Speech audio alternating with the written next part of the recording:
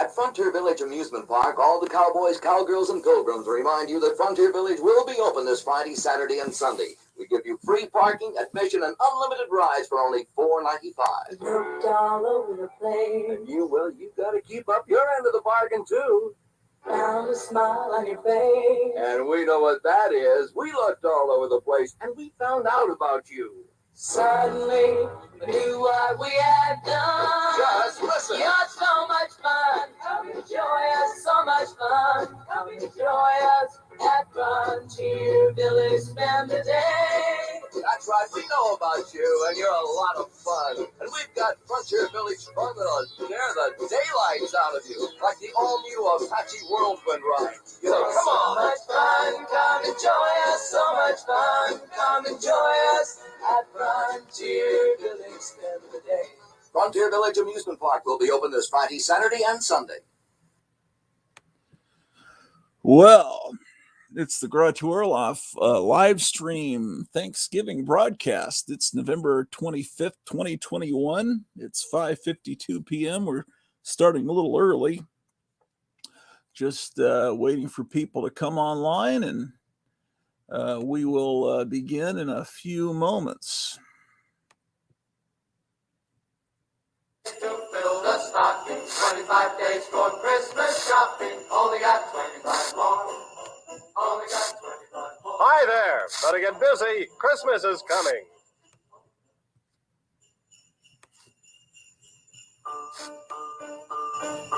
$24 days for Christmas shopping. 24 days to fill the stocking. 24 days for Christmas shopping. Only got 24 more. Hi there. Christmas is coming. Have you done your shopping? Only 24 days left.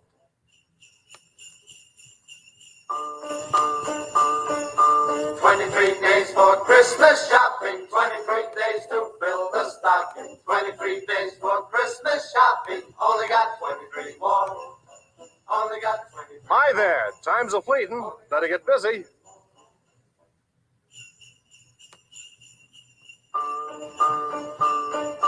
$22 days for Christmas shopping. 22 days to fill the stocking. 22 days for Christmas shopping. Only got 22 more. Only got 22 more. Hi. Did you hear what the man said? Only 22 shopping days till Christmas. $21 days for Christmas shopping. 21 days to fill the stocking. 21 days for Christmas shopping. Only got 21 more. Hi there. Have you done your Christmas shopping? You better get busy. Only 21 shopping days left. $20 days left for Christmas shopping. 20 days left to fill the stocking. 20 days left for Christmas shopping. Only got 20 days more. Only got 20 days more. Hi there. Time's a-fleetin'. You better get busy.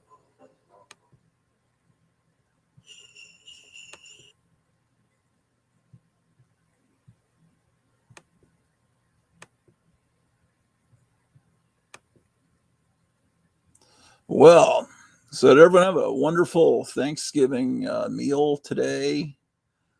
I'm sure everyone had just a great time. Just fantastic.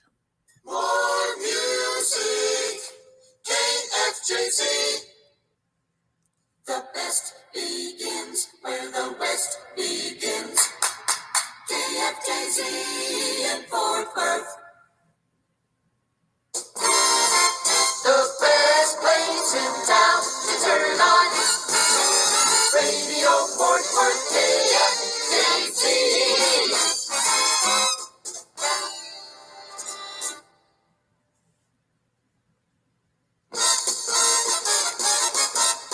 Radio Fort Worth. KFJZ.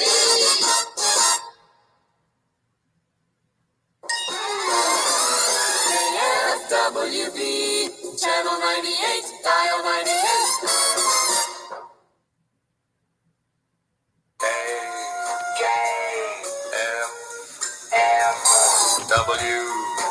KFWB. WB, Channel 98. And shit, how do I stop that? Well, it's the Grot Orloff Show, episode 479. We're coming to you live from Grotuville, Texas. It's the sun is going down here in Grotuville, and I'm sure everyone has eaten lots of turkey flesh and celebrated. What the hell is it? $5 bill? My God, I found a $5 bill in my pocket. I thought it was trash, like a receipt or something.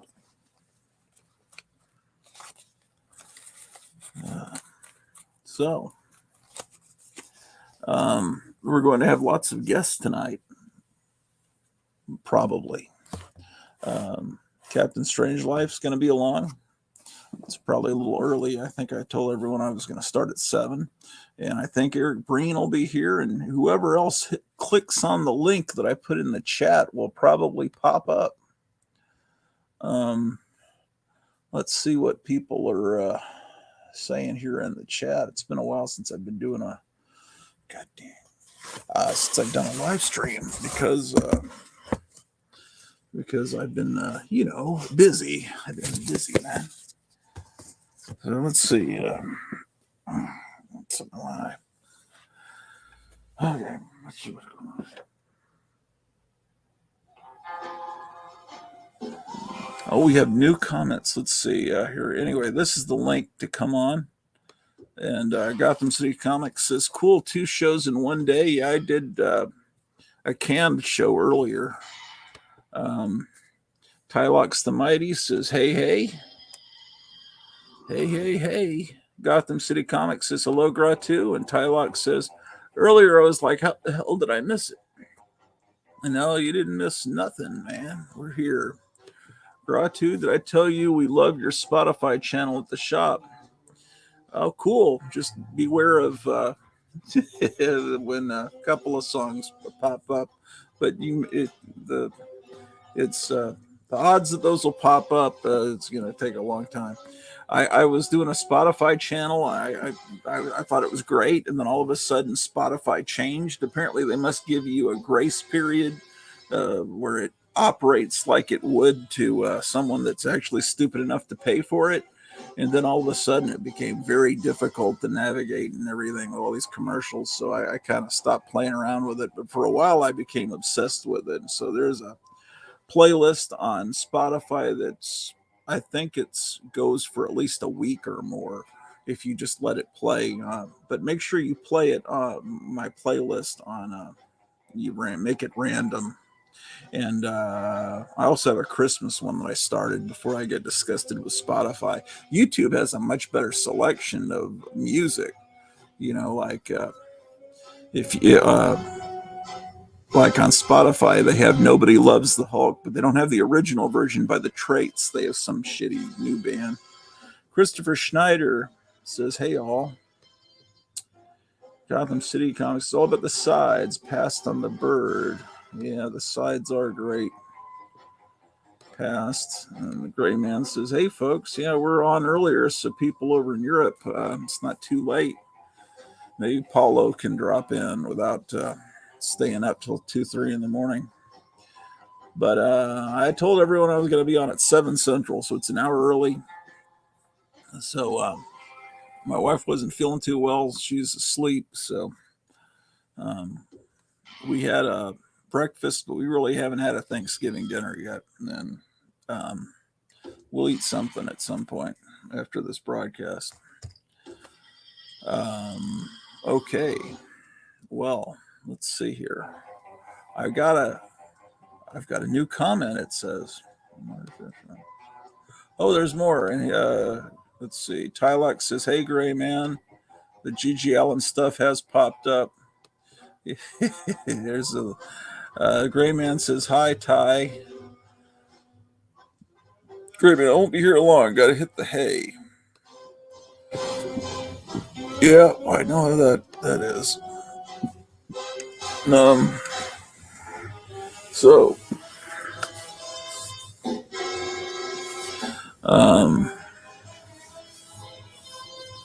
Let's see. Let me copy that. I have no idea how to do this, but I'm going to have to copy this. I got to send this StreamYard link to Captain Strangelife. So let me see how I can do that.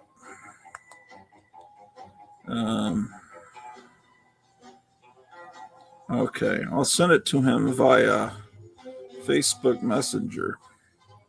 So let's see here. HTTPS.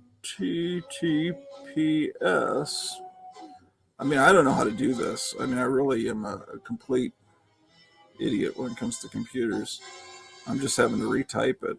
StreamYard.com.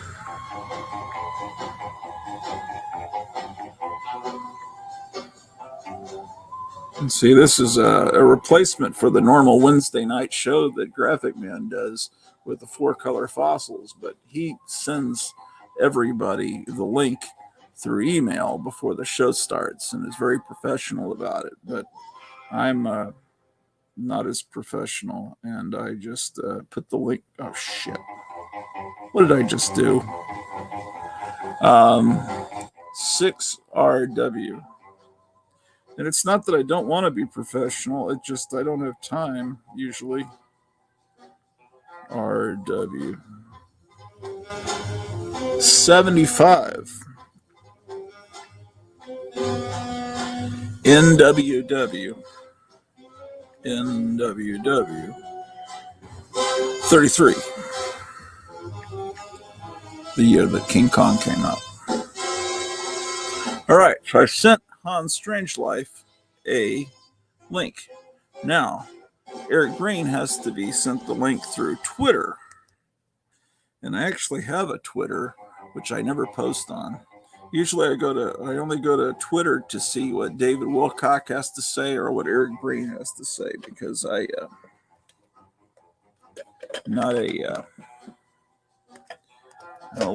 don't really like any of these communist platforms. Okay, so we'll search for Eric Green.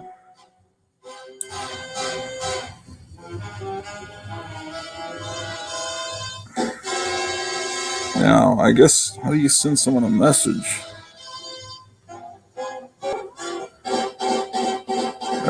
Maybe I click on the letter thing.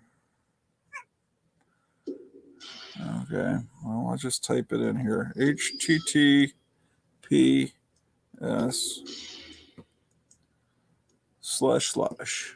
There's 6 viewers. How wonderful.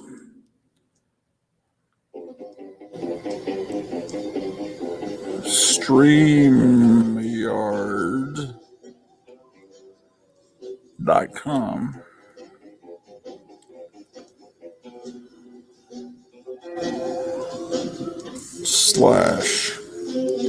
/6RW.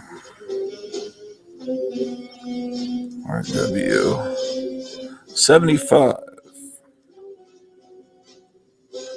NWW 33.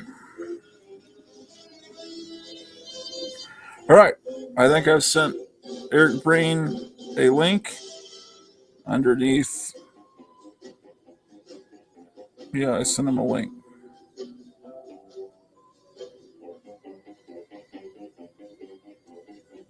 Okay, so 8 people watching. Astounding. So, let's see here. What else people having to say here?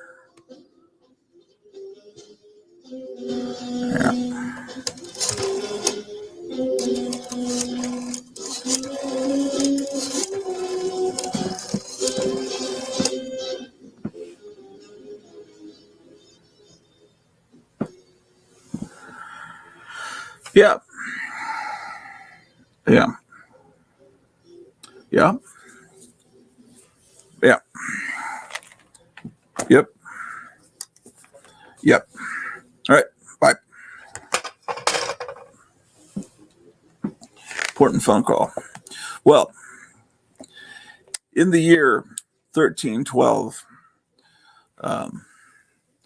14 ships from England arrived on our shores, filled with what they called pogroms. They landed here on the shore and built villages. But soon they became sick with smallpox and dysentery and AIDS, and they needed food. And so there were some friendly Native Americans that showed them how to grow corn. And they taught them about important things like tea. And they became great friends. And cultures were exchanged. And this was the first Thanksgiving. The Indians showed them how to make pumpkin pie and how to roast turkey. And it's the story of Thanksgiving. You know, there's a lot of people that are under the age of 40 that think that this is just a horrible holiday, that it's when it's celebrating this horrible theft of native lands and everything. It's like everyone's being trained to hate this country. But one thing I'm thankful for, we need to make a list. Someone would like to count how many, I would like to make a list of how many things that we're thankful for here on the Gratu Orloff Network. And I think that one thing I'm thankful for is that we're losing viewers because I'm not showing comic books. One thing I'm thankful for is that I was not, that I wasn't raised like I'm not a kid today. We're being taught all this communist bullshit in the schools. But I don't know, I think a lot of kids are starting to become awake. You know, I think a lot of kids are realizing their teachers are full of shit, and they're starting to listen to. They're starting to become aware. I mean, how can you not? I don't know. So, do any of you have any interesting discussions with your relatives today over Thanksgiving dinner? I don't really have many relatives. They're all around. My oldest brother passed away, and my other brother, I haven't heard from him in a few years. I don't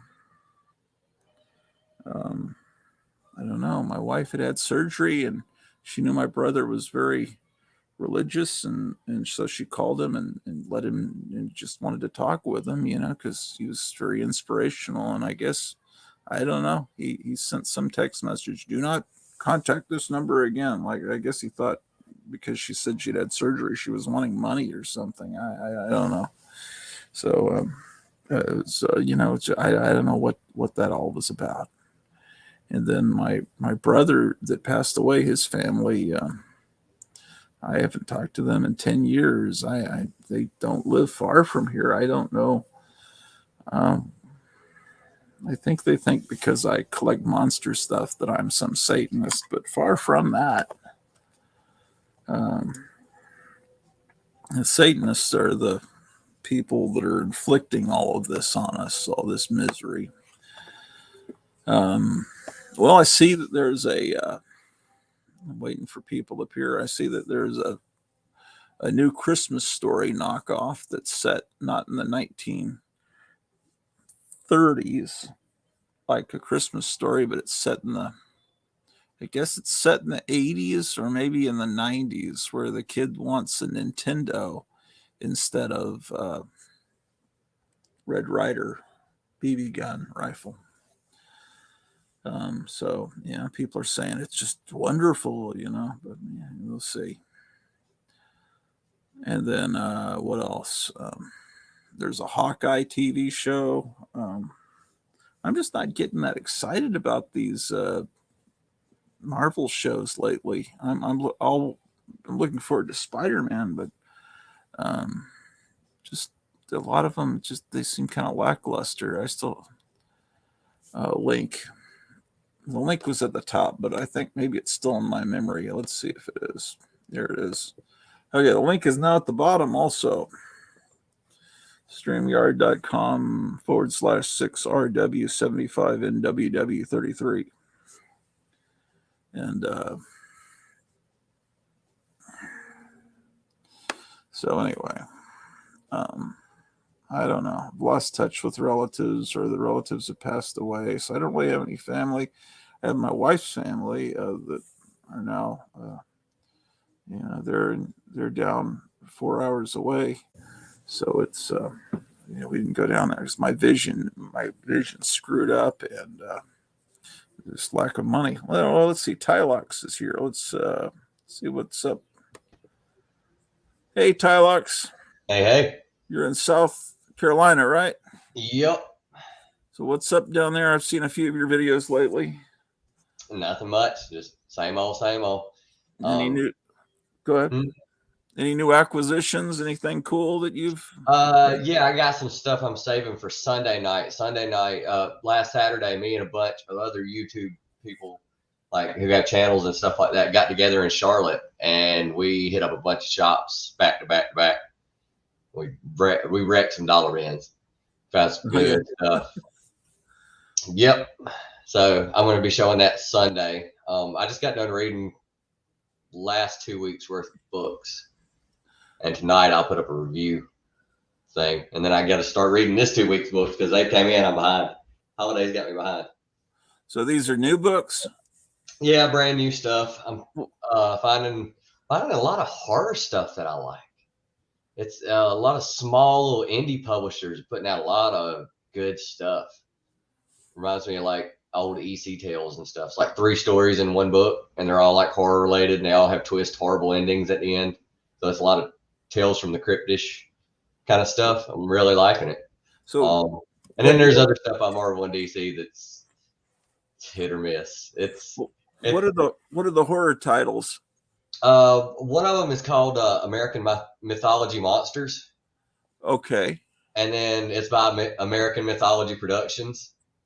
Is that the company that puts out like Zorro reprints? Yeah, they're doing a Zorro thing in a few months. It's like a 5-issue miniseries. It's like I think it's all black and white and stuff like that, and all the covers are from the like 40s TV show or whatever. They're doing that, and then they're doing like they're doing the Three Stooges book that's about to come out, the holiday specials and stuff like that. They do those too. They got those rights too. So there are the Three Stooges reprints of the old comics. I have no idea. I've gotten one of the old ones, but it wasn't done by. I don't think it was done by them. I don't know. I haven't read it yet though. I'm gonna wait to read it, but I've got one coming in December. It's like Three Stooges. That I'm assuming it would be like it's Three Stooges stuff. Like you could follow one of the TV specials they had, or you could just write a whole new thing. My local comic shop doesn't carry that kind of stuff. I guess if I had went into previews and ordered it, that'd be the only way to get it. This company's small. They're really, really small. And then Source Point Press and Aftershock have some good stuff here and there. Is that what you do? You go through previews, or is this the website I use is called Atomic Empire. It's an online store, but they also have a location in Durham, North Carolina. And I just go through their upcoming issues or upcoming series or whatever every once in a while, and I just browse through it, and anything that I think I might like, I click on it and put it on my pull list. And sometimes it's good and sometimes it's trash. It just all depends. So this stuff just doesn't pop up in your local store. This is it's something that you would have to order to get it. If you have a bigger store, like if you go to like Midtown maybe or Mile High Comics or something like that, they might have it in. But yeah, like unless you're going to like one of those big places, no, you'd have to probably order it. Yeah, okay. So that's why I'm unaware of some of the cooler stuff that's coming out. I'll show you the one I just read. I literally just got done reading this a little while ago. That's what I was doing when you started your stream. Where is it? There it is. This is one by Victor Crowley's Hatchet Halloween Tales #3. They've had a 1 and a 2. It's just It's 3 stories about this dude just whacking people up. Just I've never seen that. Campers, villains, Satanists doing a black mass in the middle of Halloween. He just shows up and just starts killing people left and right because there's always a catch to it. Yeah, that's cool. So, what, without giving away what you found in the dollar bins, what are the oldest books you found in the dollar bins? Probably mid to late-ish 80s. I can go ahead and tell you now, my goal was to grab as many Web of Spider-Mans as I possibly could. I'm trying to finish the Web of Spider-Man run, get the whole run at one time, and then read it all the way through. Right. And just hold on to it. So I was mostly getting Web of Spider-Mans, lots of Web of Spider-Man for $1 or $2. Yeah, okay. And of course, you bring a stack of books up to the counter like that, and you're just like, hey, instead of $1 a piece, could you maybe shave a few off of it, here and there, try to get them as cheap as you can.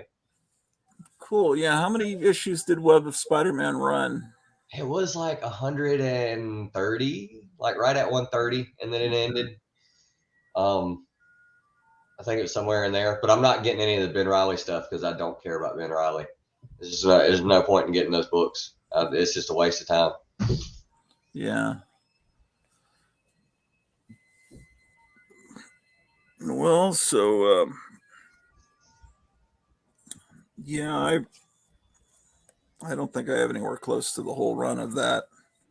I think Graphic Man said that he got it bound. He got like 1 through 100, or he's looking to get 1 through 100, and then he's going to get them bound in a book. I thought I remember him saying that. That's a really cool idea. I didn't even think about that until now. There's Paulo coming in from Portugal. How you doing? Hey guys, what's going on? Not too much. A little earlier, so it's not going to kill you. You have to work tomorrow? No, I have a day off tomorrow. There's Jambo. Everybody's jumping in now. Here we go. Hey guys, what's up? What's going on? No, I have a day off tomorrow. Happy Thanksgiving, everybody. Yeah, everybody eat a whole lot of food that was probably bad for them. What's going on? Well, I haven't yet. Paulo, you guys don't even celebrate that, or do you? No, of course not. Well, this is a strictly American. No, this is a strictly American holiday.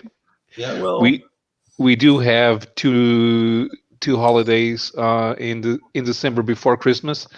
On December 1st, we celebrate the day we tossed the traitor out the window, so his bullet-riddled corpse could be stepped on by the enraged population. A fun holiday. Yeah, we because we had this throughout the 16th century, we had this policy of first cousins marrying first cousins. We had a lot of kings and their children who were very, very related to each other, and that resulted in them going crazy, and then with a succession crisis, because it left the King of Spain as the rightful heir to the Portuguese crown. And then and they were part of the Habsburg dynasty from Austria. Although by that time they had to separate the crowns after a war with France. But we stayed that way for 60 years, and since when Philip IV of Spain tried to integrate all the crowns into one, our nobles didn't like the idea because they were going to lose money, and so they finally decided to set up a revolution. The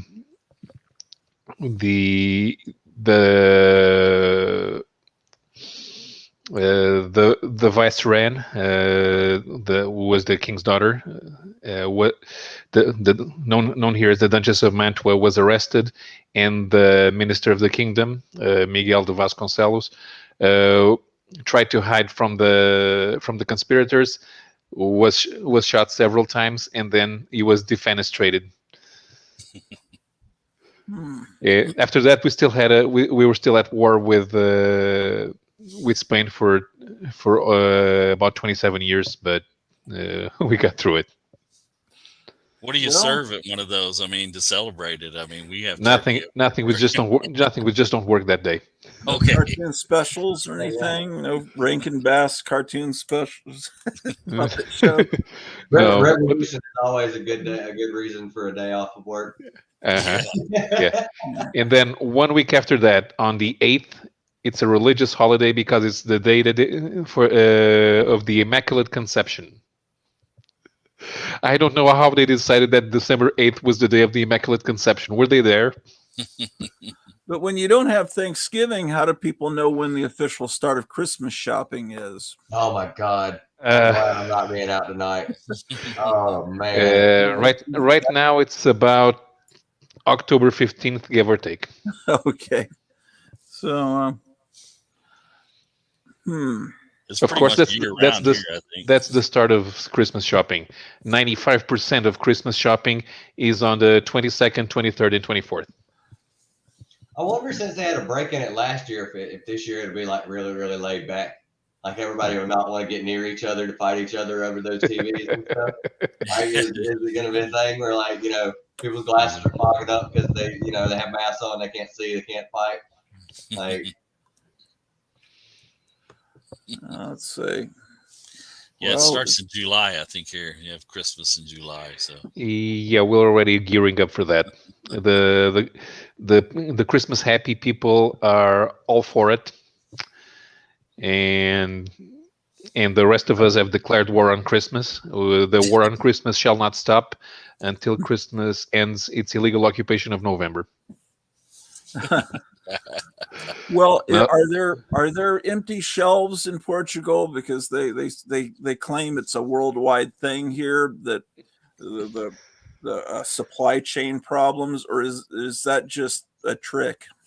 Yeah, not in the slightest. I haven't seen it. I've never seen an empty shelf on a supermarket unless that supermarket was going out of business. Is the price of gasoline going up, or is it staying? Oh yeah. Oh, it's gone up. It's gone up a month ago.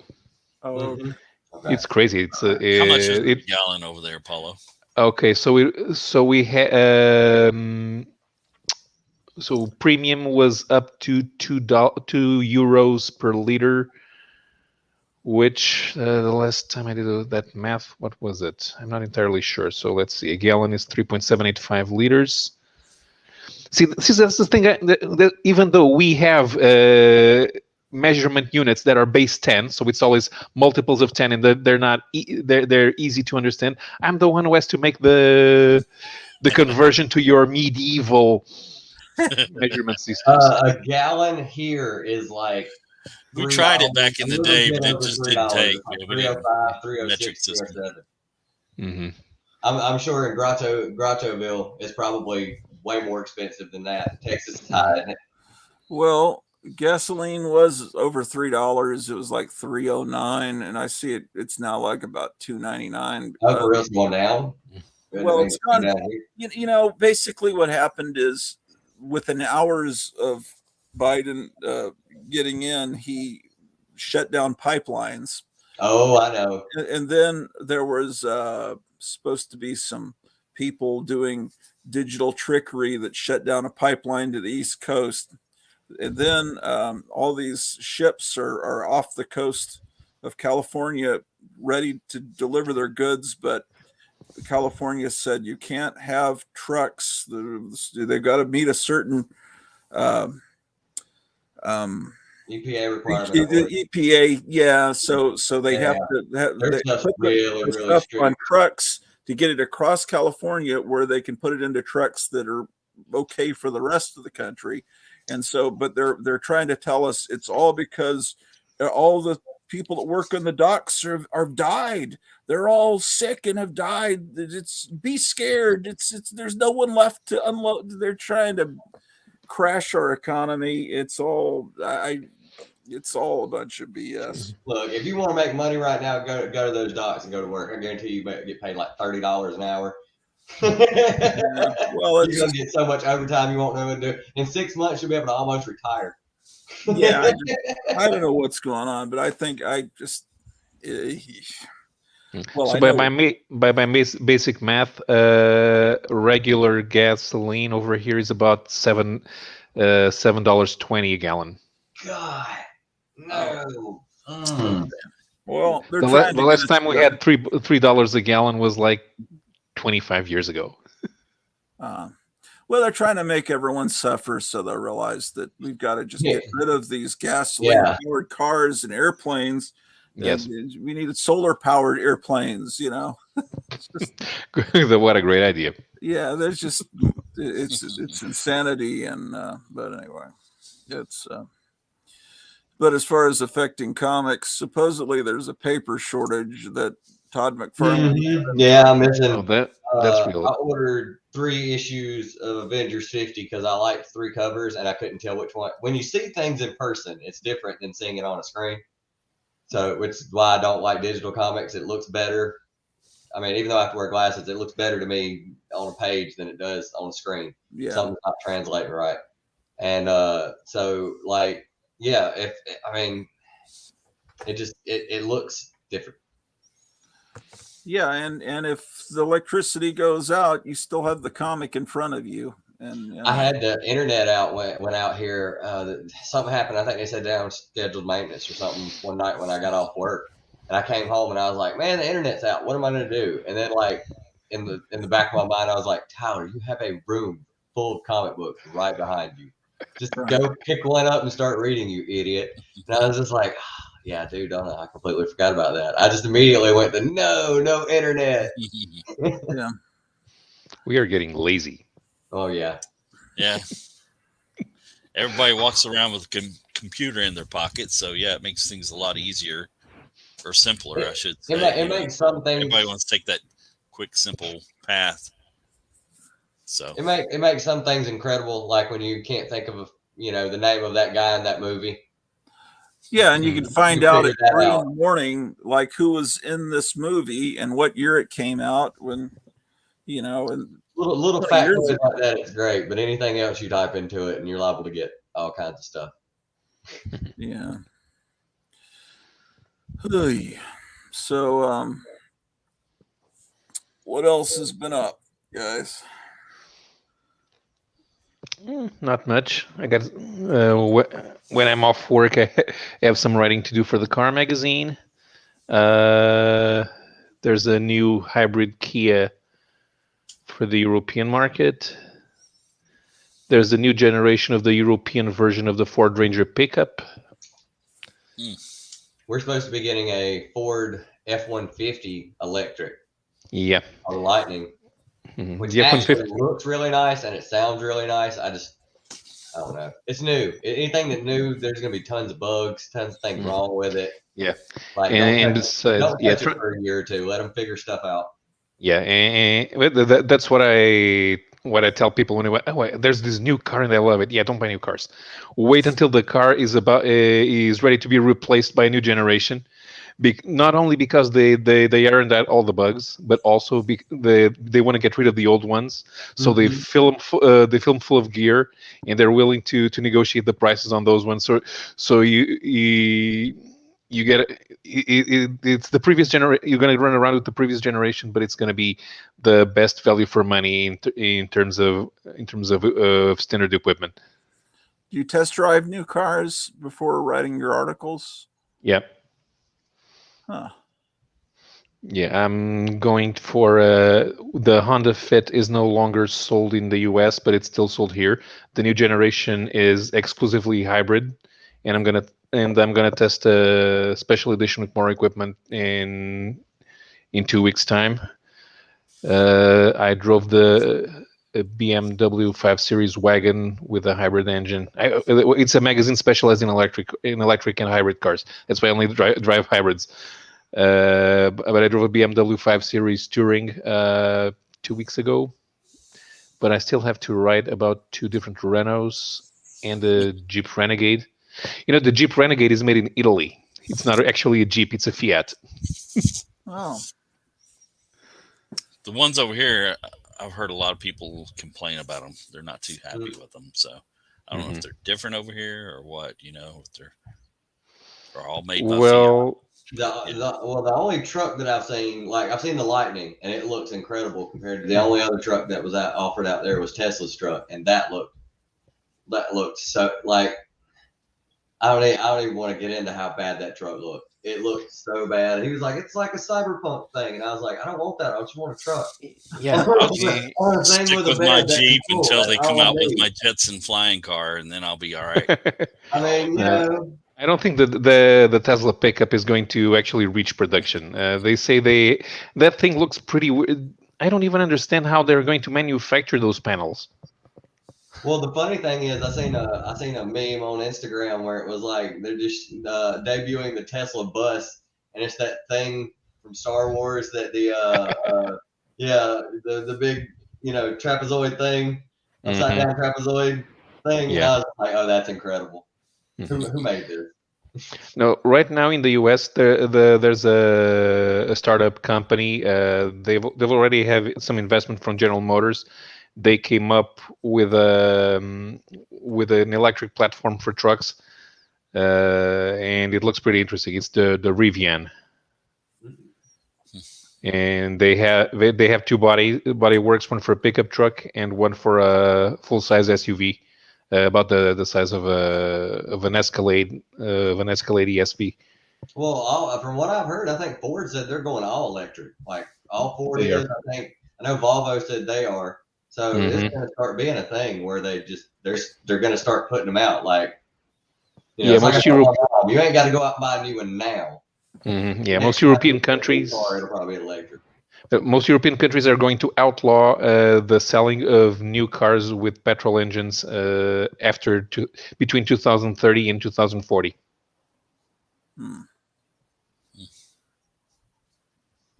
Yeah, what if you have an old car? Is it grandfathered in, or do they make it illegal? If you have an old car, you can drive it. Although most city centers are already forbidding any car that's not partial zero emission to go into the city center. They've already banned diesels. The diesels used to be. We had a time where about 65% of cars were sold with diesel engines. Mm-hmm. Yeah, in Europe that was a huge thing. Over here it wasn't so much, but yeah. Well, it's not like with trucks here. A lot of trucks here were diesel. Yeah, but our diesel fuel is actually better than yours. Yours still has too much sulfur. I don't know anything about diesel. I've never owned a diesel in my entire life. Yeah.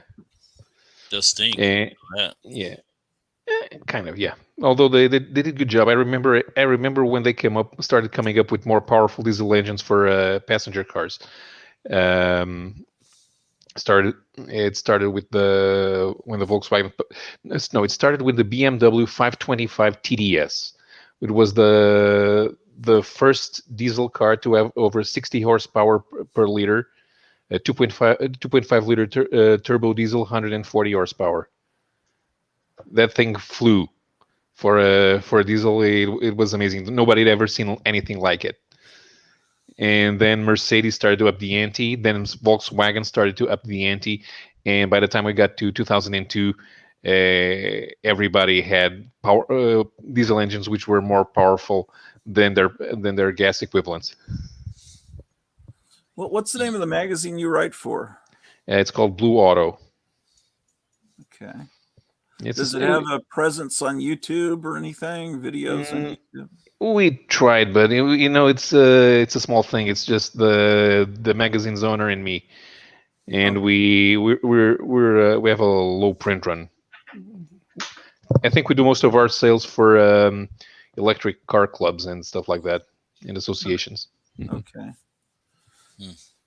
And one thing I've been wanting to do is talk about favorite places to go on YouTube or on the internet.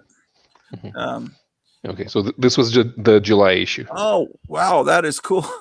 That's cool. Slick looking. Nice looking magazine, yeah. This is the Audi Q4 Sportback. It's exclusively electric. It uses the same platform as the Volkswagen ID4, which is already on sale in the US. Is that magazine printed just in one language or more than one? Oh, just one language. There are brands which are sold in several countries, but each magazine produces their own content. It's just a licensing thing, or they're owned by a major international media group. Well, if it's just the two of you, you must write a big chunk of that magazine. Oh yeah, let's see what I have here. That's mine.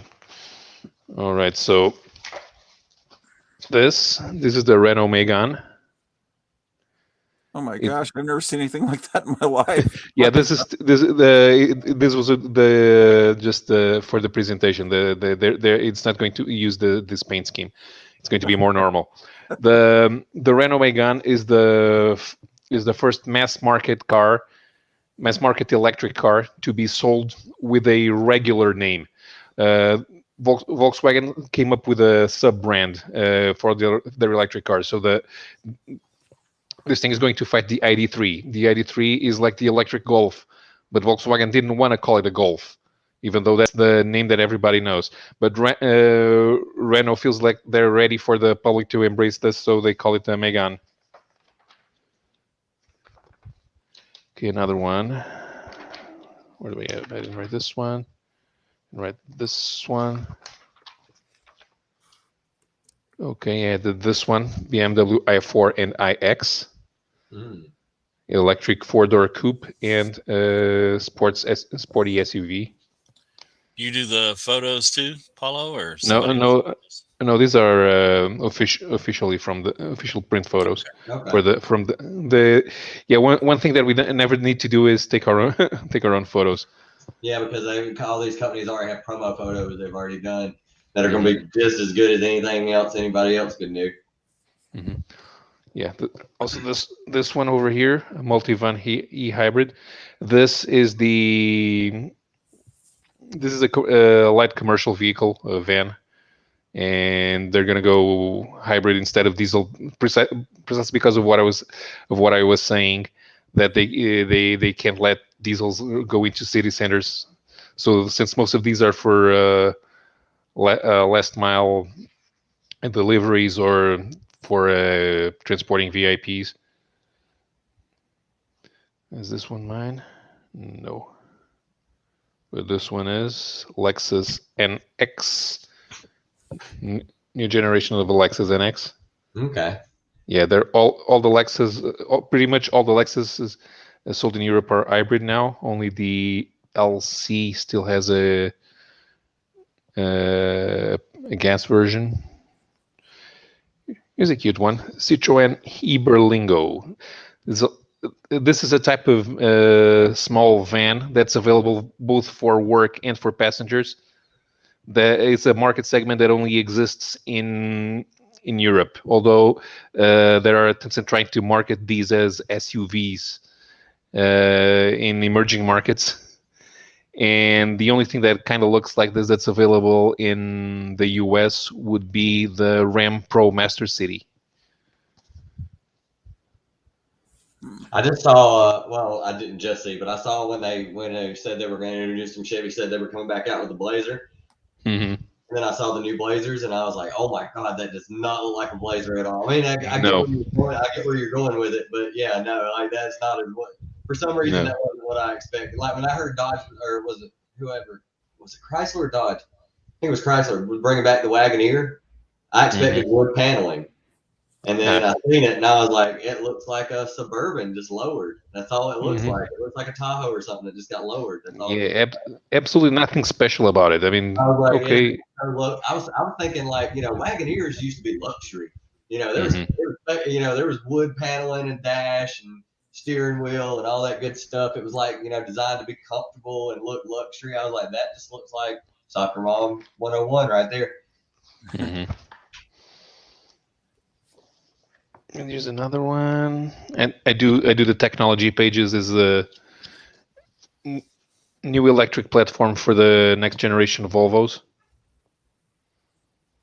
I did hear a commercial the other day where it's this mom telling her kid, she was like, what did that place used to be? And it was like, oh, that used to be a gas station. That's where we stopped to put gas in our cars. And I was just like, oh my God, we're right there, aren't we? Like, we put them up like a cell phone at the house and charge them up overnight. Mm-hmm. It's going to be funny to see how they do with the cold, though. Like lots of cold. weather and Yeah, battery casings and stuff like that. Because I mean, these things got to go in like some places sub-zero temperatures and stuff like mhm, that. So it'll be yeah, interesting to see. yeah. Don't really know how they work in real world conditions, although they do try to test these near the Arctic Circle. Yeah. But if you want to own it in the around the Arctic Circle, is going to be a bit of a pain, I think. Oh, there are some alternatives that they're thinking about. There are a few hydrogen powered cars. I heard about that, and yeah, immediately I thought Hindenburg, and I was like, no, Yeah. I'm good. No, no, Yeah, we've been there before. Let's not do this no, again. no, no. But this is different. That's exactly what I need. We had this thing called Right. a Pinto, and if you rear-ended it, it exploded. We don't want to go back through that again. Yeah, but no, I don't think there's going to be that issue. The type of materials that they use to build the hydrogen tanks are not are not like a dirigible. They're- I hope not. But they say Yeah. this at the beginning of every monster movie. It's like everything's fine. It's not that way anymore. Mhm. But what I'm wondering is, okay, you got an electric powered vehicle, but what produces the electricity that goes into it? Yeah, that's exactly the problem. You have no Because- guarantees that it's coming from a renewable source. So especially in China, they're selling a lot of electric cars in China, but they burn coal. To power them. There's Yeah. no restrictions Massive on amounts China, of and power. Right. we can do all we want to try to fix the environment or whatever, but as long as China puts out way more. China and India puts out way more than anybody does. Well, India might not be a, India seems to be. They would be like, okay, yeah, we'd get on board, but Mhm. The largest problem they have is the concentration of pollution in cities. Mhm. One thing that we don't have in Europe is cities with more than 8 million people. But in China, it's perfectly normal to have 12, 15, same thing in India. And they are very much concentrated in a way that we are not. We have the old medieval parts of town, and you can't drive a car in there because the streets are too narrow. But apart from mopeds and stuff, right? yeah, or you have to walk. But apart from that, we don't have normal urban sprawl. But usually, larger cities have always been surrounded by villages. They grew into towns, and now they're kind of stuck. But the population distribution does work, and we, compared to what you have, we have pretty good public transportation grid. Yeah, we have none of that here. I mean, we have Uber or Lyft or whatever, but there's like 2 taxi services, and that's like they just give you the number and like, hey, you call it, and it's one of 2 guys that works for the taxi service. And we have that, but we don't have there are no city buses or anything here. There is electric stuff starting to get put up. There are gas stations starting to have electric charging things put in. And then at the same time, we just had, they're always redoing the center of town here, which is small little town, 10,000 people. They're always redoing the center of town, like rebuilding courthouses and stuff like that. They just redid the parking lot next door to the city, to Square, where you can park for people who work there. And they've installed a whole bunch of electric charging ports all down the thing. So if you got an electric car, you can pull up, charge up there. I think it'd be more convenient because, you got to think about it. You don't have to stop at a gas station. You just go home. Just go home and plug it up. But you got to start having them in enough locations to where you can space it out. Right. And in the US, you guys all live in houses. You can install one of those in your garage. But in Europe, we all live in apartments. I live on the 5th floor. There's no room in the street for chargers for everybody who lives in my building block. Yeah. We all park over. We all park on the sidewalk during at night because we run out of parking spaces. So there's no way that all of us could plug in the car. Yeah. See, that's what I'm saying. It's stuff like this they're gonna have to figure out. Like I love how they make it out. They're like, we're just gonna change everything over. It's like, isn't it? Logistics, man. They can be a pain. They can make or break things for you. Yeah. Well, there's always the solution of getting rid of a large part of the population of the planet Earth, and then you don't Yeah. have problems. And that may be how some of our beloved rulers think. Yeah, the idea here is there. Well, if you They have can't the afford, Thanos syndrome. yeah, here is the idea is that if you can't afford to have the electric car, if you don't have room to, if you don't have a place to charge it, if you don't have a place to park it, then don't have a car at all. You're a peasant. Ride the bus. Yeah, and meanwhile they're letting the criminals run free, and it's like, oh, you can shoplift as long as it's under $1,000. They're just That's looting like, stores now, and I don't know why, but for some reason in my feed, like a month ago, I found a video, and it was a video about George W. Bush, and the fact of after he got done being president, he was like, okay, so yeah, like, you know, you get driven everywhere, you get flown everywhere, it's great, this, that, and the other. When you get done, they don't, like, you can't drive. He was like, and I love cars. I have, like, you know, a bunch of classic cars. And he was like, what the hell? So he had to have a private road paved on his property and have enough property so he can drive his cars and stuff around. And I was just like, that is insane. You mean to tell me you can't, you don't have the option to drive from now? Somebody else has to drive you? Like, that would drive me nuts. Like, what if I just want to go to the store real quick? You know, what if I just want to go get some chips and dip? Like, or go get some food real quick? Like, I got to have Jeeves drive me the fuck around? Like, Yep. I think Harry Truman had a pretty normal life after he was president, but yeah, I guess that's not. I think they changed it over the years. They Yeah, probably changed it over the years. I've never heard of this with, like, you know, anybody else back in the day. They seemed like they did whatever they wanted after they were. Who knows? Well, yeah, I don't know. Don't know if there's any of those guys we can trust. George Bush was not. Yeah. So, anyway, I grew up watching it as a young man and thought this is the greatest cartoon I've ever seen in my entire life. This is like what 8 cartoon? years old. What? George W. Bush's presidency. It Oh, was the greatest cartoon I've ever seen in my entire life when I was a kid. I was like, this is insane. Yeah. Well, it's like, what cartoon would today be? Mr. Magoo. But that's what I think. So what are some of the first stops you guys go to when you go to YouTube? What are some of the places you always check? Go ahead. I make a watch. I put everything on a watch later list. I go through it, and when it's done, I check the next video, and I put it on the watch list, and then it gets done. But who are your favorites that you add to the list? Who shows up on your watch list a lot? Oh, there's a guy named Comic Journey.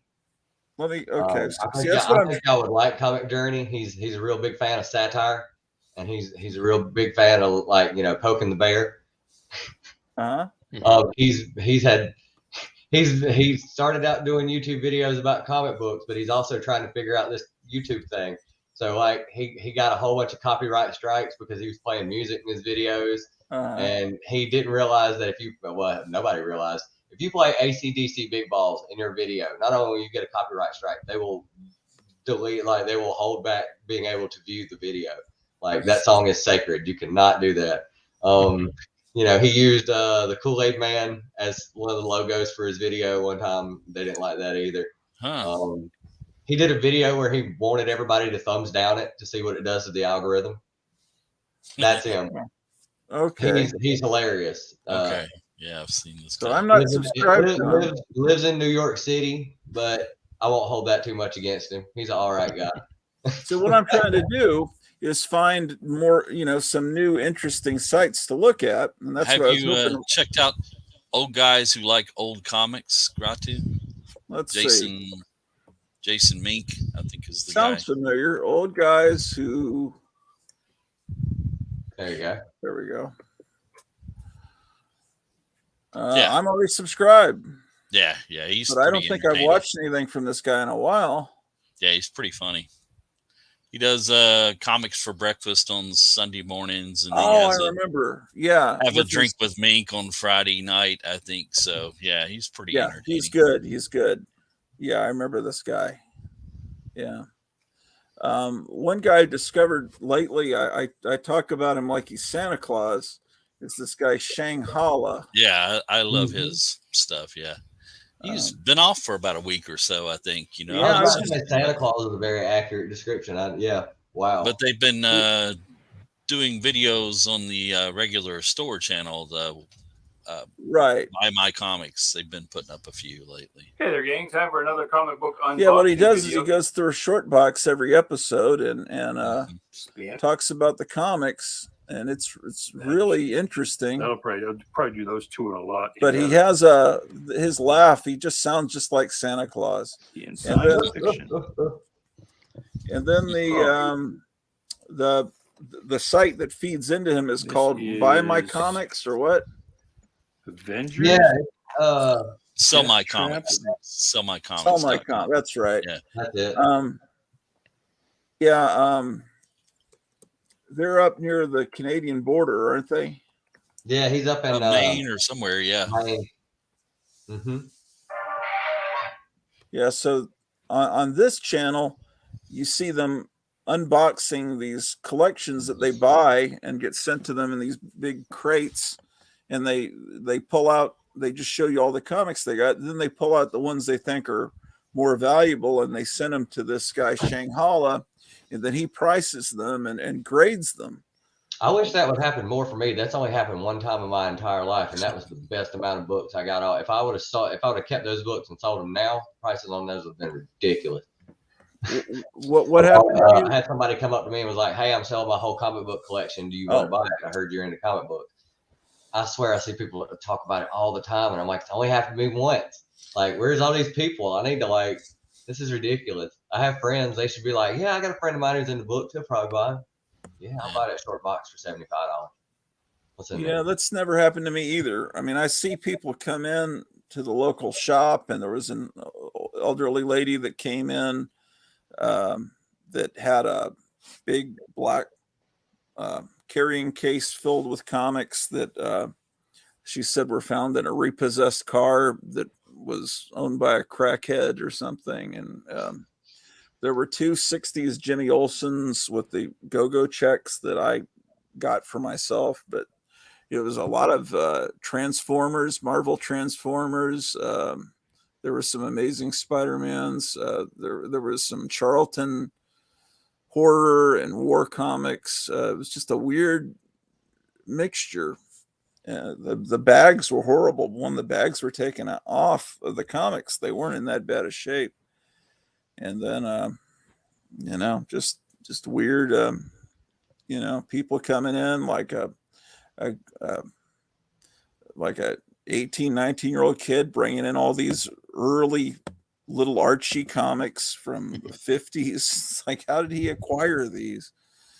But so what are some other YouTube sites? A buddy of mine who lives like an hour away from me, he's one of the guys who went digging with me over the weekend. Southpaw Brad. He does some good stuff. Like, he puts up stuff that he gets some interesting stuff. Plus, he's also into like sports cards. And he's got me. Yep, that's him. He's then got me hooked on sports cards. He gave me a few to get me started, and now I've started looking on eBay because that's how that works. You get something and you're like, I'll get some more of these, and then the next thing you know. Yeah, sure. I'll subscribe to him. Looks good. Yeah, what I thought this would be a fun thing to do to just talk about. Let me think of some.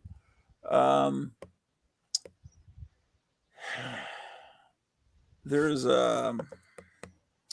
one that I like to go to called Pirate Radio USA that has some really cool stuff. Because I like to put together music compilations, and And they have a lot of old radio commercials and jingles, and I've heard somebody mention this recently, and I can't remember who it was. it could have been me because I think I did mention it somewhere. Most of the channels I look at are just people doing hauls and stuff like that. Yeah. There's a lot What are of some of the better haul places to look at? Tom Ryan, he's good. Dude, Tom Ryan's, he Yeah. swings the fences. Vin Crew 12,000. Yep. Back let's issue. see. Back issue. Tom Ryan looks like I'm subscribed to him. Well, I know you look at Night Tiger. incredible. Night Tiger's always putting Yeah. stuff up, and then Alex the comic hoarder. Sometimes he has something good. If you're not subscribed to Comic Crypt of Castle Hills, oh yeah, Oh, of course, he yeah. gets phenomenal books. Yeah, like me and him have got a whole bunch of like the same books a few times in a row. I'm just like, oh Yeah. man, we love it. We're perverts. Some of these that I'm subscribed to, I'm going to anyway, just so people watching might be able to find It's them. really funny because the first time I had a YouTube channel was like 7 or 8 years ago. And we joked one time in a live stream that Alec, the comic hoarder, was going to be the only one of us to like have a lasting impact on like YouTube comics because he just looked so dapper and like, you know, so approachable. And the rest he's of us pretty were all smooth. just Yeah, crazy comic book people, you know. Yeah. What about Bad Dad? Gratu, do you have? I don't him? think I know that. Bad Dad 320. He's All one word. yeah. 320. Mm-hmm. No, I don't know this guy. Yeah, he has some pretty good stuff. He has some older Silver Age books and things like that. He shows a lot. Let's see who else does good haul stuff. Where's he based at? He's got a beautiful. Is that New Jersey? I don't remember. Yes, I think it's somewhere like that. It's beautiful. Northeast. Yeah. Ranger Sly. I don't know if you know him or not. I don't think so. Ranger Sly. And make sure no one else is. Someone else is trying to get in. Or no, they're not. Yeah, it's him right there. Yeah. Oh, who's? Wait. Oh no, no one's trying to get in. That's all of us. I'm just checking to make sure. Okay. Okay, cool. Yeah, I'm subscribed. Yeah, he hasn't done Are you subscribed to Are you subscribed to Gary B, the comic casual guy? He's got lots of like old Conan, Eric, stuff like that. He's Gary B, the what now? Gary B, the casual comic guy.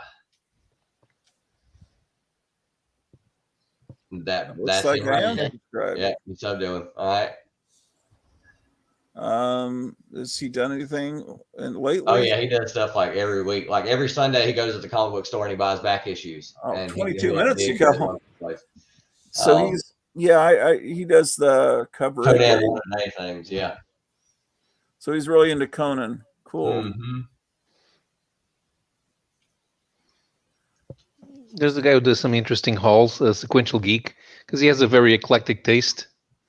The guy's from Cleveland, and sometimes he talks about Harvey Pekar.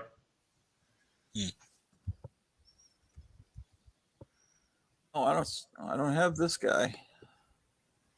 Yeah, he can do he's not on camera himself. He just shows the comics, but he can do hauls that are like 45-minute videos. But he talks about the stuff that he reads and what it means to about his favorite creators and the experience about reading those comics when he was a kid and then buying them again. That's the kind of thing I like. Hey, what happened to that?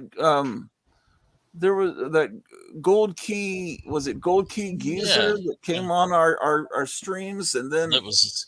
Yeah. Has he done anything lately, or? I haven't seen anything posted. No, he was looking to grab some of the gold keys that he was missing, that he didn't have anymore. Kind of rekindle his childhood and get some of those, but I haven't seen anything lately. Yeah, 2 months. I've been watching a new channel called A Comic Bookworm. A Comic Bookworm. Yeah. Right, the second video. Yeah, he lives in Oklahoma, and he like, you know, yeah, he went to a store, like a what was it? I think he said it was it's one of those little thrift stores, the Goodwill, and somebody had a bunch of comic books for sale, and he bought a bunch of them. And the lady said, "Yeah, we get these things all the time in here. They're just, you know, people are starting to collect them again." So he started buying newer books, and he's got his older collection of a few books. He's got some nice older stuff. Huh. There's one called Classic Cars in Comics too. Now I haven't seen that one. That sounds good. Paulo might like him too. I mean, he's into redoing old cars, but shows a lot of good old comics. At least some of his older videos, he had a lot of comics and stuff in them.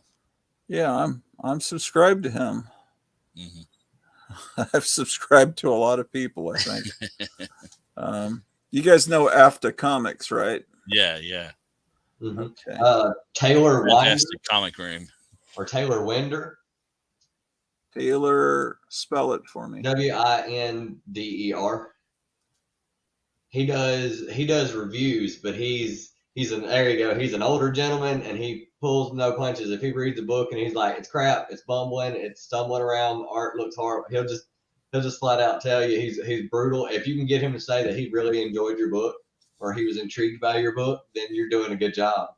Like writing some interesting stuff. Yeah, he's great. And then he does shows like late night shows sometimes with a bunch of older guys, like Comic Mag Musings and Old Man Collectibles and stuff like that. They do like a nightly show.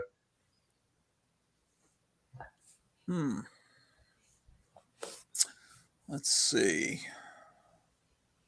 Look at my subscriptions.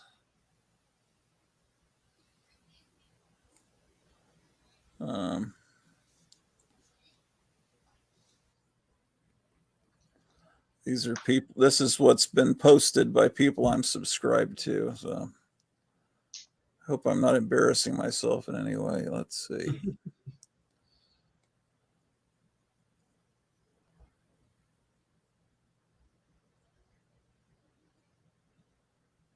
Let's see. Gray Man posted 41 minutes ago. Mm-hmm. He's going through his whole collection. He's doing like me. I'm doing collection videos too. He is constantly on YouTube. This Brick Mantooth is I guess they're reviewing a new Mego. That's pretty good. Pretty good likeness. Yeah. King the Klingon. Yeah. Looks dead on him. So is that like another incarnation of Kang the Conqueror? Just in the Star Trek universe? No, it was back from the original series. I forget the fellow's name, the actor's name who played Kang, but yeah, he was a Klingon captain, and yeah, that looks just like him. Did a very good job. Some of the new Mego figures are spot on. Yeah, I don't see them very often. I think I've only gotten one new Mego figure of the creature from the Black Lagoon. I don't have any Megos. I never come across stuff like that here. They're already balled up here. Either that or people want way too much for them. Yeah. Well, yeah, I mean, I was a kid during the original wave of Megos, and so I got a lot of them then, and some of them that are coming out now. I see Dr. Zaius in the Target, and it looks pretty close to the original. I don't think they're held together with rubber bands anymore. No, I think they changed it up a little bit. I mean, it used to be that the arms and legs were held on by the tension of a rubber band, and if that rubber band broke, all the limbs would fall off, and there'd just be a torso and head. And the clothing sometimes, depending on the figure, would hold the arms and legs kind of in place. But yeah, that happened to a lot of my figures just from being played with a lot. But they didn't call them action figures. They were called dolls back then. Mm-hmm. So action figure came along at some point just so that little boys wouldn't wait. I think there's someone waiting to get in. Holy shit. Who is this? Oh, it's Captain Strangeliffe, I think. Oh, word. Let's see. I don't think I've ever gotten to be on a stream with Strange Life. I may be mistaken, though. Hey, how long have you been waiting? About a half hour. I was just about to quit and go upstairs and drink. Are you kidding me? I'm sorry. The thing is, it was about 10 minutes. I don't know. Oh, okay. Because the thing is, I can't see the second row down. Hey, Paolo, how are you? Jambo, Paolo, and who else is here? Hey, Captain.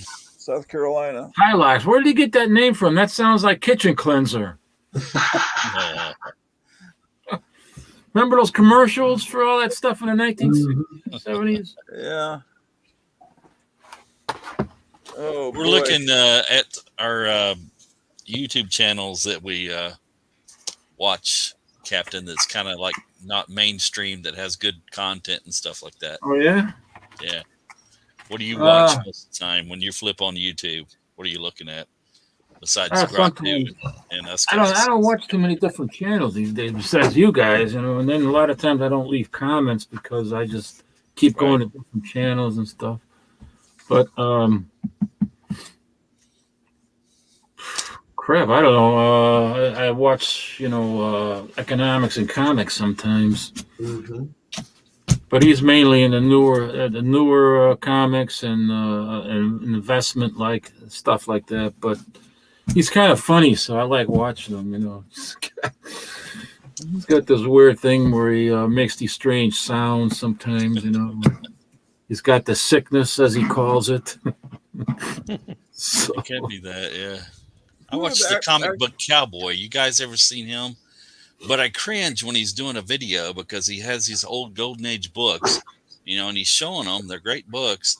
And he just flings them over to the side. And I'm like, oh, man, come on. You're killing me. And he's like carelessly, tossing them over here. And I'm like, oh, dude, please be more careful. I know you're a cowboy and stuff, but I mean, he must be a rich guy. Yeah, he has a lot of expensive looking books, but yeah, I just cringe when he's doing a video. Yeah. Can you hear me all right and everything? Yeah. No echo or anything? Okay. Just want to make sure there's no echo so I don't have to put on headphones and stuff. Let's see. Comic book. I don't see him. Is it all one word? Comic book cowboy? I think it's 2, maybe. Let me find him here. Comic book cowboy. Never heard of him. I was about to say, I haven't heard of this either. What about the Gray Man? Gray Man's got a channel too. Yeah, he was just on. He wasn't on the show, but he was in the chat. Oh, okay. Yeah, he said he was about to go to bed. You with an Avenger. Oh, there's Graphic Man.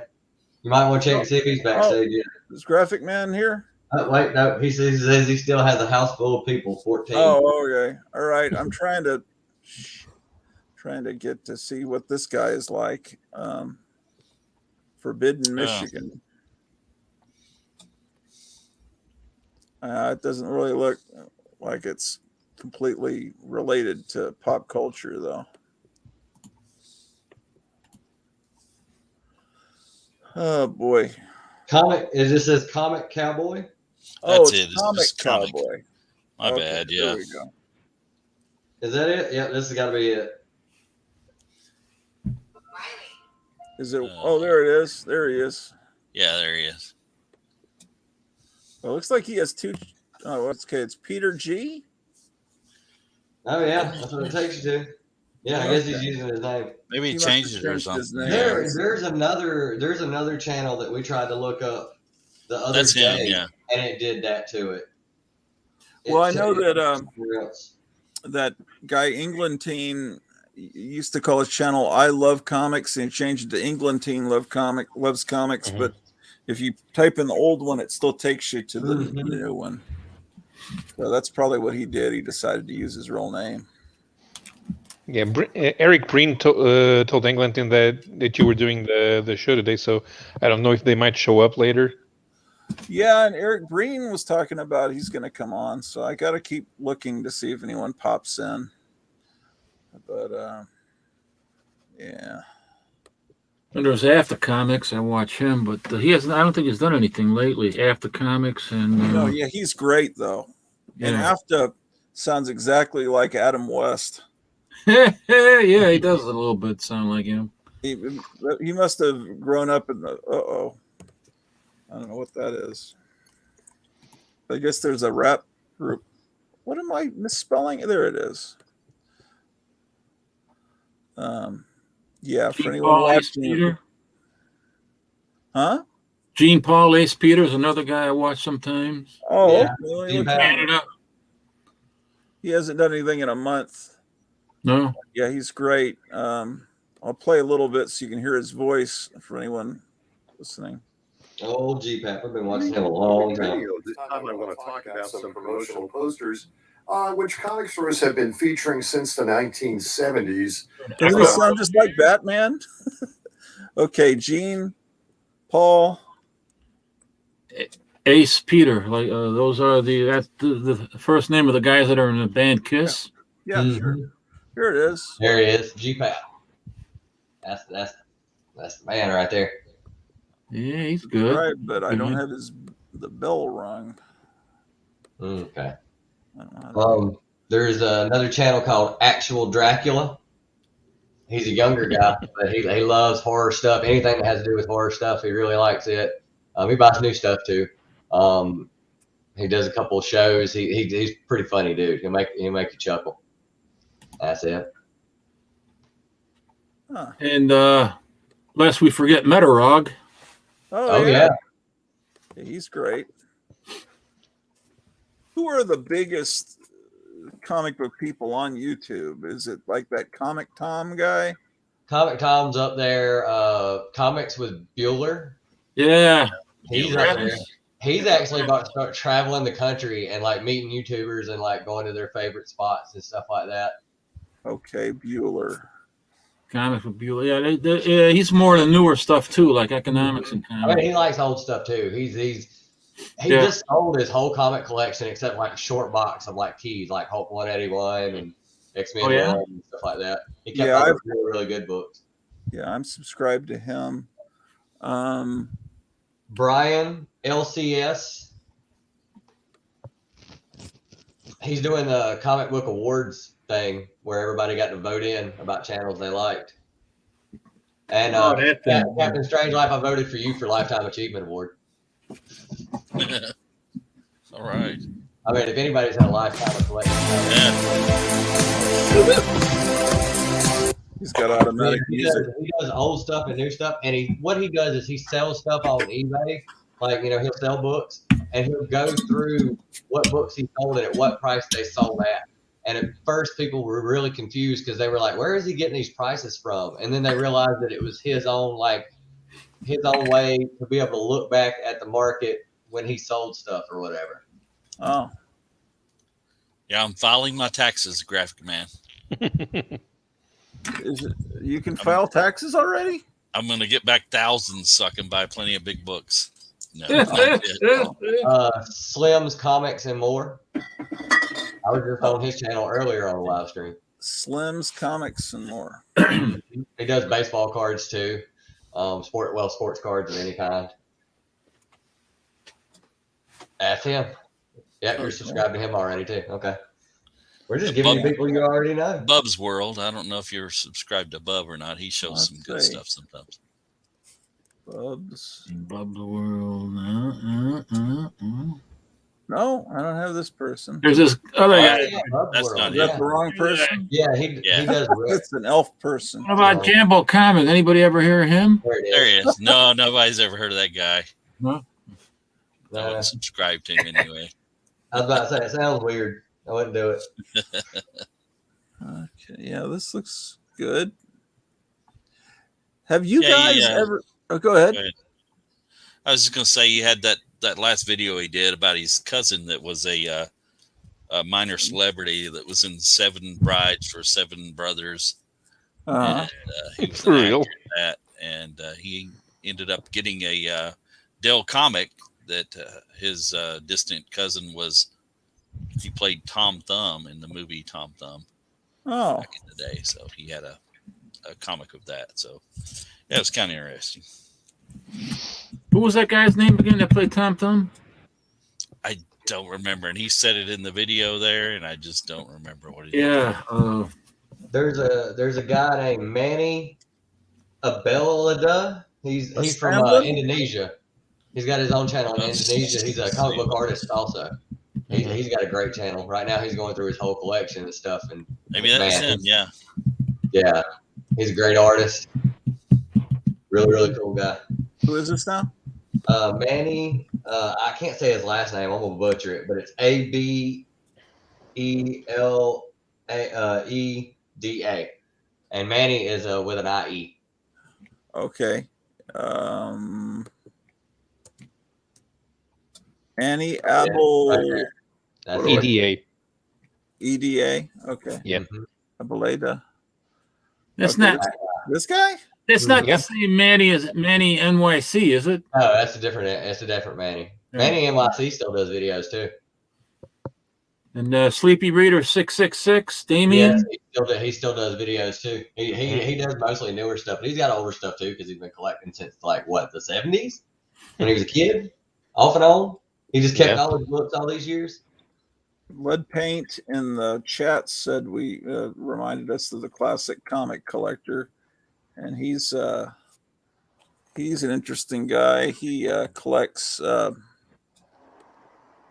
he collects romance comics and Archie comics, and he does his own comics. He continued on. He picked up where boy comics ended in the golden age and started making new issues of boy comics. And I think he does some comic with Cthulhu fighting Uncle Sam or something. I think Cthulhu from H.P. Lovecraft. Yeah, this is like a comic that he created. I think Crime Busters. Oh, I'm pretty sure. Yeah, he's an interesting guy.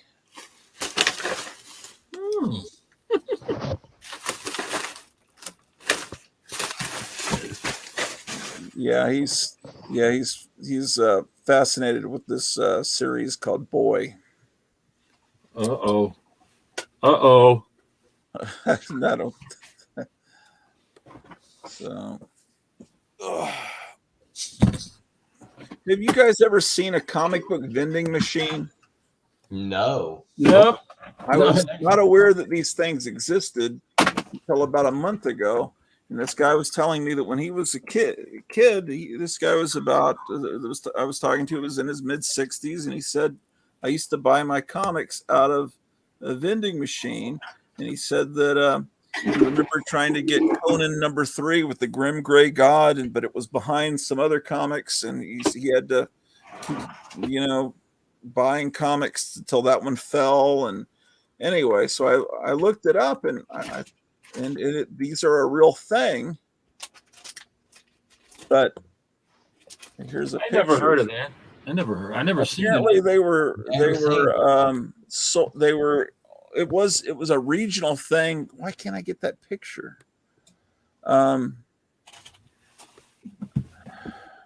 Okay, there's something screwy here.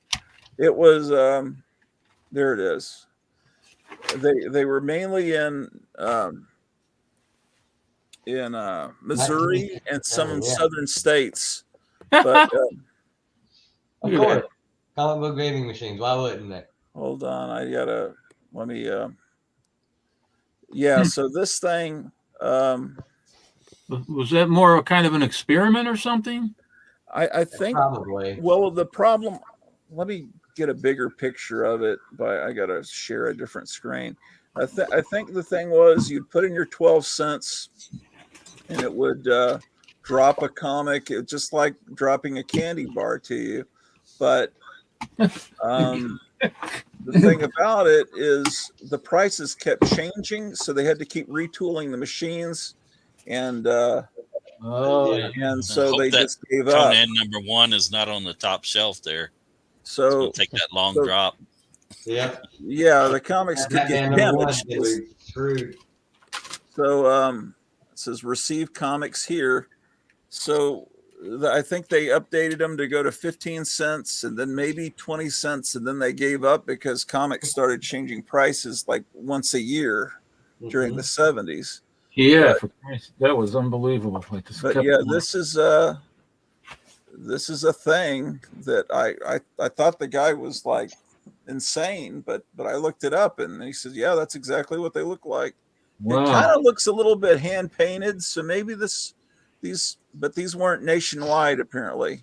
But he lived in Louisiana and he said he was buying these in Louisiana. So I was trying to describe that the other week on Graphic Man's channel, but it's, and then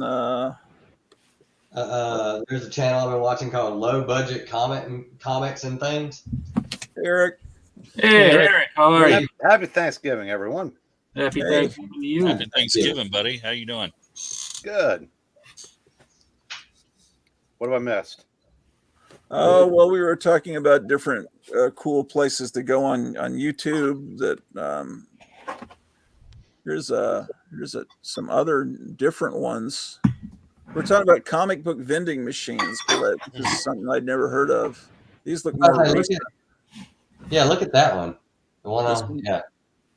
See, the problem is it's lit up. It looks pretty cool, but it says it was in an ice hockey rink. Mm-hmm. And then Scout Comics, the one over here in the middle, that's a company that's an indie company that actually put out. Okay. That's actually a good promotion thing right there. Oh, so yeah, it looks like a cardboard promo thing. Yeah, that's awesome. That's something I'd actually like to buy and put in the house. But the real, so I guess they have them in Japan, but there's only 2 pictures on the internet of this one. You can get lobster dinners out of vending machines in Japan. Yeah, I think used panties too.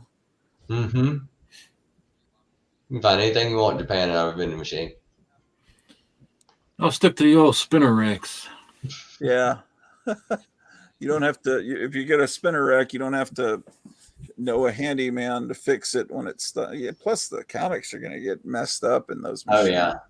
Could you imagine them getting hung on something a little ways down, like halfway down? Yeah, the guy I was talking to really didn't even know what I meant about spinner racks because he got all his comics and he stopped buying them when they went up to 20 cents.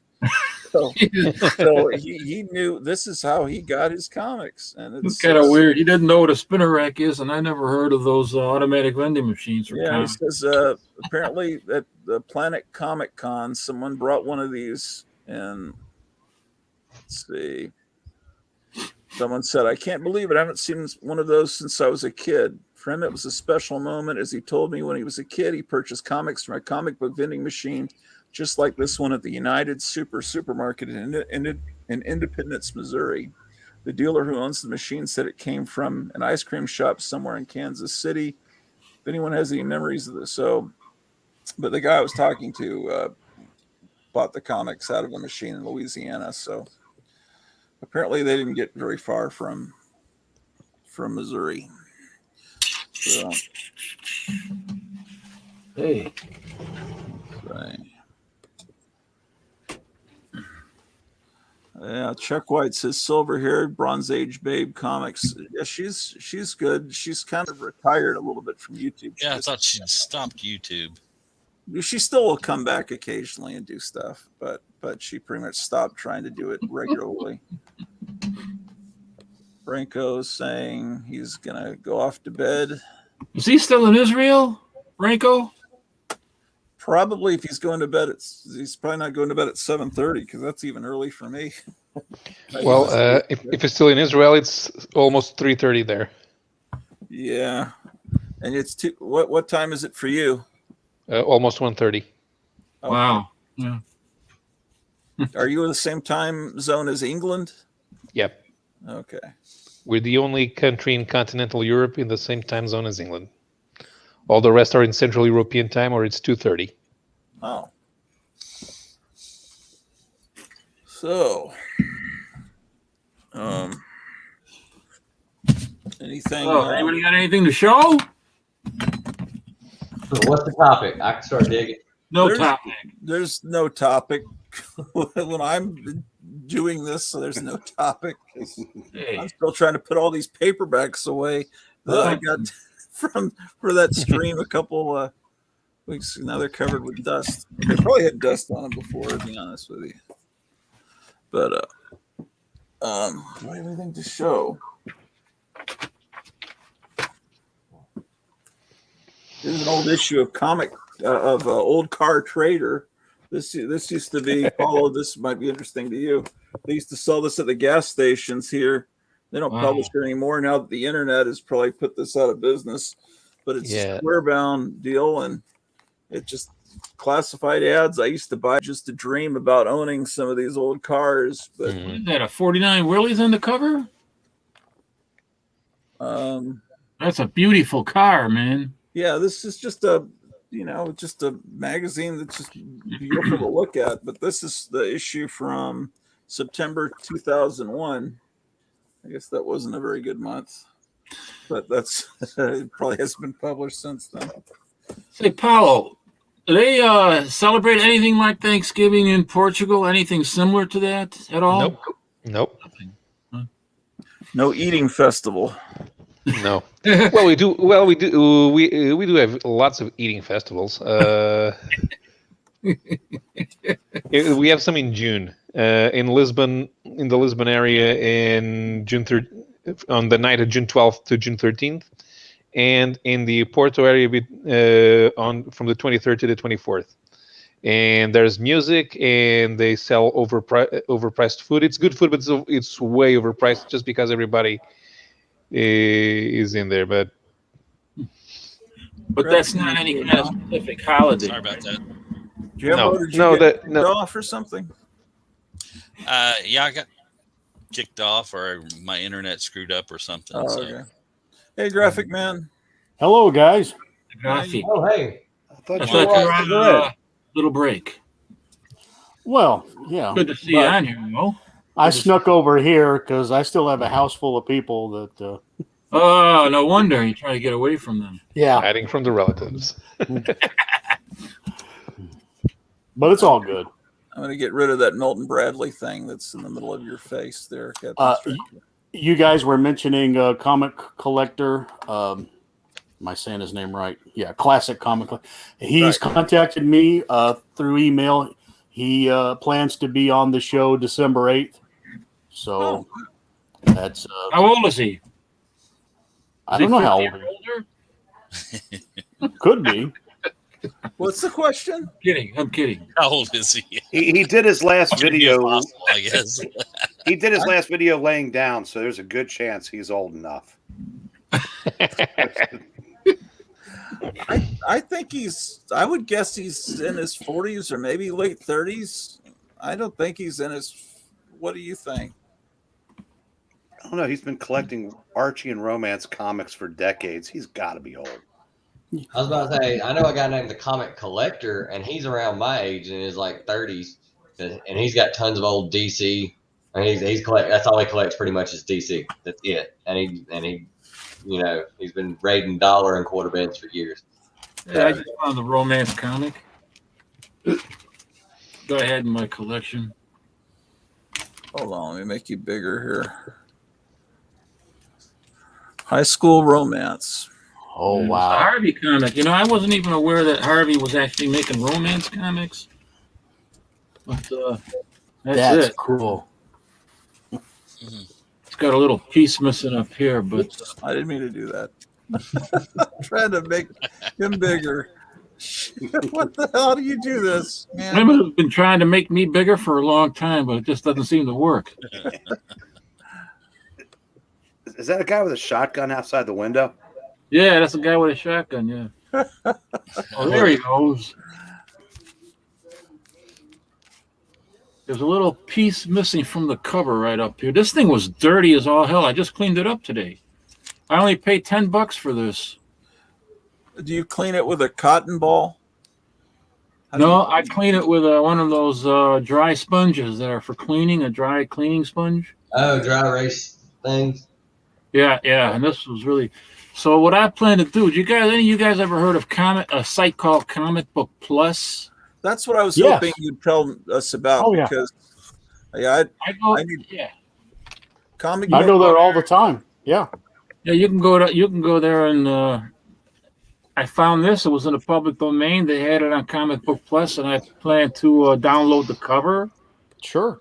I go into my editing, and I make sure it's the right size, and then I download the cover, and I can replace this piece without actually cutting it out. I take the whole sheet and push it inside, to make it look like it's a whole cover again. Does it have the right size and everything? So You can do that. You can do that. You can resize it. Eric, I saw your book. It looked nice, but there's no guy with a shotgun on it. That's what I was going to say. I was going to say that has mine beat all hollow. Yeah. So is this what Englentine uses for his Friday night reading? No. Something I'm like sure this? which site he uses. He uses Read Comic Online, where on every now and then they'll put their little address on the bottom of a page. But this Comic Book Plus is also somewhat mirrored on something called Digital Comic Museum. Oh yeah, it's another one. Yeah, so they cover the same things. Yeah, they're all great sites because you can read the books online. You can download, if you're missing pieces from or pages from a comic. I've done that before too. Where I had a comic and I said, "Damn, man, it's missing the centerfold. It's missing a couple of other pages," and I downloaded them and I, taped them in there with archival mending tissues. So I got a readable copy of those old books that are cool for that, So how do you view the books? Oh, how do you do it? Yeah, well, I'm you just trying put it in the search. They have a search. Well, like if I want to look at this book here, how do I do that? Well, figure out the publisher. It's so small I can't see it. Oh, they're down here. Oh, okay. And click on one, and then you may have to click on each individual page to advance to the next one. It's right there. Scroll down a little. There you go. And so basically, we could become Guandana land with this. Yeah, that's actually page 2. It says right down there with page 2 of 69. Wow, or 3. Yeah. Yes. So technically, page 2 is the inside cover, but yeah. That's got 69 pages. Okay, so then basically any one of us could become a new Guandana land rival. Of course. Yep. Of course. So and because this is public domain, this is maybe one of the sources he uses, right? It's possible, sure. Holy, I think I was aware of this about 10 years ago, but it's a lot more. There's a lot more. It's just like got everything, doesn't it? Yeah, the first time I found not this one, but the other one, started reading Crime Buster. I'd never heard of Crime Buster then. Yeah. But that's the first time I thought, man, because you can see that the comics in up until 1941, 1942, they're still a bit crude. Even Jack Kirby. But by 1948, which were the issues, the Crime Buster issues, I was taking a look at. By that time they had figured out how to draw for the comic book. They refined themselves a little bit more then, huh? Mm-hmm. Definitely.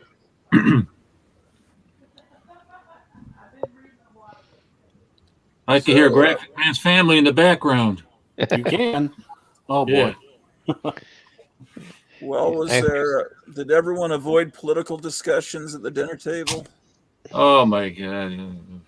I mean, yeah, I don't think it ever came up. Like I ate breakfast with my mom, and then that's pretty much it. I came home, brought me a plate home. That's pretty much it. So I mean, yeah, she pretty much thinks the same way I do. So it's not like we get on. Yeah. So I can show you these I got recently. So I've been pulling the new G.I. Joe stuff, and I'm on a weekly show called Spine Ticks, and we had a guy on there who's got a YouTube channel called Sergeant Slaughterhouse. He does promotions for Sergeant Slaughter the wrestler. And we were talking to him, and I just got curious while, after the show, and I started poking around on eBay, because that's always a good idea when you start thinking about stuff you might want to buy. And I was going to get the first appearance of Sergeant Slaughter from G.I. Joe. And a near mint copy was like $10, and it was like $5 or $6 shipping. So instead, I dug a little bit, and I found a lot on eBay of G.I. Joe books. Dude sent me like 3 books for free just for buying these books. But he sent me number 37, and most of them are newsstand editions. He sent me the first appearance of Sergeant Slaughter, number 48. Yeah, 48. And this is like also the first appearance. Like, these are like chock full of first appearances. There's like big string in the 40s and 50s of these books, where it was just every issue. Like, there was one issue, there's 3 first appearances. Number 49. Destro cover. Number 50. This is like what is this? G.I. Joe's Special Mission giant size issue. Mm-hmm. And then, hey, did I just see a pussy on your comic box? Yes. Was it? Yeah. Yep. I thought I saw something. I got 3 of them. They're liable to all be in here. Wow. 51 and 52. And this is like the same price. It was $10. And they're all like VF copies or VF plus copies, which is fine by me. 96. This is one of the silent issues. And then this is 34 from the Marvel series. So this is an older one. It's got a little like writing or something on it right there. I'm going to have to take a dry erase thing to it and see if that works on this. Yeah, he sent me all these for like $10. There's a $10 each, or for all of them? No, $10 for the whole lot. Yeah, because a lot of times those later period G.I. Joes, a lot of them sometimes are $10 a piece. Mm-hmm. And I was like, yeah, oh deal. He was like, he said it. They're VF plus copies. And I started looking at them, and I was like, those are fine. They look really nice. They've got a couple. Some of them have a couple of spine ticks on them. Some of them didn't look VF at all. They look really nice. There's about 50 million copies where I work of those G.I. Joes. So, so yeah, they're. I got Eric there. Let me make you bigger. No, Dinner did a good job of that. Multiple. Wait a minute. Where do you live? I might have bought these from you. That's why you get 3 extra, because you just have like 10 of the same thing. No, I got these out of Jamos. I got these out of Paul's garage last week, and apparently we held on to those longer than we should have, because they're not worth squadoosh now. Gratu, can you post the link? Oh, never mind. There. Hello, Maranya. Good evening, everyone. Hey. Oh. Hello. How are you? Everybody be on your best behavior. No. Just be yourselves. Be yourselves. Eric, King Maranya is here to punish us. No. It's not an epidemic tonight. But I decided to join in, and I can actually show off a few things from my collection. I don't have like you guys, but I have a few things. Cool. Let's see. We're getting down into the box here. Let's see. The first thing I'm going to pull out. It'll be Iron Man. Yep. I knew it. All right. That's one of my favorite books, Tomorrow Masterworks, the Iron Man first issues. Let's see what else have I got. Looks so elegant when you take the sleeves off them. Yeah, I like them better without the sleeves. Okay, here's one that I got as, I believe, a gift. Jacket.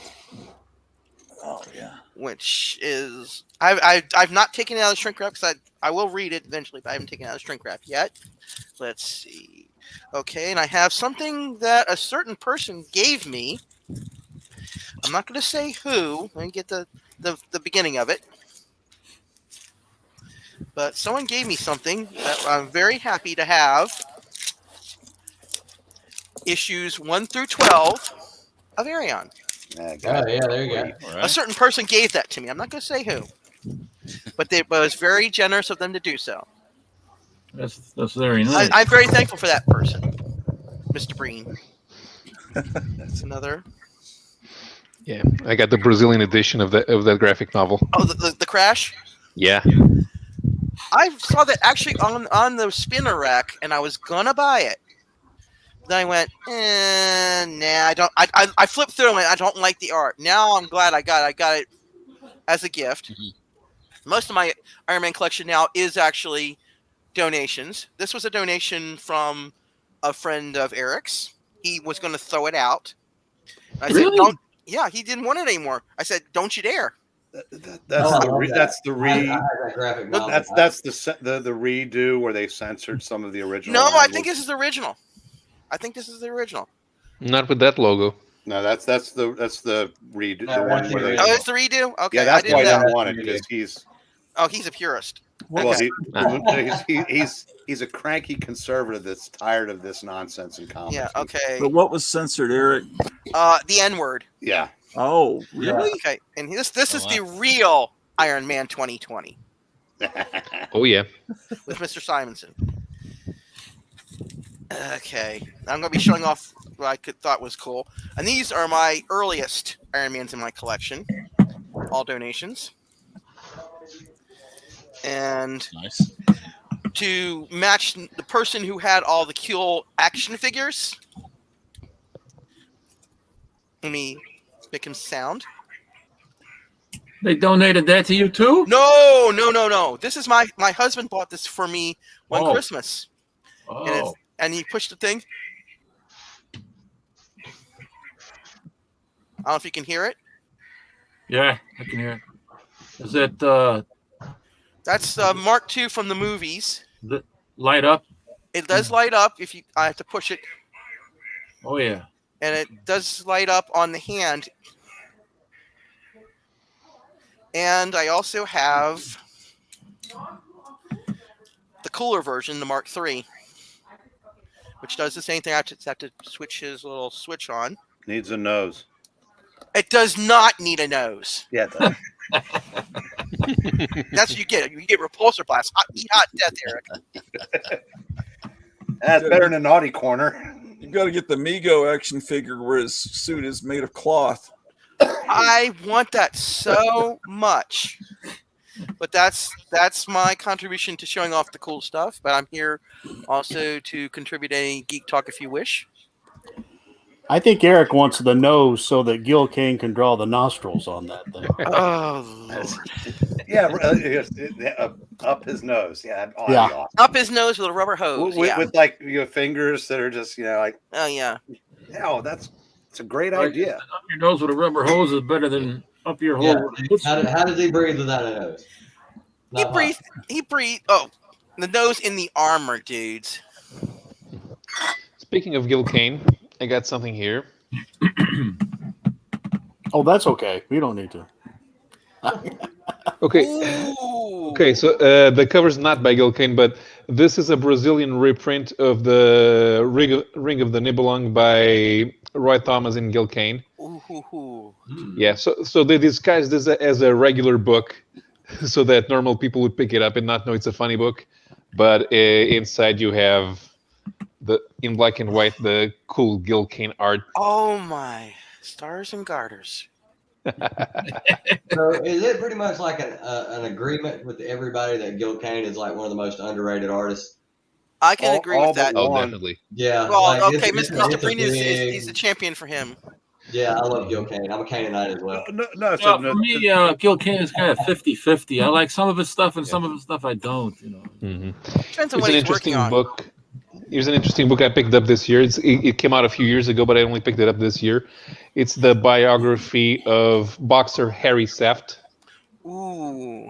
Oh, pugilist. Yeah. Pugilista. I can understand some Spanish and some Italian. Yeah. It's got some pretty interesting art inside. Oh, that's interesting. I like the way that's laid out too. Mm-hmm. Yeah, when I first saw this, man, I gotta buy this because it's full of movement and looks very realistic. It's an Eisner type art, but it works very, very well here. Here's something I bought last year: Prison Ship, a graphic novel reprint of a serial from the Warren magazines, written by Bruce Jones with art by Esteban Morato. Sexy. What was the original strip called? It was Prison Ship. I think it appears as Prison Ship. Although wait, let me check something here, because I do believe that they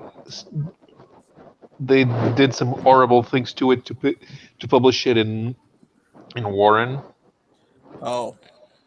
Yeah, where was that?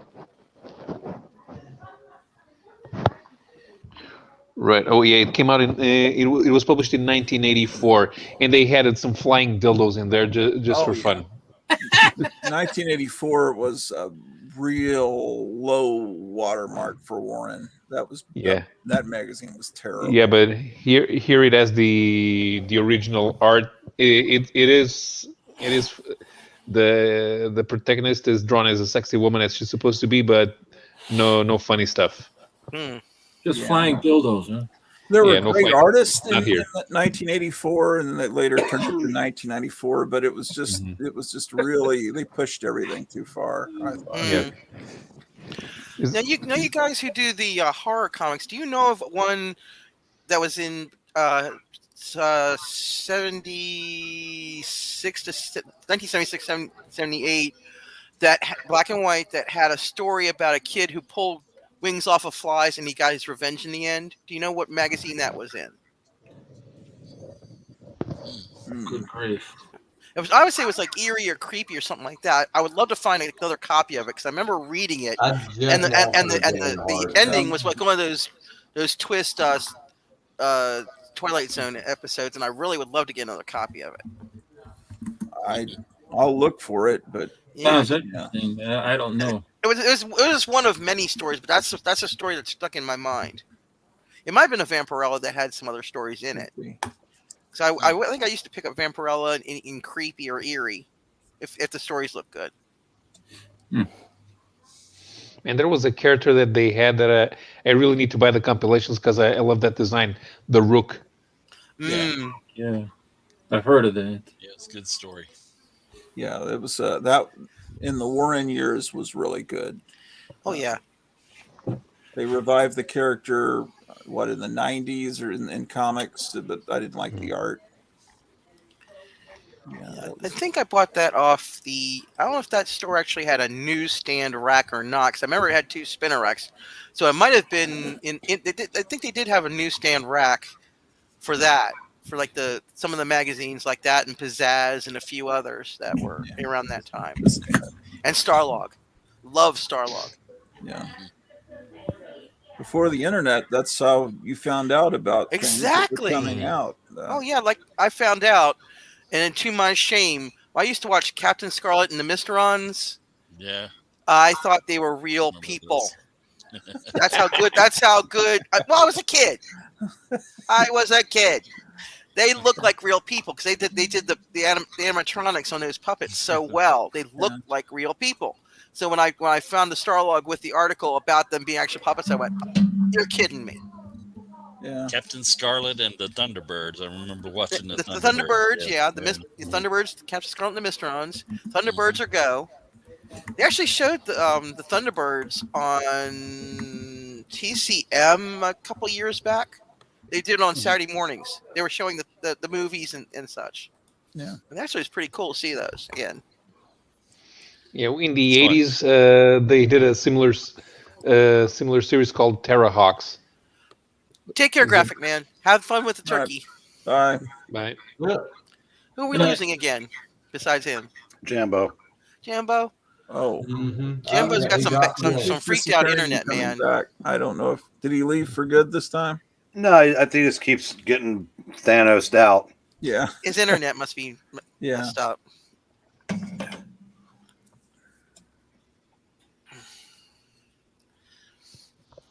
But yeah, I decided, Erica saying, "You should come on." I said, "Okay." I don't have much to show off, but I don't have collections like you guys. It's like everybody's going, "Oh, I would love to have your collections." I don't want to say when you go, but actually, you all should get together and make a huge museum. Seriously. Gratitude. That. What? I might donate some of my stuff to a museum when I die. I know exactly where it should go. Oh, okay. Gratu's his whole house is a museum. Oh, Well, heck yeah! It is. Eric's getting in the running though. I've seen Nah, his rooms. He's in the running. I didn't say you were top, but you're in the running. No, I said that's. Yeah, Gratu's house is the stuff of legend. Mm-hmm. I agree with that. You have the stuff of an understanding really wife. 7 stories? Is it really 7 stories? I don't know if she's that understanding. I have to know. Is she there at the moment? I don't. I mean, somewhere in the room, house. No, but I don't know if she's awakened. I thought I heard her downstairs. Well, but if she she's might be in the watching. house, then yes, she is. Because if she's Oh, still I there, see- yes, I she see, I is. see what you mean. Yeah, my but husband we're probably loves gonna my hobby. But we really need to move to another house that's bigger so that Good gives luck her trying a to move chance all that to stuff, though. decorate at least half or 3/4, and I can. Yeah. Have a my lock, wing- seven monsterized floors part. isn't enough. You should have a wing that's all yours. Make it a museum. Seriously, then you can charge admission. Pay for the new house. Yeah. You guys ever hear of the famous authors illustrated comics? Yeah, there was some. I ran across those when I was redoing our Dell and Gold Key stuff. Ooh. Yeah, you know that this one here was in Seduction of the Innocent. This was used. This comic? Yeah, it was used in the hearings. Oh, because of my God, the witches. It's got the witches, but if you notice, this guy's head is not even in the pot. It's not in the pot. I think more or less it's over the pot, but it's saying, Yeah, that's scandalous. But they're showing this old witch's breast. I mean, you can't see the Where? look. That's what I kind of notice here, right? That looks more like just like her upper shoulder. It doesn't look like her boob. No, it's not though. But it's not. If you look at it real close. But is that what Wortham's talking Oh about? in the dear! book? Oh dear Lord! Oh my God! That looks like her up. That looks like her upper shoulder. It doesn't even look like that. Come on. Are there stabbings inside the book? Like this. It's Come Some of on. the stuff he was really reaching for in his He book. was reaching big time for Well, I that. would hate to have gone to a titty bar with him. But if you look at the interior, if I remember Macbeth right, it was you didn't have a severed head until the end of the story when they killed him. That's a play you can never name. Oh, okay. Yeah, in the theater they say you can never. They always call it the Scottish play because of so much bad luck naming it in the theater. Huh. Good Lord of mercy. Well, I like the EC when it before, when it was owned by his dad.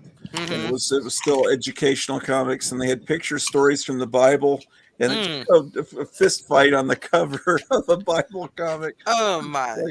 That was I thought that was funny. You got to find a violent moment from the Bible to sell it to kids. Yeah.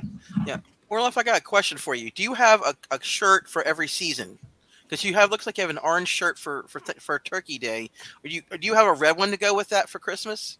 Or are you gonna put like holly I on your have hat? different colored shirts. Yeah, Well, I didn't really think about it for season. Captain Strange, I meant.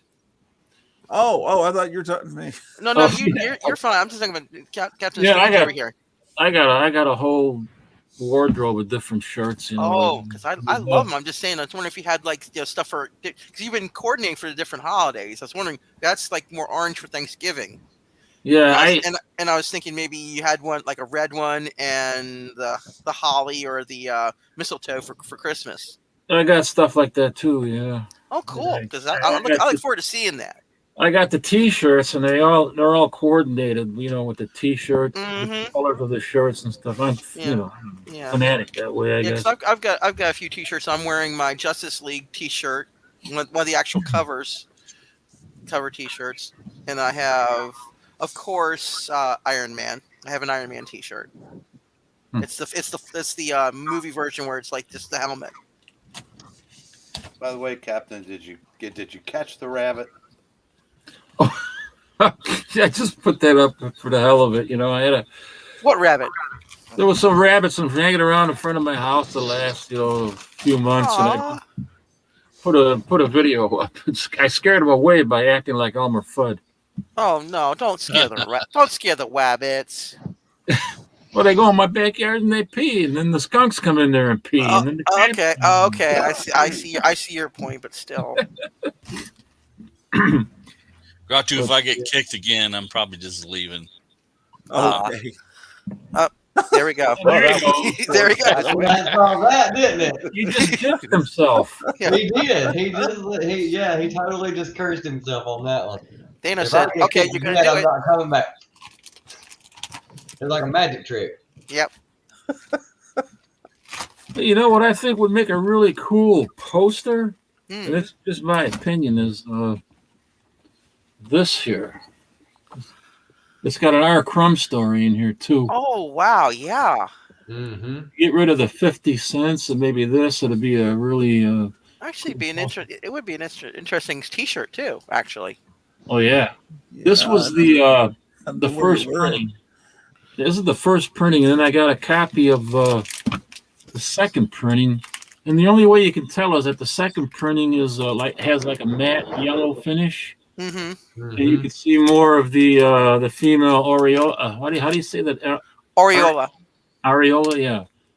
Huh. So you can see a little bit of that there. Yeah. You couldn't see which printing I have. You couldn't see it in the original. Oh yeah, that's the original. They were The price is the same.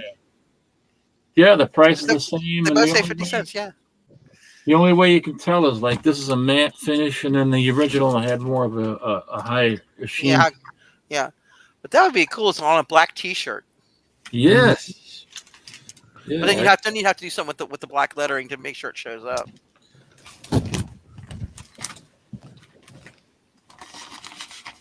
I'd probably make the T-shirt go without the aureola though. Oh yeah.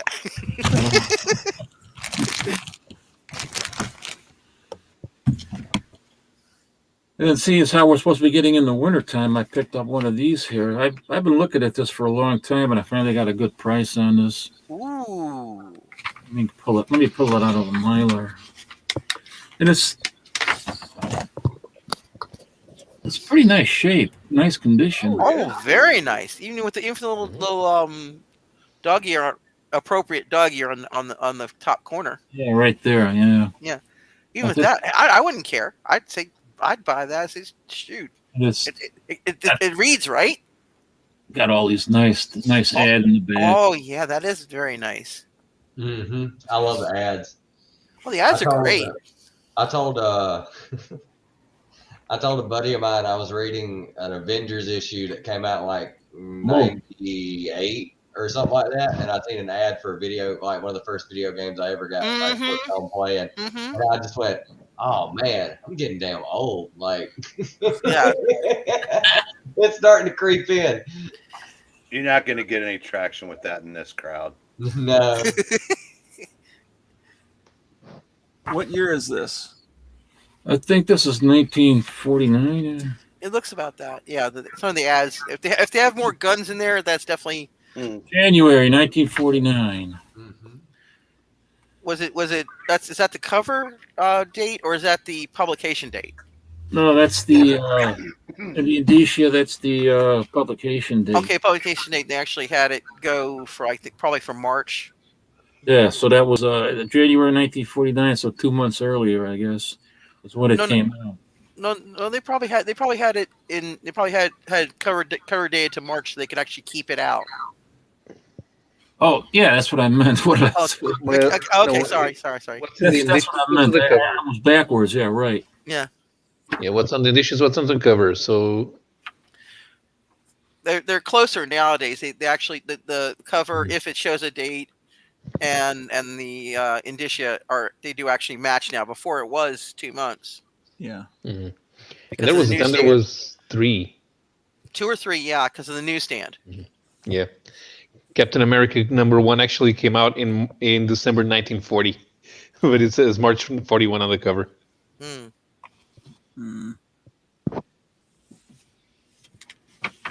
Yeah, that was always weird that he's punching out Hitler before we were at war with Hitler. Mm-hmm. Mm-hmm. But I guess everyone knew that war was going to happen, including the president. Mm-hmm. Well, those were Jewish-owned companies, and there was a lot of stuff going on over there against the Jewish population in Europe, and so they were already starting to produce these books, kind of to gain sympathy for what was going on over there in Europe. Mm-hmm. Yeah. So, but one of the biggest things that I have that I'm really grateful for that they find I was waiting years and years for this. Was the whole Batman serial from 1966? Ooh. Oh, you mean yeah. Oh, you mean the series? I have that. I don't have that version of it though. No, this is when they first finally it came out. They reached an agreement with the guy that did the Batmobile Fox was involved in it, Barris. And there were music rights too because of the music artists that appeared. Right. That's right. So there was a lot of stuff going on. Yeah, I don't have that one. I have the one that they released later on. It has the episode guide. It has the 3 DVDs. It had the box. My box got damaged. I had to toss it out. And sadly, the letter they had inside with Adam West on it was not his real signature, but it got damaged. I had to toss it out. Oh, those are trading cards? Yeah, you get the whole series from 1966 to trading cards. Wow. That's a cool set. And that's what kind of car is that? Batmobile. I'm trying to remember what the brand is because I think I had that one. My brother had it, rather. Where is it? Can't even see the darn thing. Oh, here. I know, but what brand do you know? Did they actually do a repro of the brand of the car? The toy brand, I mean. The toy brand, I don't know. I would have to take it out. Don't take it out. Don't take it out. Keep it as is. It is. I think it's probably Hot Wheels. No, it wasn't Hot Wheels.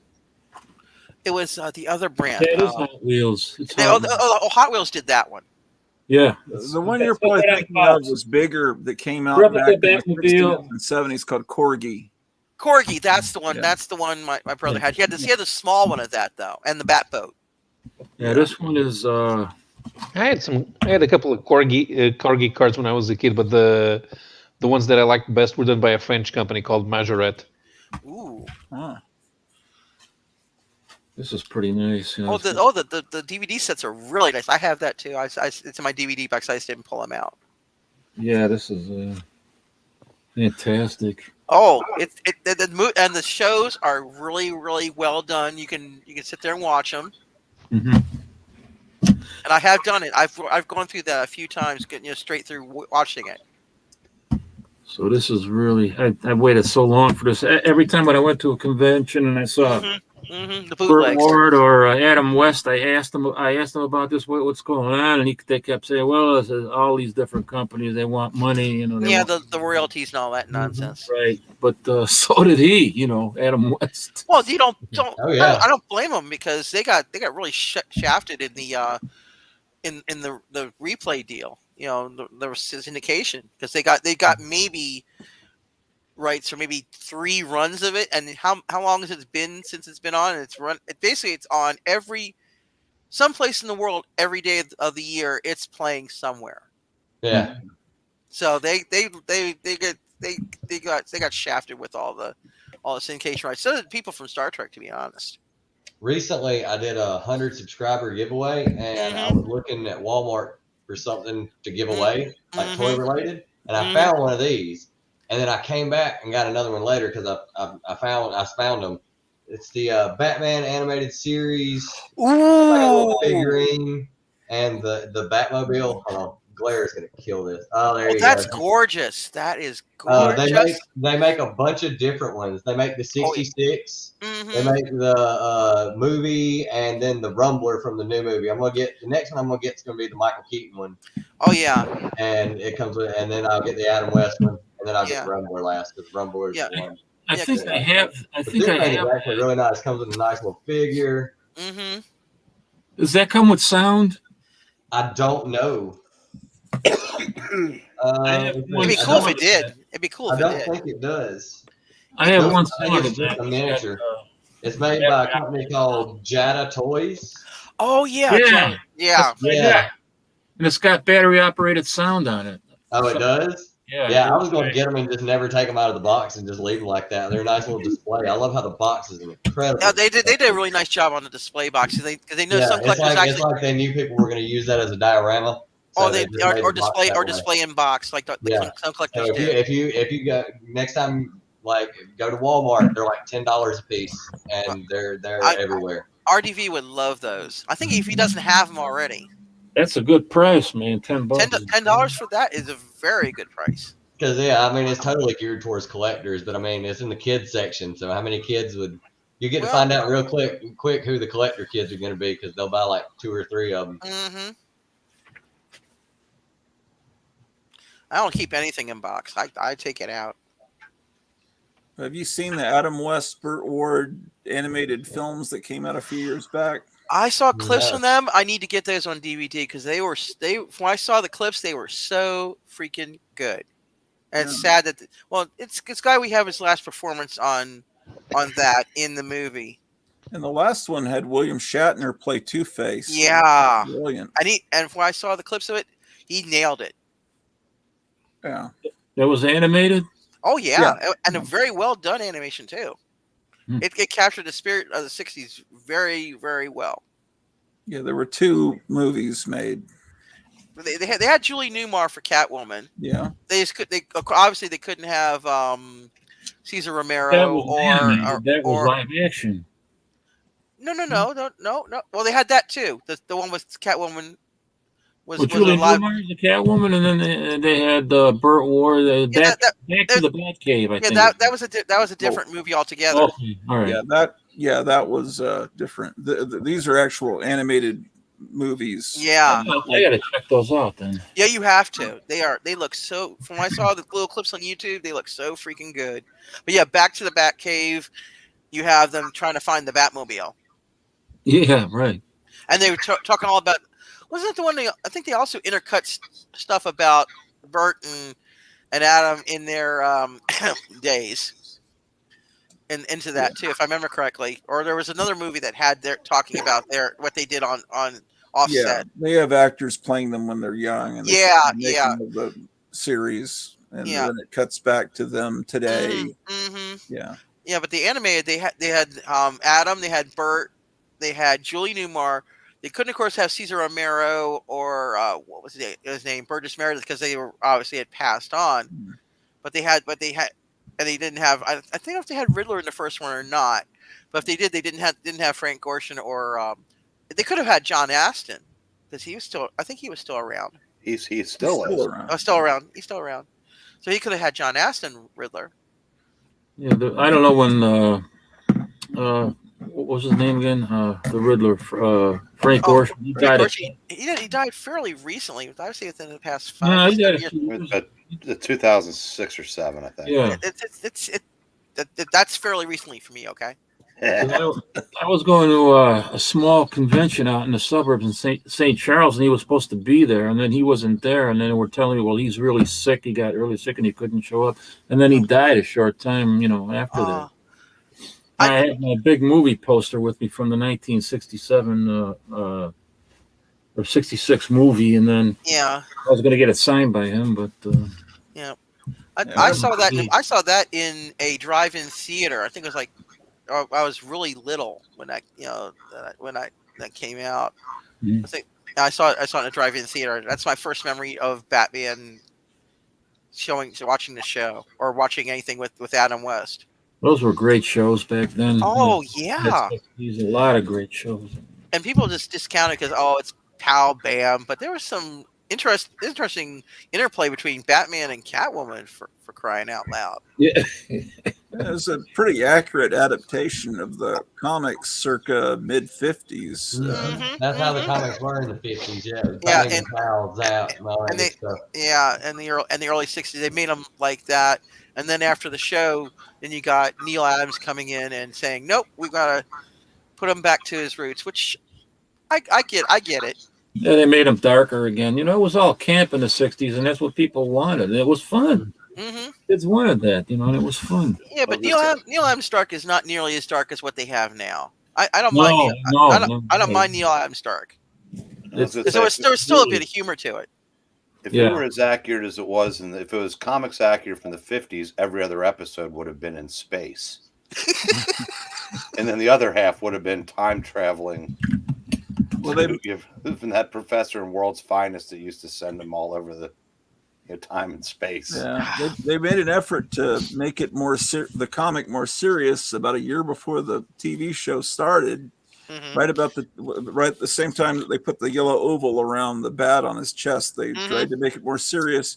And then the show came out, so then they said, "Well, let's just make it like the show." And then the Neil Adams period was the reaction to try to go back the other way. But yeah, there's a lot of people that say, he's always been dark and well, he was in the 30s. He was he threw people off buildings and something, killed people. Yeah, it was for about 6 or 7 issues before he's the smiling guy that's like Robin Hood punching people out with Robin. I mean, even with Robin, he prevented Robin from capturing Catwoman. It just the comic wasn't dark really in the 40s. I mean, it's very early period, but by that's just the because time World War II started, he was the smiling. Which is actually more dark if you think about it. That he has this big smile and grin while he's punching people out. Yeah, if they portrayed him that way with this big smile instead of this tortured guy, it would seem even more insane and I don't know. I like it that way. Somehow the smile when he's. There was a lot of strange artwork in the panels in the comics at that time. The Batman comics. I remember. Where Batman kicks Robin in the nuts, and Robin goes, "Hey, watch it." And he goes, "Oh, I'm sorry, Robin." You know, why even put that in there? He kicked him right in the nuts. Why even make that panel? I don't get it. You know, what issue is that? I have to look that up. I might have it up here. Hold on. Well, maybe they were starting to drop, and he didn't want that. and then he goes, "You did that on purpose." He did that. He tripped Robin to keep to let Catwoman go in one issue. Catwoman's first issue. Yeah. And he's like, "You let her go." I did not, and he's thinking about, she's interesting, but I still have my fiancée Julie. But have any of you seen how Batman's portrayed in this Teen Titans live action show? I've heard about it. I don't have HBO or British actor. I think he was in Game of Thrones that plays Batman. You only see him in costume, I think, in one episode, but he's a much older guy. I've heard bad things about it because they don't like Batman. Well, the show is very violent and but it's faithful in many ways, and it's not a bad show. It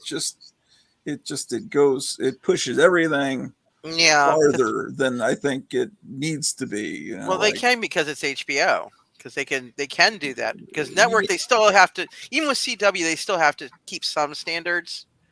Yeah, but it's like they push it, a little bit farther than it needs to be. Like I agree with that. Guys bare rear ends, and okay, so Batgirl is paralyzed from the waist down. Well, in this, she's got one leg. Yeah, well, the actress has. That's what Eglantine or someone was. Maybe it was the puppet that looks like Eglantine telling me that. Yeah, I was like, I didn't realize it, and then I looked up the actress and went, wow. Yeah, I guess, which is cool because hey, as long I don't they can do that. They can change a character like that as long as it fits the general concept. Yeah. But if they do it like, oh well, we gotta have her this, that, and the other, nah. But I've enjoyed the series overall. I wish I could see it, but I don't have HBO. I don't have Skinamax. I don't have any of that. The only pay service I actually have besides regular cable, is Disney Plus, and that I got because people were talking about WandaVision driving me crazy. And then finally, after about 5 episodes in, I broke down. I asked my husband, can we get this? And I said, it'll be about $70 a year because I wanted to do it for the year because I always want to lock in a price. And he said, oh, okay. I said, well, they got all the really good Disney movies. That's what sold it. WandaVision didn't sell it. The Avengers movies didn't sell it. All the old Disney movies sold it for him. Yeah. So he watches it almost more than I do now. I can't seem to find that right now, but it's in this. It's indicative of them. Yeah. Yeah, it's in this series somewhere, and then I just I believe you. I just don't I know believe it too. I I believe what context they could have done that. I don't know why he would have done it, but I believe he would have done it. But it was just odd to me when I was reading it, because I mean, it was funny, but I mean, why even do it? I mean, I like Eric's reasons for it. Well, you know what I never understood is, you live in stately Wayne Manor. There's 100 rooms. Yeah. Why do Bruce and Dick have to sleep in the same bed? I was about to say, in the animated series, they slept in different parts of the freaking house because they were playing on the whole thing where, like, Dick and Bruce have that little rub where they start to not like each other a little bit. Like, there's an issue where it's bedtime. Robin's already in bed. Mm-hmm. Bruce is in his smoking jacket, and he's taking it off, and he goes, Robin's talking about Casey. He goes, I have a feeling that something exciting is about to happen. It's like, ooh. I go, yeah, that's what you have no idea. That's like, maybe Dr. Wortham might have had a bit of a point. I'm just saying. Oh, well, yeah, he did. He wasn't too far off the truth, especially when it came to Wonder Woman. And I have talked about that before, Her origins are very, well, I don't know, but very bizarre. Yeah, but ultimately, Wortham's point was, I want this band because I don't like this. And the biggest problem, but what happened with that book is that he reached the conclusion before he did the testing. He wanted to do a behavioral study, and he didn't even have a control group. No, he didn't. He just basically said, "Oh, these kids are all delinquents, and they read comic books. Obviously, that's why." And He didn't have the kids who were normal and didn't do it. Mm-hmm. He just went, that must have caused it. Yeah, because like all kids chew bubble gum, and all kids back then read comics, so you can't. That was the problem. People read comics automatically chew bubblegum. He was wrong about comic books, but he spent the rest of his life, which was a good 20 plus years after that, helping children. So I mean, his heart was at least in the right place. His heart was in the right place. Yeah, hard to completely hate the guy. And he later became kind of friendly with comic fandom, and I think he wrote a book about fanzines. But I love the comics that went away because of the Comics Code, but I'm starting to think, looking at the comics today, and I'm thinking if a Wortham came along today and exposed what the industry is doing, I would cheer him on. And so then that makes me try to think back, to this time before I was born. Mm-hmm. In the context of then, some of maybe there should have been age restrictions in some of these comics, because some of the stuff did go over the line. That's I agree. And that's what made it fun. And they're pushing it like every week. They're pushing it more of these new comics coming out. Oh yeah. One thing about Wortham, whether you agreed with him or not, and I don't think anybody here does, whether it was inadvertent or not, if Wortham did not launch this campaign and did not lead to the trial that led to the Comics Code, do we get the Silver Age revival of the superheroes? Probably not. And that's probably not. In hindsight or retrospect or whatever that fancy word is, I'll take it. Because Wortham got too much of a bum rap, because it all started long before he started this. Sterling North was the one that actually started this campaign against comics back in 1940. He had a big article in the Daily News. You know, calling comics, you know, their colors and everything, an injection of what do they call it for kids? An injection of murder and I don't know if you use the word rape, but murder and something else. It's just probably sensationalism. I do remember that, but I'd forgotten the name. yeah, that was Sterling North. He started it first, and then there were others that followed him, and then parent-teacher organizations, you know, started, and then Wortham finally got on the bandwagon. Wortham's like the name that we know. There was a series of magazine articles, if I'm not mistaken. Probably. Yeah. And it was not just Wortham, but it was also the what do you call it? I lost track of what I was going to say here. It's not a 4-color fossil stream until somebody does that. Holy shit! Man, oh man. Wortham wasn't the only one, but he just was the name. He was the name for the movement. Was I think he knew who Martin, Malton Morrison was, the guy that supposedly invented the origin of Wonder Woman. He was a psychologist too. Yeah, they hired him at DC to do something for women. Yeah, he was married to one and had sex with two. Yeah, and he had a wife, a co-wife, and kids with both. Right, and also there was a third woman that lived up in the attic. A third woman that lived up. Wow. Yeah, Marjorie something was her name, and she would come and go, whatever, that would let her come and go and supposedly join in, with the sex rooms. I knew of the two that were the official wives. Olive Byrne and his wife, and then Marjorie. Huh, three. Wow. Well, I mean, as much as I love those comics, I mean, he really kind of was selling S&M to kids. I mean, and it's and the male love interest is blonde and she's dark haired. It's the reversal of the typical way that it is in the other.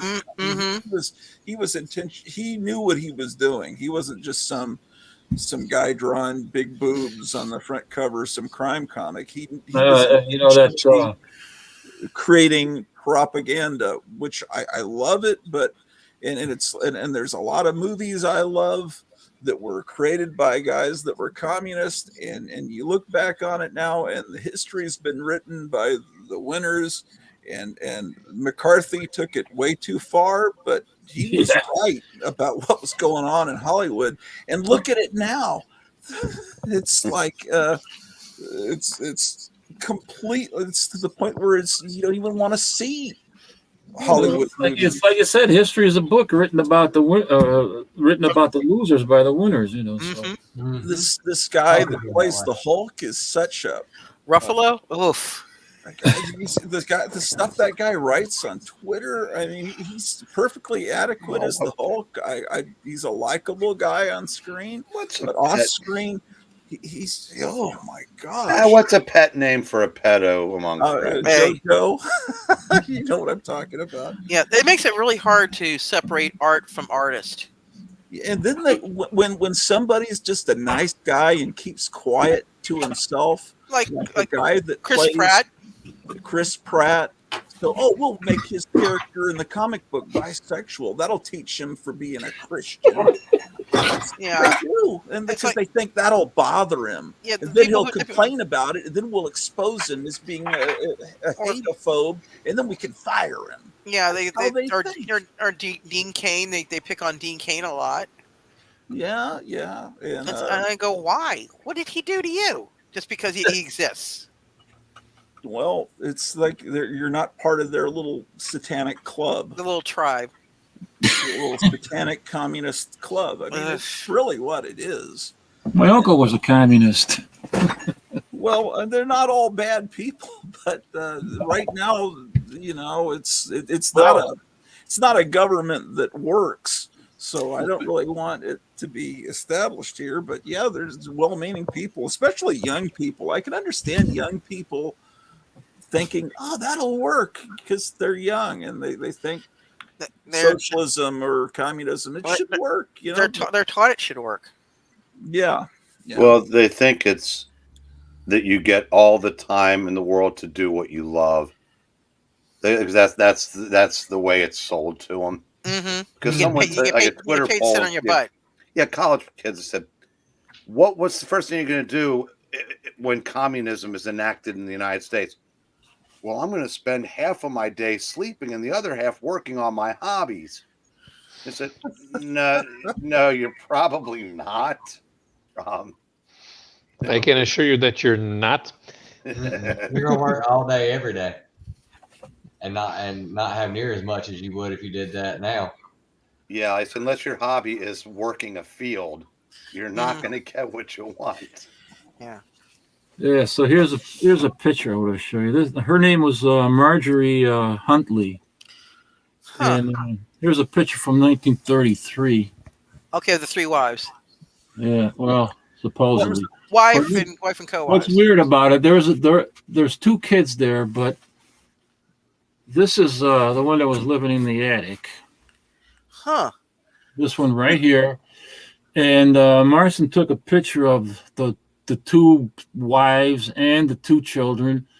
But since Marjorie didn't have a kid, he gave her a doll to use so that it would look like she had a baby too. Oh, that's pretty creepy. It is creepy. I think he was creepy. He got the better of the deal there with these women. Let's yeah. Well, back in the day, he would have gotten the better of the deal. There was a movie made about 5-6 years ago about. Oh yeah, I haven't seen it, but I've heard about it. So that's kind of strange. A strange man. So Wortham wasn't far off the mark where he was concerned. Yeah. Now, Batman and Robin, no. Well, what he did with Batman and Robin, what Wortham did is he went because he dealt with these kids that were having problems, and so he would ask, "Would you trade places with either Bruce Wayne or Dick Grayson?" And the kids said, "Sure," because it was a gay teenager, and they thought that was great. So he said, "Oh, well, then therefore they must be gay." But it's just that's like how he. Well, homosexual. They didn't have the word gay back then. Yeah, gay used to mean happy. Yeah, it's like back in the day they used to write comics that anybody could see themselves in. They didn't have to go, "Oh, you have to just narrow it down to a particular type or whatever." Back in the day, Spider-Man was really for everyone.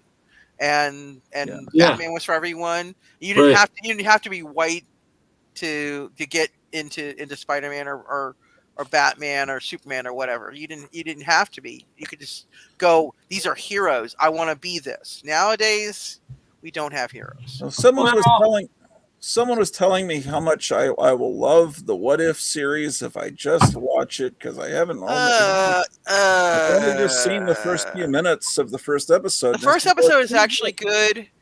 Let's see. That one is good. The Doctor Strange episode is really good. Well, he was telling me about an episode. He said, "There's a really great episode, not to give too much away," and then he gives away the whole thing. Which one?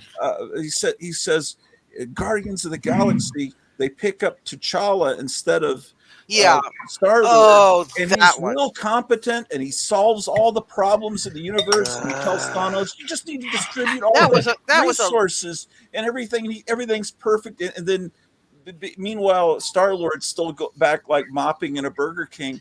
And I'm thinking, how is that any different than what they do in every movie? The Lone Ranger's kind of a dumb guy, but Tonto's smart, and it's just like it's just more of the same propaganda. So Star-Lord wasn't an idiot in the comic, I don't think, because nobody read that comic. He had that like streetwise cunning. I didn't mind. He had the gift of gab. He was basically a bard. That's basically what he was. He was a bard. I remember reading the Star-Lord magazine that came out right about the time Star Wars came out, and I read the Guardians of the Galaxy when they were a completely different group in the 70s, and then I was aware that they had this new Guardians of the Galaxy, and it looked cool, but I didn't ever really read it. And then the movie came along, and I had the impression the movie might be better than those comics. I could be wrong, although I hear that in the comics something really interesting, that the spaceship can take human form and walk around with them and then turn back into a space. I don't know. Star-Lord stories from the 70s are not really set in the Marvel Universe. Star-Lord was never meant to be in the Marvel Universe. Okay. It was... but it was Keith Giffen who brought him to the Marvel Universe when he did that Thanos series, 15 years ago. Then we had the Annihilation stuff, and that's when the New Guardians started, and the story was pretty good because it was Dan Abnett and stuff out in space by Dan Abnett. Good. Yeah, and there was not supposed to be any of that college humor that you see in the movie. Yeah. Well, I just don't like racism, and I didn't, it wasn't good when there was Step and Fetch It, and now all the white male characters have to be stupid, and it's not good. That's not good either. It's not good to portray all people of a certain group as morons ever.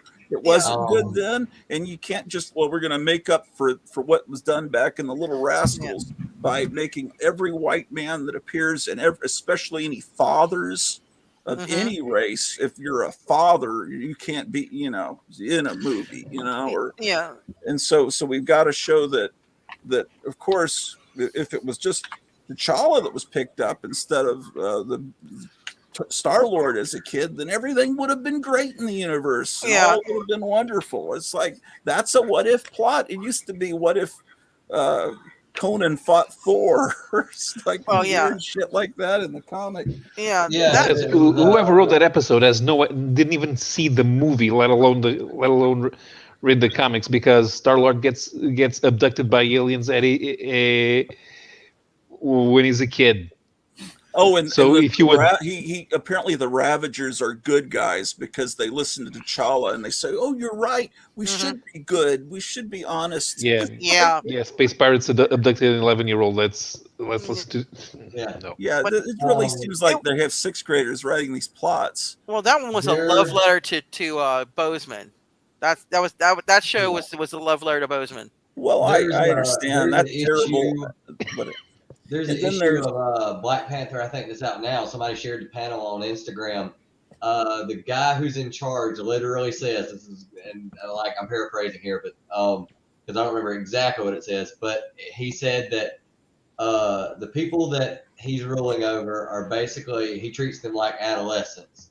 He gives them the illusion that they have freedom, but really he's guiding them with a steady and firm hand. And I was like, so dictator. This guy's a dictator. Yeah, pretty much. He's a dictator. That's exactly what that's fine, and that's fine. That would not fly no, because that's the exact definition of a dictator. And I was like, yeah, if young people are thinking that, then they're getting duped. And they literally just told them how they were getting duped right there in the comic book. And they're probably just breeze past that panel and just read it and not catch anything and be like, I need people to tell me what to do because I don't know what to do on my own.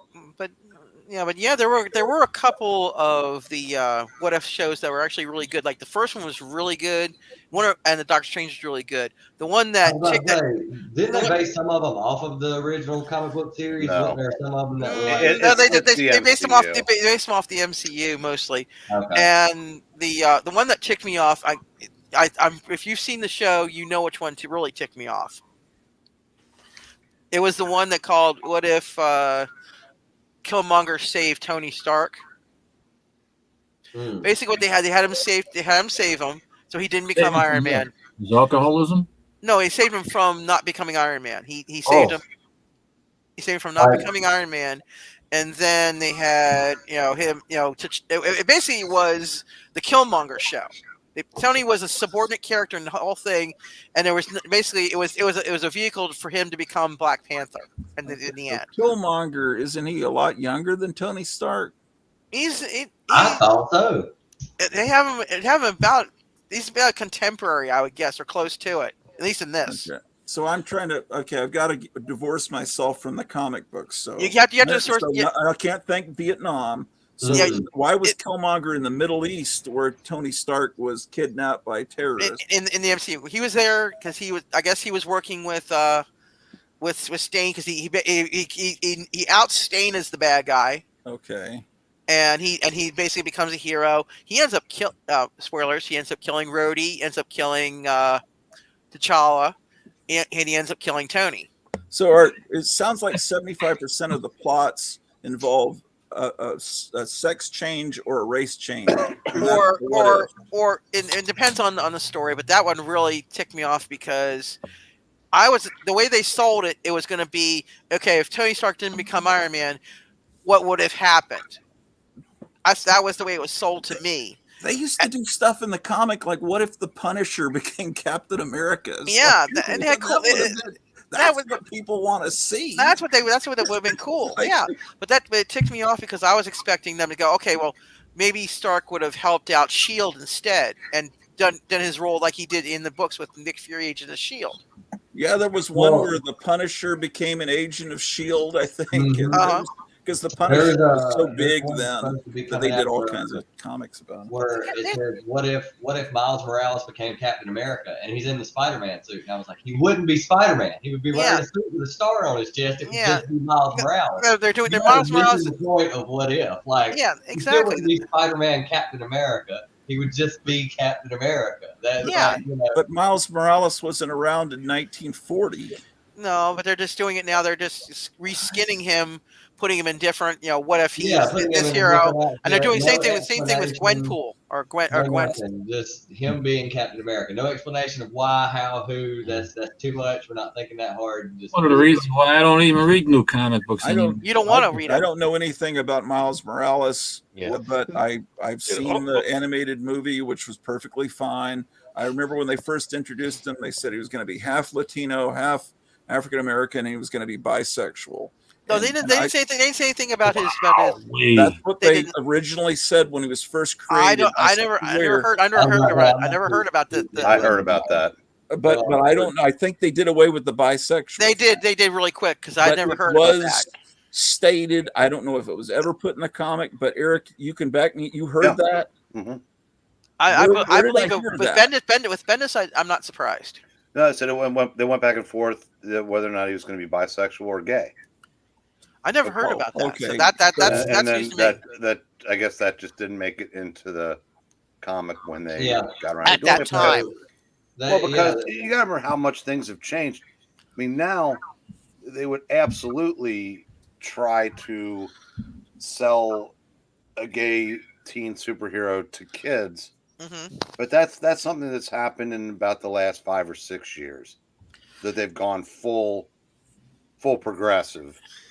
There's still at the time 10 years ago, if you were marketing something for a new audience, you didn't want to do anything that might tick off some. It might You don't want that.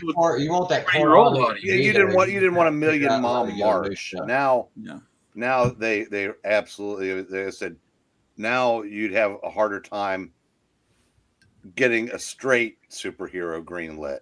You can't. Right. And they say progressive, but it's actually a communist technique. It's and regressive. Putin even gave a speech about a month ago. He says, what's going on in the United States is what happened in our country several decades back, and it's exactly the same thing that they're doing. It's divide and conquer. They're trying to turn age groups against each other, people that have had this against people that haven't, people that are black versus white. Everything every day is trying to get people to fight against each other so you can't see what they're doing. Well, and it's just a communist takeover. What's the most common insult these days? What is the most common insult? Call someone a boomer. Yeah. And Eric and I can claim to be that. Eric and I can claim to be that because we're at the very tail end of it. We're the tail end of the boomer. It's an insult to call somebody a boomer? It is an they call people a boomer is an insult because okay boomer, because boomers are supposed to be bigots, racists, you name it. And if you point out the fact that there's a giant cell phone tower like right near. It's like that's probably not. Oh, that's ridiculous. I'd live in a house right next to that. It doesn't matter. Like they just don't. They don't want it. They believe everything they're told, and then they think I'm punk rock.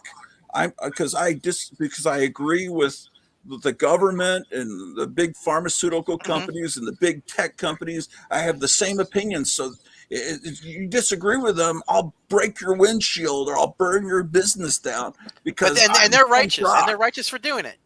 And for some reason, they also think they're counterculture.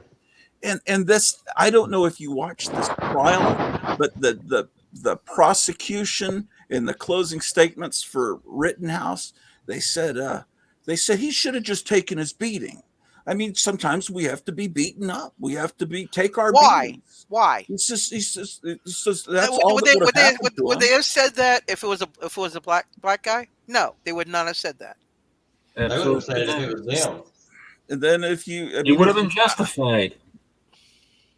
Black person would have been justified, I hate to bring in the race, but that's what everybody brings in these days. I know, I hate it too, but it's Black Lives Matter that's really doing a lot of this. I think it's really a hate group. It is. Oh, it is, and it's also like, corrupt with the money they get.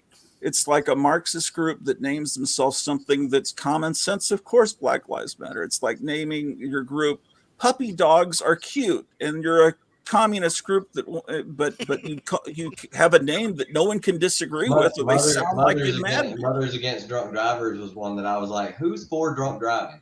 Yeah, who are these people who are like, no, we should totally have it. It makes things more interesting. No, but they did mobilize and they did get some things done. I will them all back. Well, their best accomplishment was they got the liquor out of the high school kids' hands, and those hands went right into the parents' medicine cabinet.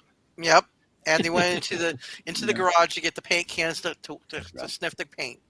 Because I said kids are going to do that one way or another. Well, it depends on the kids. If I was a smart kid. I read all that stuff when I was young. I knew better than to do it, and I actually got my uncle to stop smoking. I was a young kid, and I looked at my Uncle Phil and I said, please stop smoking. And this is why. This is back in the 60s, in the early 70s, when they didn't have that much information. But I knew enough to say, please stop smoking. It's going to do something bad to you. And to his credit, he quit. I finally got my mom to stop smoking, and actually my dad too. But for a while, my mom you remember those Ronco smokeless ashtrays? Yeah, I remember those commercials. Those things thinking that it would take away the smoke. Yeah. I'm trying to get Eric to quit now. He's getting better. Little bucket things or whatever. The smoke would go in, be sucked in.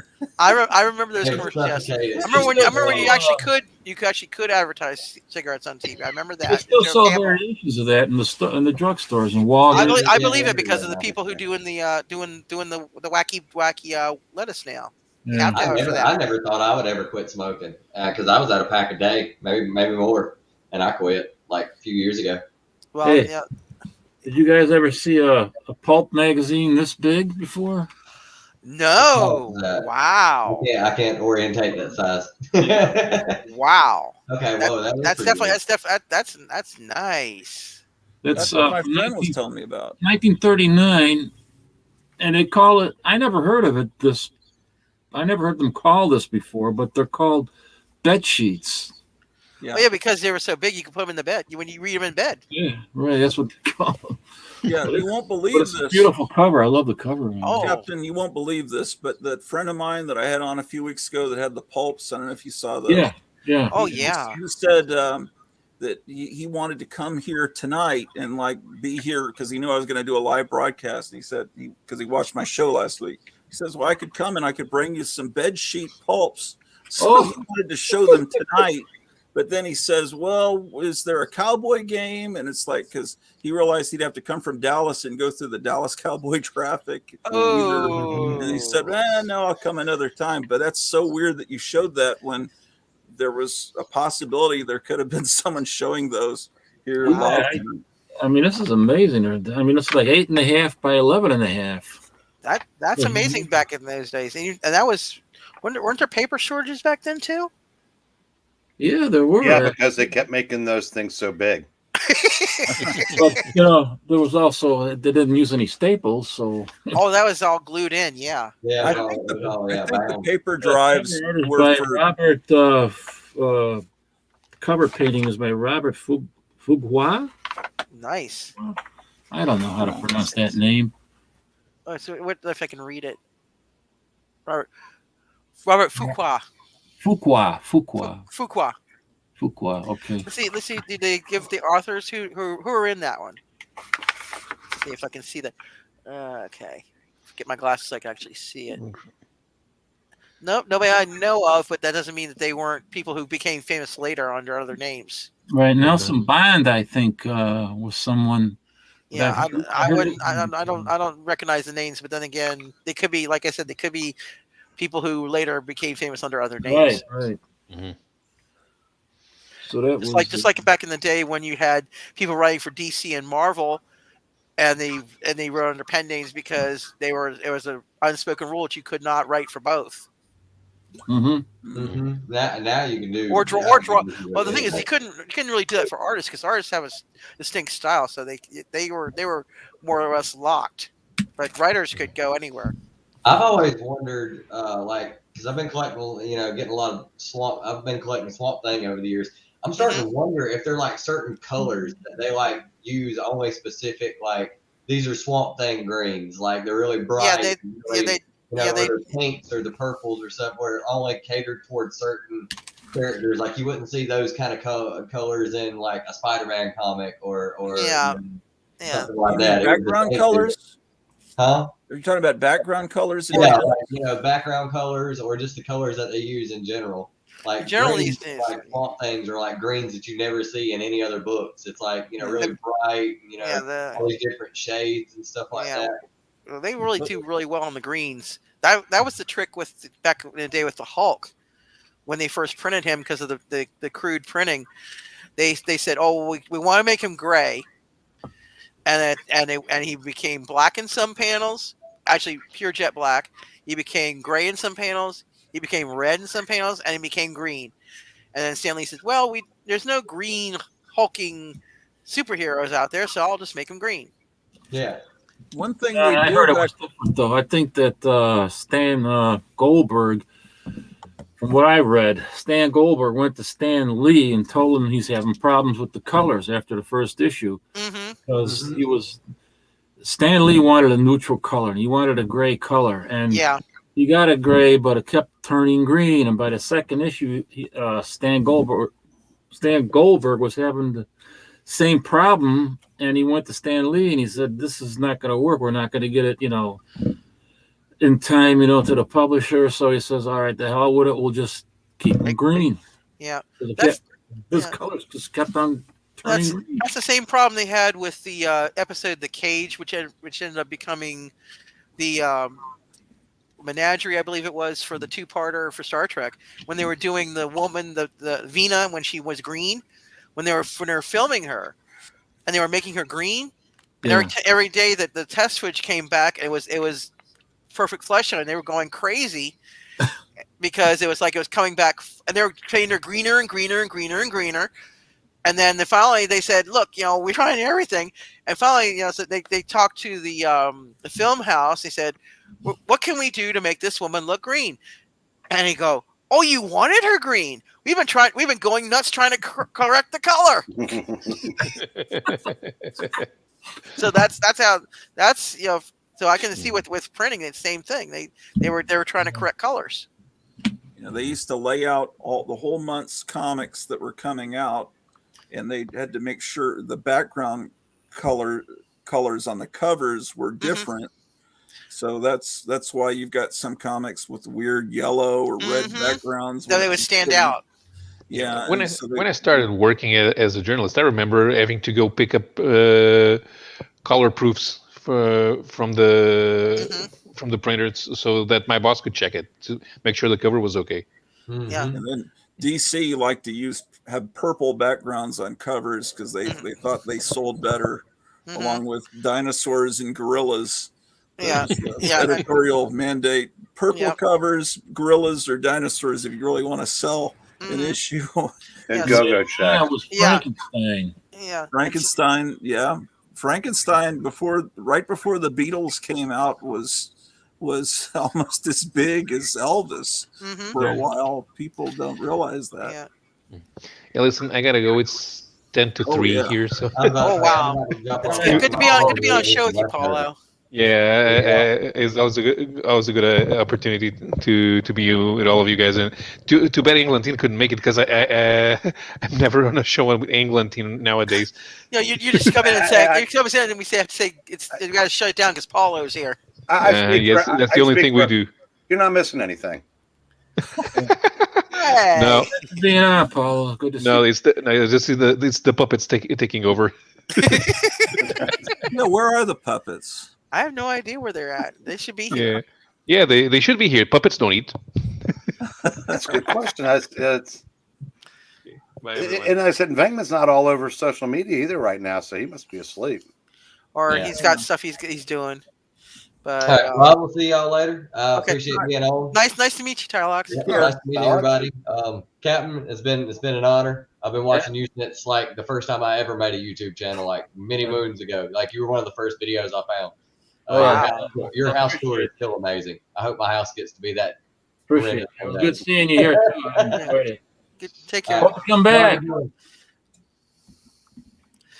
All right, now we got a quadrant. But it's like supposedly Stan Lee said that they didn't want any. He didn't want any green covers, but they had a lot of green covers. Well, Stan Lee wanted bright colors, and Marie Severin wanted the muted colors, and they fought about it, and he'd yell, and then Marie Severin would tell whoever her assistants were, "Don't listen to him. This is the right way to do it." And if you look at the old EC comics that she also colored, they also had that dark, and it's just the way she did it. But then when they reprinted those Tales of Suspense books and Tales to Astonish in the mid 70s, and Marie Severin wasn't doing the main coloring, it's like the colors, the same art, but the colors were bright because they didn't mute them down. Yeah, because like when they reprinted the old stuff like used to be on newsprint. You can see how everybody's like, oh, the colors were really garish back then. No, they weren't. It was because they got dulled down because of the newsprint. And there's some reprints that actually color correct properly to make them look like the old newsprint, and some that don't. And the ones that don't, they really hurt my eyes. I just am happy now that people are reproducing comics just by shooting actual pages from the original comics. Agreed. But there's certain ones you can only get by Mr. Captain's kind of sites because they don't DC won't reproduce them, like the old Flash, the old Hawkman. They won't reproduce them. Yeah, because and there's some of them that they are a bit. Modern day, they be championing the bit, going, "Oh my God, the women are treated so badly." Shiera, Hawkman tells her basically, shut up sometimes, and she's basically up saving him. So it's like, she tells him shut up right back. Yeah. So I think they're great. Yeah. When they were reproducing Golden Age comics in the 60s and some of those early DC hardcover books, they were redrawing them. They were tracing them. Oh, no. I'm pretty sure it looked awful, especially the lettering. No. It's not like I had the original comic to compare it to, but I could tell that's not the same. Yeah, because they figured they've got to have black and white art to reproduce from and then add color to it. That's how they thought they had to do it. So they'd have someone trace it. Well, they could have done color separations. That's crazy, but back in the day they did color separations. I think that the Golden Age comics that were reprinted in Marvel Superheroes in around 65, 66, where they reprinted some of the Captain America stories, that those were redrawn. Oh no! I'm pretty sure. I mean, I think you can get them properly now, but there's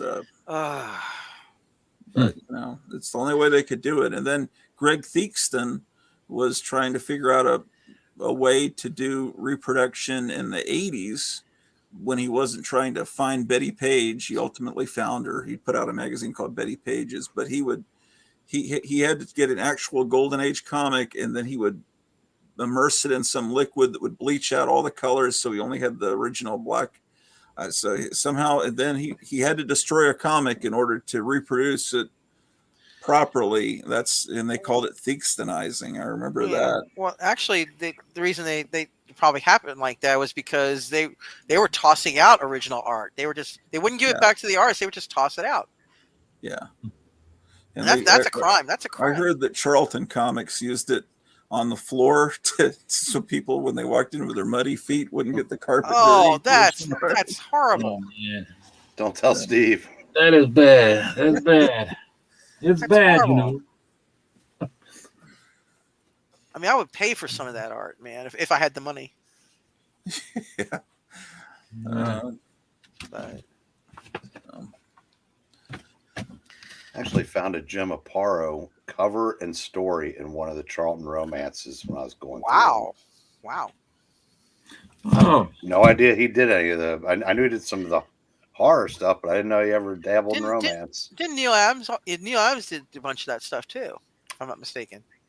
I don't know if he did any of it for Charlton, but I think he might have done one story in Marvel. I know Steranko did a romance story for Marvel. I vaguely remember hearing about Adams doing it, but I also remember that the original thing about the first couple issues of the Fantastic Four, where if you look at the covers, they look like monster movie covers, and that was because they were trying to trick DC, who was distributing them at the time. They would just put the monster movie covers, and they figured, oh well, that's not a superhero book, because DC didn't want him to do any more superheroes. You know, I think I heard that. I think I heard something like that some time ago, but I think that's correct. Yeah. I wouldn't surprise me if that's what happened. Well, because if you look at the covers, they do look a lot like monster movie posters. Well, they also, the first couple. They were out. I said it's just Stan Lee doing, what he thought was on his way out the door. Yeah. And so, I mean, I wouldn't be surprised if they gimmicked up the first two covers, because, you're right. I mean, no costumes yet. The monster on the first cover, the Skrulls on the second. So, yeah, there probably is some truth to that. Yeah, it makes sense because, like I said, DC was supposedly distributing them, and they were cutting the line back. That's why you had the double things like Tales of Suspense and all those with the two hero things. They also might have been trying to fool their fan base into reading it. Didn't look to superheroes from Atlas at the time. Mm-hmm. That's possible. If they wanted more like a pulpy thing, or because he was doing all those monster books too. Stanley he was writing for him. Mm-hmm. They got tired of it. Yeah, it's a good thing he did. Otherwise, the guy up in the left-hand corner wouldn't have a name. He'd just be Orloff.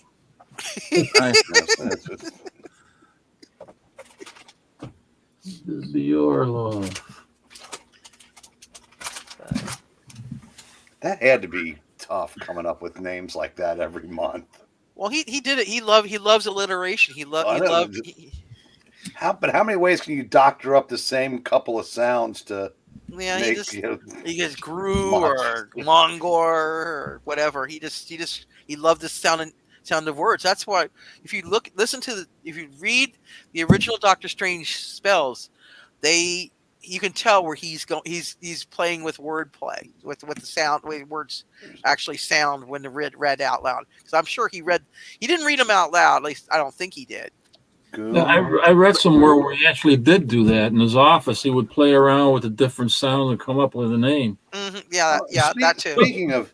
He did all sorts of weird stuff, man. He wore these beanies with the propeller blades, Why not? Why not? He was. But there's a lot of stuff that either Stan Lee or Ditko or both knew a lot about the occult. There's a lot of stuff that's actually accurate in names that actually come from, and then Stan Lee was using all kinds of stuff from the Bible, like the Watcher and stuff. And, there's like a trivia question I could do right now about Steve Ditko's Spider-Man, but I'm going to save it for if and when we do Comic Book Jeopardy again, because I want to save it as a question. But I do have a trivia question about trivia about the original Spider-Man and the Speaking of- costume. What was I watching? Was it last night? It seems like I was watching something with both of you, and you were talking about. I remember you talking about Jeopardy. Was that a recent show? That was a recent. You guys had these discussions about comics, and it might have been I wasn't on the show, but I was in the comics section. I think talking about Jeopardy. I don't know. I haven't been on. It might have been at the end of the reading when we did the reading for the comic. This past Friday. Could have been. That's when we usually talk about it. I want to get you on it. No, I want to get Mr. Breen on one, but he won't do it. He's scared of me. He's scared of me. He's scared of the board. He's scared of the board. I'm going to do because I have one. I have a healthy fear. I told you, I know more about comics than he. You know way more than I do. He's better at this format than I am. I fully admit I suck in those things. I do too, because it's like there's a lot of stuff I know, but when it comes down to actually saying it live, it's like but the brain just goes 404 and file not found. Whenever we would play Trivial Pursuit, I'd get sports and I'd go, this is awesome. That's right in my wheelhouse. Every fucking question would be equestrian. Oh, I've played the original Trivia Pursuit, and I played I think it was like they call it the Baby Boomers edition. I played that one. I'm sorry, in Bridge. That would be the other one. Oh, the Bridge for sports? For sports, yeah. Nah. In what world is Bridge I mean, my editions I had, they had some sports questions that you would have probably just lowballed. Not when I picked the card. Oh, hello. What is that? What is that you've got there? Oh, this is just Larry Fine. Oh wow! Is that a puppet or is it a dog? Oh, it's just a plush dog. Oh wow! Got a nose on that schnuzzle. He did not have that big a schnuzzle, but that's interesting. I don't know who made that. Do you know? Does it have a? I don't know. My brother gave me this. That's interesting. His house. Now see, my favorite was always the original Curly. Yeah, that's everybody's favorite. This is everybody's least favorite. No, he's my number 2 favorite. Is he? Yeah.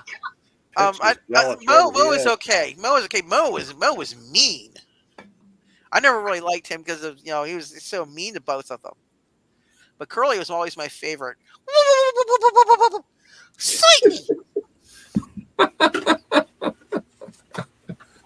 I can't read it. It's on the bottom of a shoe, but I can't. Yeah, but it's like people always say, "Oh, women don't like Three Stooges," and I guess I must be one of those outliers because women don't like comics. Women don't like comics. Women don't like Three Stooges. Women don't like this. Women don't like that. Most of the stuff they say that women don't like, I love. A lot of women like the Three Stooges. I found.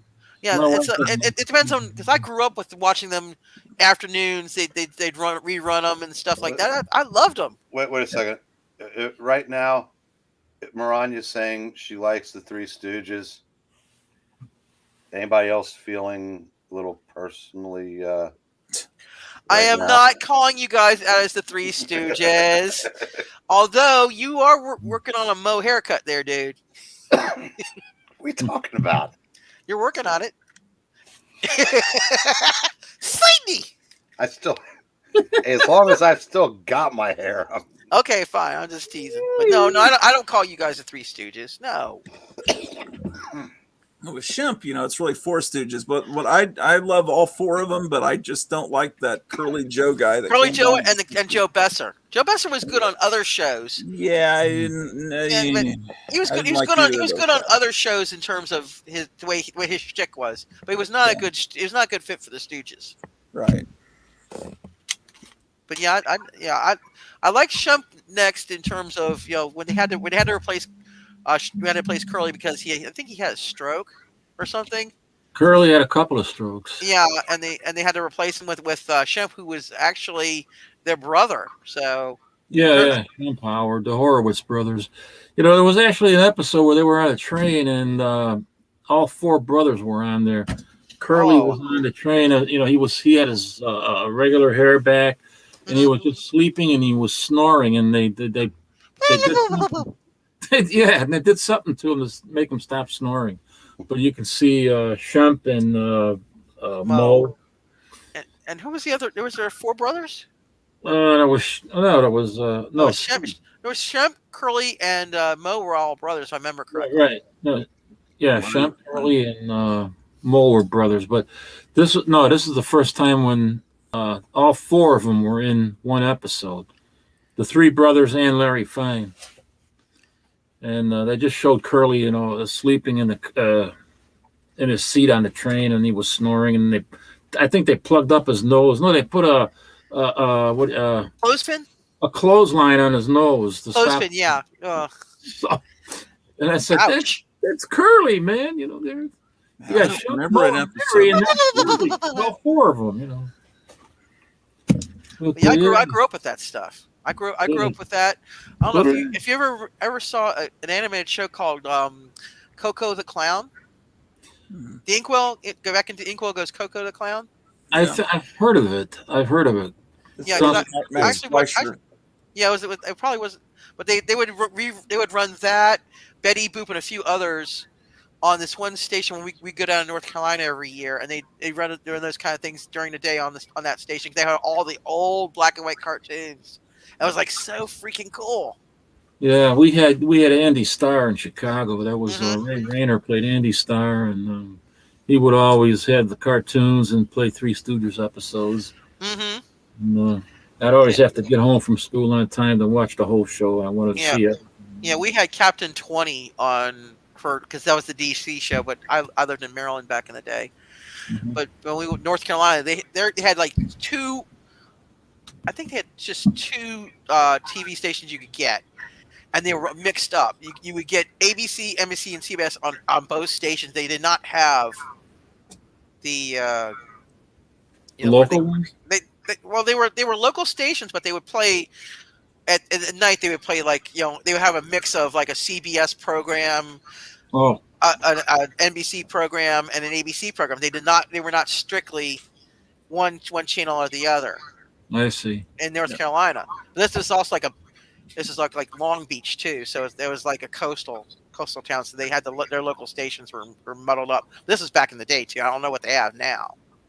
Yeah, I love that raw television back in the early 60s. It was great. And it's like Diver Dan, we had Garfield Goose and Bozo Circus. Oh, Bozo, yes. Everywhere, but Bozo cartoons used to scare the heck out of me. And you had those creepy, scary Christmas things in Chicago that weren't shown anywhere else, like Frosty the Snowman and Susie Snowflake and Hard Rock Coco and Joe, the stop motion animated, really creepy. I love that stuff. Oh, I love it. It's glorious black and white. I remember. I think we got our color TV for Rudolph. I think that was when we finally got our color TV, because we had black and white for years. I never really felt the lack of having color TV. But we finally got color TV, and I think it was around the time of Rudolph, when they were doing it on national every year. They were showing it. When I was like, I think it's maybe 7 when I had color TV. So, but I had a personal black and white TV when I was in high school. That was like, oh my god, I have my own TV. I can watch what I want now, and I didn't care it was black and white. What I loved about our first color television was the fact that I could watch the cartoons now in color. Oh yeah, not in black and white before, but it opened up a whole new world to me. Yeah, back in the day, they made a big deal of everything being in color, and all the shows actually had to spend huge amounts of money to redo their stuff. Yeah, the problem with that is that when color came in, they stopped showing all the old black and white cartoons like Betty Boop. Which is sad. I wish they would, it's like, and you can see them on some channels, maybe, or YouTube or things like that. Yeah, but for years they weren't. Through the 70s, they weren't shown. I don't think. Oh yeah, or they tried to color them. They did horrible color them. They were redrawn. Yeah, it's horrible. Or they would, because they didn't have a way of computer colorizing them. They would actually hire people in other countries to redraw each panel, sometimes pretty crudely. And sometimes they would take a silent cartoon and add a soundtrack to it with these Yeah. these kind of groovy music and over a Mutt and Jeff cartoon with the and You mean they did that to the cells, the animation cells? Yeah, they actually did. Yeah, they actually. in fact, sometimes they actually redrew a Porky Pig cartoon that was actually, it was a color cartoon, but they didn't realize it, and because they had a black and white print, so they redrew it to make it. Oh man, and they did these really horrible colorings of. Yeah, too. they're on YouTube. Let me see if I can. There's no no. collections of them. Oh They're fun no. to watch But as long as the original cartoons are available. But they're fun to watch just because of the way it's garish. The crudeness and then the groovy '60s music they put over them. They're just like a train wreck. Really Fun to watch. It's just a horrible coloring on most of it. It was like a really weird gray and reddish and stuff like that. It just had really bad. It was really bad colorization, like what they claimed that Turner did to some of the movies. Actually, Turner did a really decent job with the colorization they did for like Miracle on 34th Street and what was it? Wonderful Life. Actually, the colorization was pretty good. And from what color stills I saw of Miracle on 34th Street, they did a really good job doing the colorization on it. Don't tell that to Orson Welles. Oh, Orson Welles, they don't dare touch Orson Welles. So you remember what he said about that? What did he say? He said, he goes, Mr. Turner, put away your crayons. Yeah. Okay, I remember Radio and Television Packagers Incorporated. Yeah, Orson Welles also said we will produce no wine. Vending is better than a franchise. Sorry. Okay. Well, actually, they can't ding us because we did show an ad. Well, these are all public domain, or they wouldn't have been redrawn. Yeah. Oh, what? These were oh wow, redrawn. That looks like a style of like a an old Disney. They used to do that kind of a thing. Did they say who they were from? This is a Mutt and Jeff cartoon, but see, it was probably, they've got that music that groovy. Oh wow. Oh, this is Mutt and Jeff. Wow. That's why I love these things, you know. Oh wow.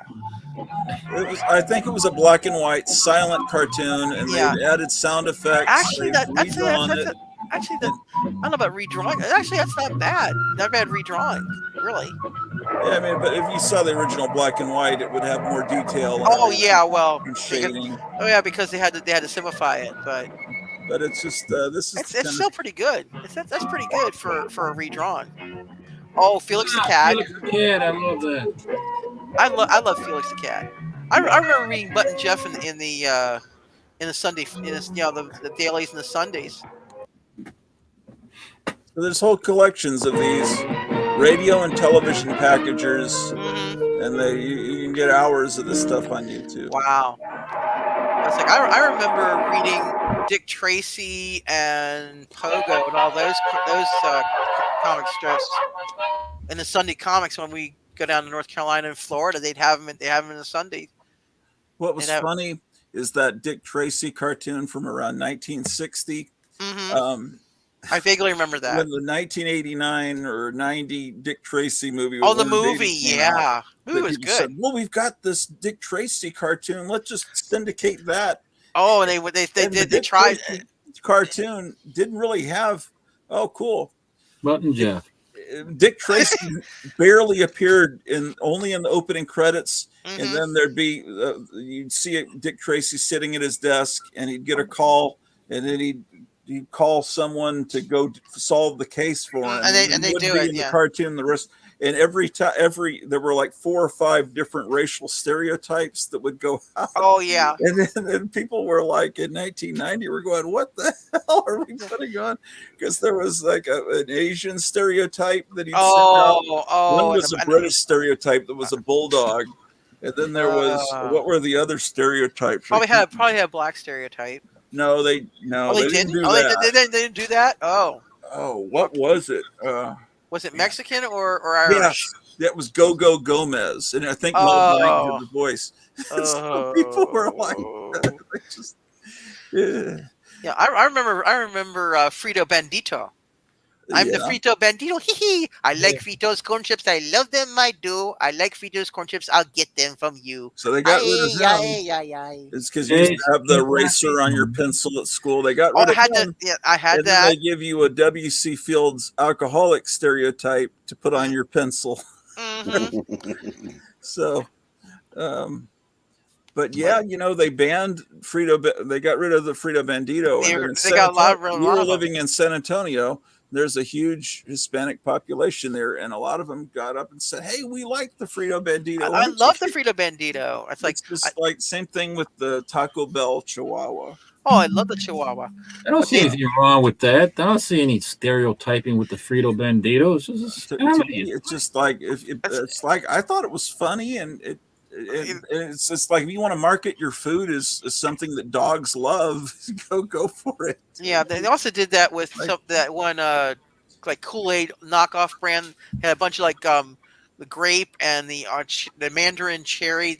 If you look at those were whoo. Yeah, they had. They definitely had. Yeah, those were. You're right. I remember the. I love drinking them though. They were great. It was a great knockoff of Kool-Aid because Kool-Aid was pricey, still is. But those were really good. I'm gonna go upstairs and watch some Batman episodes. Yeah, enjoy. You will have a great time with those. Yeah, I want to see the. Which one are you gonna? Which disc are you gonna watch? I want to watch episode 24, the Joker's Flying Saucer. Oh yeah.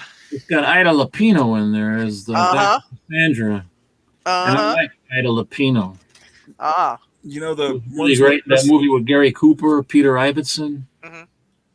The ones with Leslie Gore. She was originally the way the script was originally written. She was going to be Poison Ivy. Yeah. Oh, that I did not know. And they decided, no, let's just make her the assistant of the little kitty cat that she could fall in love with Robin. They decided to make her the female Robin so that Robin would have something to fall for. I would say that was an act. He was a lesbian, though. Right. Yeah. Didn't know that.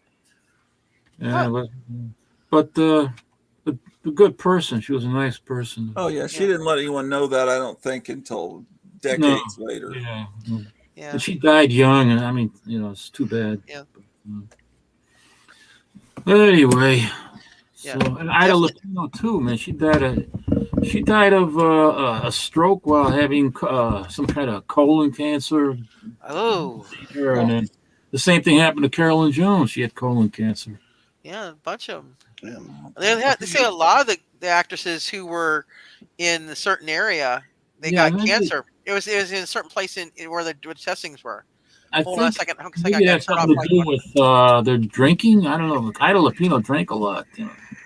I don't know about Carolyn Jones, but she was a smoker. But a cameo? Like that was my husband just made a cameo. Yes. There's the whole cast of The Conqueror, that John Wayne, Susan Hayward movie was wiped out because the fallout right over from a testing and they were filming out in Nevada or something. Yeah, you got to see. My husband just made a cameo on screen. I didn't see. He wanted to kiss me goodnight. Yeah. He's got to get up at 4 a.m. Yeah, go back to work. Probably all need to ring off. I need to. No, I'm fine, but he's got to get up at 4 a.m. He just did a 12-hour. Oh. Because he's in security, he did a 12-hour shift, so he's got to go and he's got to get up at 4 a.m. to go do it again. 6 to 2. Well, you got to be on the Fossil shows when Graphic Man starts doing it again, Mariana. I will do that, and you can. It was nice having you on here. Yeah, I can show off my stuff again, and maybe find something new. Yeah, thanks for classing to join up. You're welcome for classing to join up with my booze. All right. Is that a real beer? That is not a real bear. It's a root beer. That's what I was thinking. I was drinking frosty root beer. Yeah, I drink Stewart's. Stewart's ain't bad. Stewart's is my favorite. Even your bottles are pop culture retro. Yeah, they are frosty. I mean, Yeah, I love the glass bottles. I don't like anything in plastic bottles anymore. It tastes horrible. Cam, when you bring something into that room, even if it's brand new, does it like transmogrify into something? I think that it looks does. Like it's from the 60s? It's like that. It's like that Harlan Ellison story. Yeah, that's Did you ever read that one where the kid was stuck in the 50s or 30s or whatever? Yeah. And Jeffy when Jeffy was 5. Yeah, I just look above you and I can see that. That's why I like drinking milk out of glass bottles. Yeah. Oh yeah. Dashel Dairy. Now this is a kind of a weird label. Here's my other favorite, which is the black cherry. Let me blow that up, Captain. Oh wow. I remember getting, I forget what brand it was. We actually did get milk delivered to the house when I was growing up. I vaguely remember it. They had it in those metal boxes on the front of the house. Dashel Dairy, Midland. Is that Maryland? Yeah. I don't think it was Dashel. It was something spring something or other. But it was like a green logo. That one we had. Yeah, so I take my old milk bottles. I clean them nice. I use barley and water and sanitize them, and then I pour my milk in there and refrigerate it. You know, I think they stay colder. They do. When you take them out of the fridge, the milk stays colder in the glass, and I think it gets colder inside the refrigerator. Yeah, it does because the glass is a better conductor. Yes. It also tastes better. It really does. That's why I don't drink anything in any kind of soda in plastic if I can help it. Yeah, neither do I. But definitely not in cans. Those are cool. And all I've got is the new Marvel mascot. Yeah. Hi, I'm from the Outhouse of Ideas. Outhouse of Ideas. Eric officially broke me.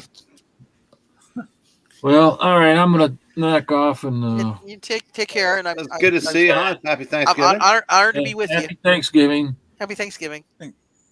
And we'll see you guys next time then. I hope I can be on maybe next week or a week after. Yeah. What's going on next week? I don't think Graphic Man's going to be. Also, Graphic, I think he's still on vacation. So if Monsieur Olaf wants to do another one. Yeah, I will. I'll just do it on. I guess everyone's used to Wednesday, but yeah, Wednesdays. You know, I felt really weird. Just like I couldn't figure out what day it was because there was no fossils. I'm like, what? I'm used to that little midpoint in my week that I can look forward to the fossils and see all the cool stuff. Yeah, it's just I would have to start it like an hour later than. Okay, so you would start it at 9. That's fine. Yeah, because of work. 8 my time. Yeah. Yeah. Well, 9's fine. I don't mind that. What's a better day for you though? There is no better day. No, today was a good day because there was no work today. Right. Yeah. I'm Saturday. No. I'm trying to get it every day. I'm trying to. We're in a kind of a bad financial position. Yeah. So right. Oh yeah. I hear you on that. That's why my husband does overtime. I may have to, I got to pay this chiropractor that just fixed me. Now I'm wondering if I'm going to need, I don't know what's going on with my eyes. I'm going to an eye doctor next week. But, oh boy. But it could be, if it's cataracts, I don't know how much my insurance pays of that. So yeah, but they've improved that a lot over the years. I had friends who did the surgery, and his vision improved 500% after they did it. Yeah, that's just I just got because they do the implant lenses now. Yeah, I hear they can do that in like they do some really good stuff. I'm scared of that. I'm scared. I don't want them to touch my eyes. I'm scared. That's how I am. But I right now I can't. It's getting to the point where I really can't drive at night. It's like everybody's got bright lights on. Oh yeah, those blaring LED like lights. J.J. Abrams Star Trek movie, and it's like, you ever seen those commercials for those glasses that cut down on those? I've got a pair of those with the yellow lenses. Do they work for you? A little, but it's still it's not safe. No, you got to see your ophthalmologist, man. That's something you don't want to play with, but right. Yeah, I'm gonna go. Maybe it's an astigmatism, but it started about the time these floaters started. And, yeah, you better look into that. It's that it's something that the doctor I went to before said is just a natural part of aging, but you still gotta keep up with it. But now with the night vision happening, Yeah, and that's yeah, which I'm definitely. noticing more because I wasn't really driving at night until the time change. Oh made yeah, it dark I hate the time change. And now I'm realizing, oh, this is not good. Yeah. So I'll find out Friday, I guess. We're having an England team goodbye for Well, the captain. as the kid on the panel, Gratu, I hope things work out Yeah, for you. I hope that works out for you. Really. Yeah. Don't mess with your eyes, man. Yeah. All right. Well, I'll see you guys next time. Hey, you take care. Take care. Take care. Bye. It's cool how you can see the two characters down there at the bottom. Oh yeah, I like Three that. People. Wait, Ronnie, what are we reading tomorrow? What are Do we? you remember? Oh, we're. If I remember correctly, oh geez, I want to say we were going to do the Agents of Shield, but he said something else. Yeah, I think it was another military. Yeah. Oh, wait, no. It was supposed to be a serious. I think it was supposed to be a serious. Somebody was supposed to be doing a serious reading of Sergeant Fury's. Not Sergeant Fury. Sergeant Rock's Rock? Christmas. That was Sergeant Rock Christmas. I think that was. I don't know if that was going to be done offline or not. But We never do it off on Fridays. No, I don't know what the Friday show is then. Yeah, they didn't say. Yeah, Gratu. There's always lines. Always a spot for you. Oh, okay. Well, I it's just sort of I need to make it's always tomorrow. There's not my friend that usually visits on Friday won't be coming tomorrow. Yeah, because of Thanksgiving. So maybe before it was a little awkward because I was kind of delaying everybody's dinner plans when that time I came on. Yeah, but I'd like to do that. Yeah, you were great, and we have the spokesman for Hostess Twinkies up top here. You get a big delight in every bite of Hostess fruit pies. Not anymore. I can't get them anymore. They don't. It's not that they don't make them. They just don't sell them to my area for certain reasons. What part of the country are you in? I'm in the upper East Coast, Okay. and they won't. They grew up with Tasty Cakes. I grew up in Maryland with Tasty Cakes. I grew up with Hostess and Tasty Cakes, and I like some of each. And I also grew up with Dolly Madison, which was like the knockoff. And then you had what Little Debbie's was a knockoff of Dolly Madison. Okay. Personally, I think Tasty Cakes. Yeah, has surpassed Hostess. Oh, absolutely. Well, Hostess went out of business, and someone else restarted it. They did restart it, and Hostess has gone downhill. The Twinkies taste like they were made when they went out of business because they taste that stale and horrible. You always have to be a little dubious when there are more Twinkies flavors than Baskin Robbins ice cream. Yeah, they're starting to really there might be gimmickry involved. They're diversifying the Twinkies now. I didn't even know that. I just thought I didn't know it either, but I'm hearing about it, and I was like, ugh. Oh yeah, hickory bourbon Twinkies. No, they haven't. I haven't heard about those yet. But yeah, my area, they don't ship because of certain unrest. That's why they don't ship certain things, and that's why Hostess won't ship to my area because there's certain parts of my state have had unrest in the past. They won't ship. Well, after January 4th, nobody will be bringing anything anywhere. So what's yeah? We'll get to the point where we would take Hostess Twinkies if we we would. Yeah, we would. Let's go, Brandon.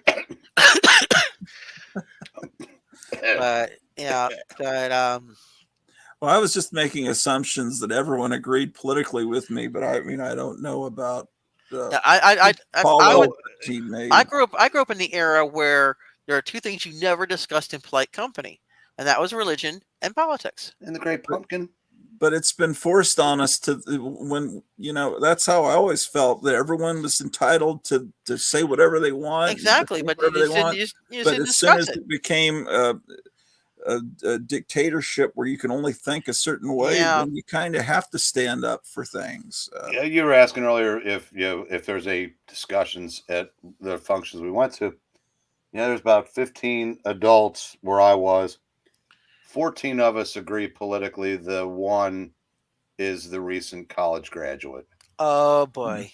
Yeah, I'm glad I got out when I did. But yeah, I said it's my nephew, and he does not push it on anybody, but he definitely does not agree with the rest of us. You can tell that he was indoctrinated. Oh, absolutely. He was a Republican when he went in.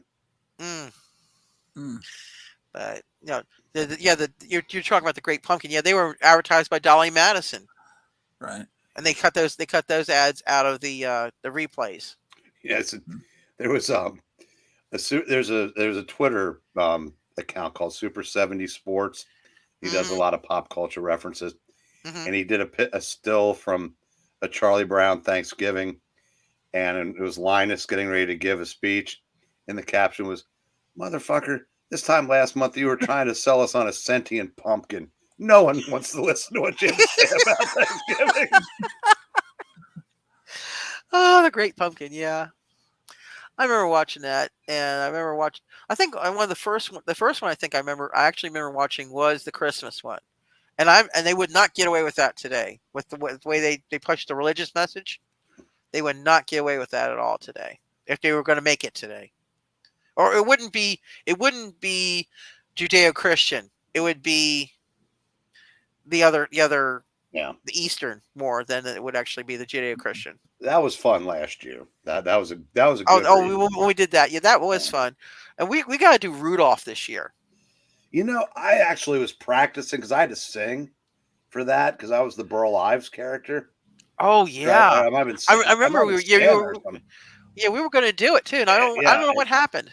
Too many people showed up late, and then we just turned into a live stream instead. Yeah, I think that turned out to be like a drunk stream. I did not want to sing, but I had it all down because I'd never seen it. So I didn't even know where the inflection went because I had to listen to the songs first. But yeah. What did you dub the show? No, we just we're doing like a cold reading of it, like a radio play. Oh, you had the script, and we had the script for the Charlie Brown Christmas. So we had the script. Oh, and that's brilliant. I was Lucy. That was one of my debuts of actually doing a reading like that. Was me doing Lucy. Gratu, have you ever come across a YouTuber named Just Some Guy?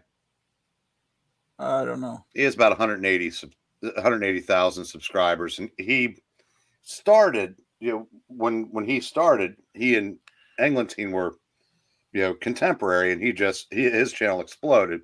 But he came back and he read Linus, last year. Yeah, he was really good as Linus, and I forget which role did you do, Breen?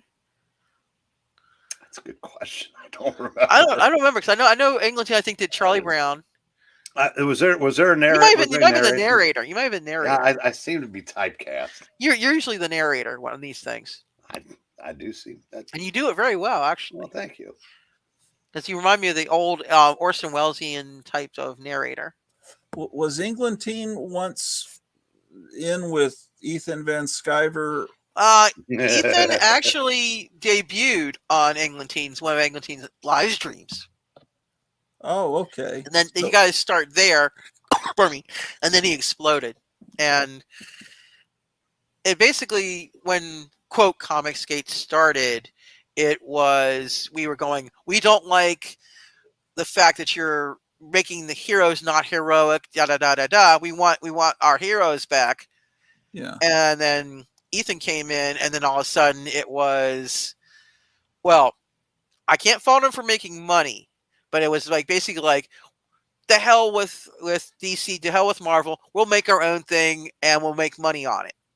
Yeah, and to be fair, Ethan absolutely had a right to feel that way because he was. Oh, what happened to him? He was blackballed from the industry for being a Republican. I agree that. And when he and Aaron had that debate, they were both right coming at it from different perspectives. The problem was, it turned into a dog pile on E and Unranked. Yeah, it did. It really did. By the cult that had surrounded Ethan by that time. And this will tell you how the moderator, Gratu, was Rikita. You were telling me that. But is there a way for me to see this? Yeah, there is. It's still on Rikita's channel, I believe. It's on. You have to scroll back about 3 years. Yeah, and there were some hurt feelings for a while, but then recently during one of the auctions, Ethan popped on and gave E a $200 super chat. He just said, he put his money where his mouth was. Yeah, because Jay was running his and saying he was going to give him all this money, Yeah. and then EVS came on and went, boom! He laid his what down on the table. I thought it was. I wasn't even sure it was actually him. I wasn't quite sure either, but I was like, he could do that. He laid his what down on the table. Said, you put up yours now. See, now I said, I know a lot of people have major problems with Ethan, but the way I look at it is, at the end of the day, if I've got to side with somebody, I will tend to side with somebody I align with politically before I will align with, like, Perch interviewed Ron Mars the other day. Ron Mars is a prick. And the interview went okay, but then Ron Mars spent the next 2 days attacking people who left comments on the stream. Kind of like Mark Wade did when Ethan interviewed him 4 years ago. Yeah, that's about 3 years ago. Or three or four, however long it was. Yeah. But I mean, I said, I will side with Ethan all day long before I will side with a guy like Ron Mars, because I think he's petty. Yeah, the beginning of it was actually not a bad interview, but then towards the end he started, going, well, I'm just going to block people if they sent. You're talking about Mark Wade or Ron Mars? Mars. Oh, you did watch that? I did watch it. I haven't watched seen it. I watched the whole thing, and he wasn't bad. But then towards the end, he got into the he was going to block people, and it's like, No, I said Perch is Switzerland. He gets along with everybody. Yeah, I get kind of his reasons why, but he goes, if you're nasty on me, I'll block you.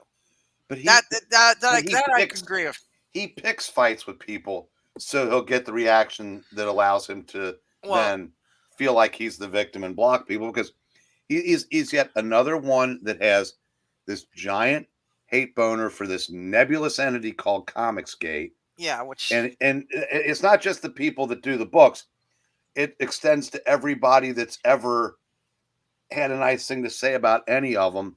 Mm-hmm. And like with I'm sure Ron Mars and Ethan Van Sciver worked together at some point. Mm-hmm. Or in the same company. Yeah. Least. Yeah. It is. Yeah. I think Gail Simone, when she threw Ron Mars under the bus. Yeah. He says she didn't. What's that? I think he said she didn't. Of course not, because he has spent the last 15 years trying desperately to get back in their good graces. Mm-hmm. He didn't do anything wrong. Yeah, like I said, the term she came up with, fridging.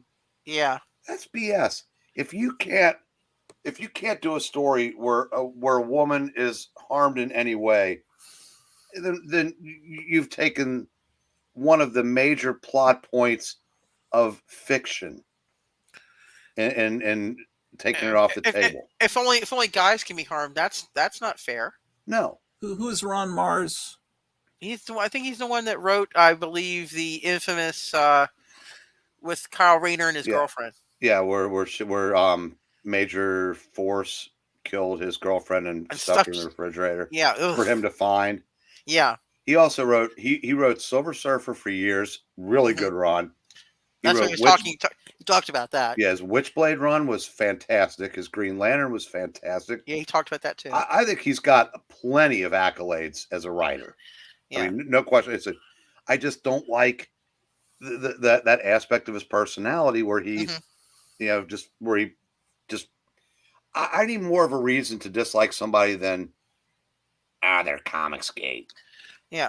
Well, to be fair, some of the people who are getting a very bad rep with our side, like Patrick Zurcher, I've never had any problems with him, because then again, I've always treated him with respect. But there's people on quote our side who have poked at him and prodded at him and poked at some of these other pros and prodded at them, and as soon as the pros snap back, they really run to certain channels and go, see, they're mean to us. they conveniently leave out the fact that they were poking the bear. Oh no, I'll go on with that. I've seen it happen live with Zurcher. Oh yeah, but if you like I could have a conversation with Patrick Zurcher for half an hour and it could be going great. Yeah. I say, oh, by the way, I don't have a problem with Comicsgate. He would turn on me like that. Oh, that's because it's a trigger word because because the Comicsgate people, some of the Comicsgate allied people came in and attacked him, and I can see where he'd have a trigger with that. I don't blame him, to be honest. Yeah, but but these guys, it's like the guilt by association that they use to just paint with a broad brush. I've never been a fan of that on either side. I'm not a fan of it either, but but with him I can understand why he does it, because they've come in and really they pull the he'll post up a picture of like the Legion of Superheroes that he's drawn, and they'll come in and go rah rah rah, you're just this, yeah, he's way down the list, but like Bill Sienkiewicz. Oh, like Sarah Huckabee with the bullseye on it. Yeah, that I'm not even going to get the Wades and the Sienkiewiczes are just assholes. He's a jerk. He's the John Byrne in terms of jerkosity, but only we now know about it because of the internet. But Ron Mars said Kid Rock is Comicsgate without the lousy comics. What the fuck does that? I'm sorry. What the heck does that have to do with anything? I don't know. I mean, that to me, that's just a guy being a dick. Mm-hmm. Because that has nothing to do with comics, and that was his tweet yesterday. And you know why? Because Kid Rock is a conservative, and Ron Mars thinks all conservatives are Hitler. And that's because they, it's like people who are going that, like, certain conservatives do certain things. All conservatives are like that. But they get mad if you take all the quote liberals and do the same thing to them. Well, I said, in my humble opinion, there is a tad more hypocrisy on the left than on the right. Neither side is free from hypocrisy, but it's easier to find. It's easier to find on the left because they tend to excuse a lot more. Right, because they're so convinced they're right, and everybody tells them they're right. Mm-hmm. Whether it's big tech, and most news organizations, blah blah blah. Mm-hmm. They tend to believe that their bubble is real. So there's this group that follows Ethan Van Sciver. Oh my God, they're like it's like a cult. It's almost like a cult in some ways. And then is there a separate cult that follows this Gary at Nerdrotic? It seems like they kind of intersect in a way. I don't know, because I haven't really watched Nerdrotic in a long time. He's very negative about anything. It's like if you say, okay, Tim Drake is coming out by, he will never have read it, and he'll do a 30-minute video on it, or that's I'm just using an example. I don't know if he's actually done that, but he would do that kind of thing where it's like he would just see the headline and go off and not having seen or read or whatever. It's like there's channels that do that. He may do that. He may actually view it. I don't know, but he's the type. The way I see some of his titles of his videos, and I go, okay, have you actually seen this, or are you reading into it with the filter of everything is this way, everything is bad, everything is SJW or whatever? Because I caught myself doing that, reading some old Iron Mans. I went, oh my God, he is such a sexist. And I went, Nerdrotic in Comics Division are borderline black-pilled. Yeah, but I don't know how much of that is real and how much of it is. It's selling to a market. I mean, like I said, I know who these people are off mic, and I wonder if, like I said, if it's just Nerdrotic and Comics Division are black-pilled, but I don't know about. I know Comics Division's name isn't public record, so I won't use it. Yeah, Gary and Division. Yeah, and black billed means Division. What? Means that you hate everything. You hate everything. Everything is bad. Oh, okay. Yeah, because because like I said, when I read the Iron Man, I had to go stop it, because that was written in the '60s. That's what it was back then. You can't look at '60s stuff with 2010, 2020 eyes. You can't do it. But since That's what they're doing, though. That's why the Perry is going crazy about all the stuff in the past. They're going, "Oh my God, this was so bad back then." Yeah, but they don't look at the sociology, the society during that time. They don't look at that. They just go, "Oh, it's bad because we see it now." I mean, he might have called women honey and whatnot, but he was always respectful of the women in the book. Oh, he was very respectful to Mrs. Arbogast for sure. I'm talking about whether it was Marianne Rogers or Roxanne Gilbert or Pepper or later Mrs. Arbogast. Yeah. Oh, well, I said by the way, I told you what we recorded Monday, didn't I? No, oh wait, you were talking about the Iron Man, yeah. Yeah, Iron Man 131, 2, and 3.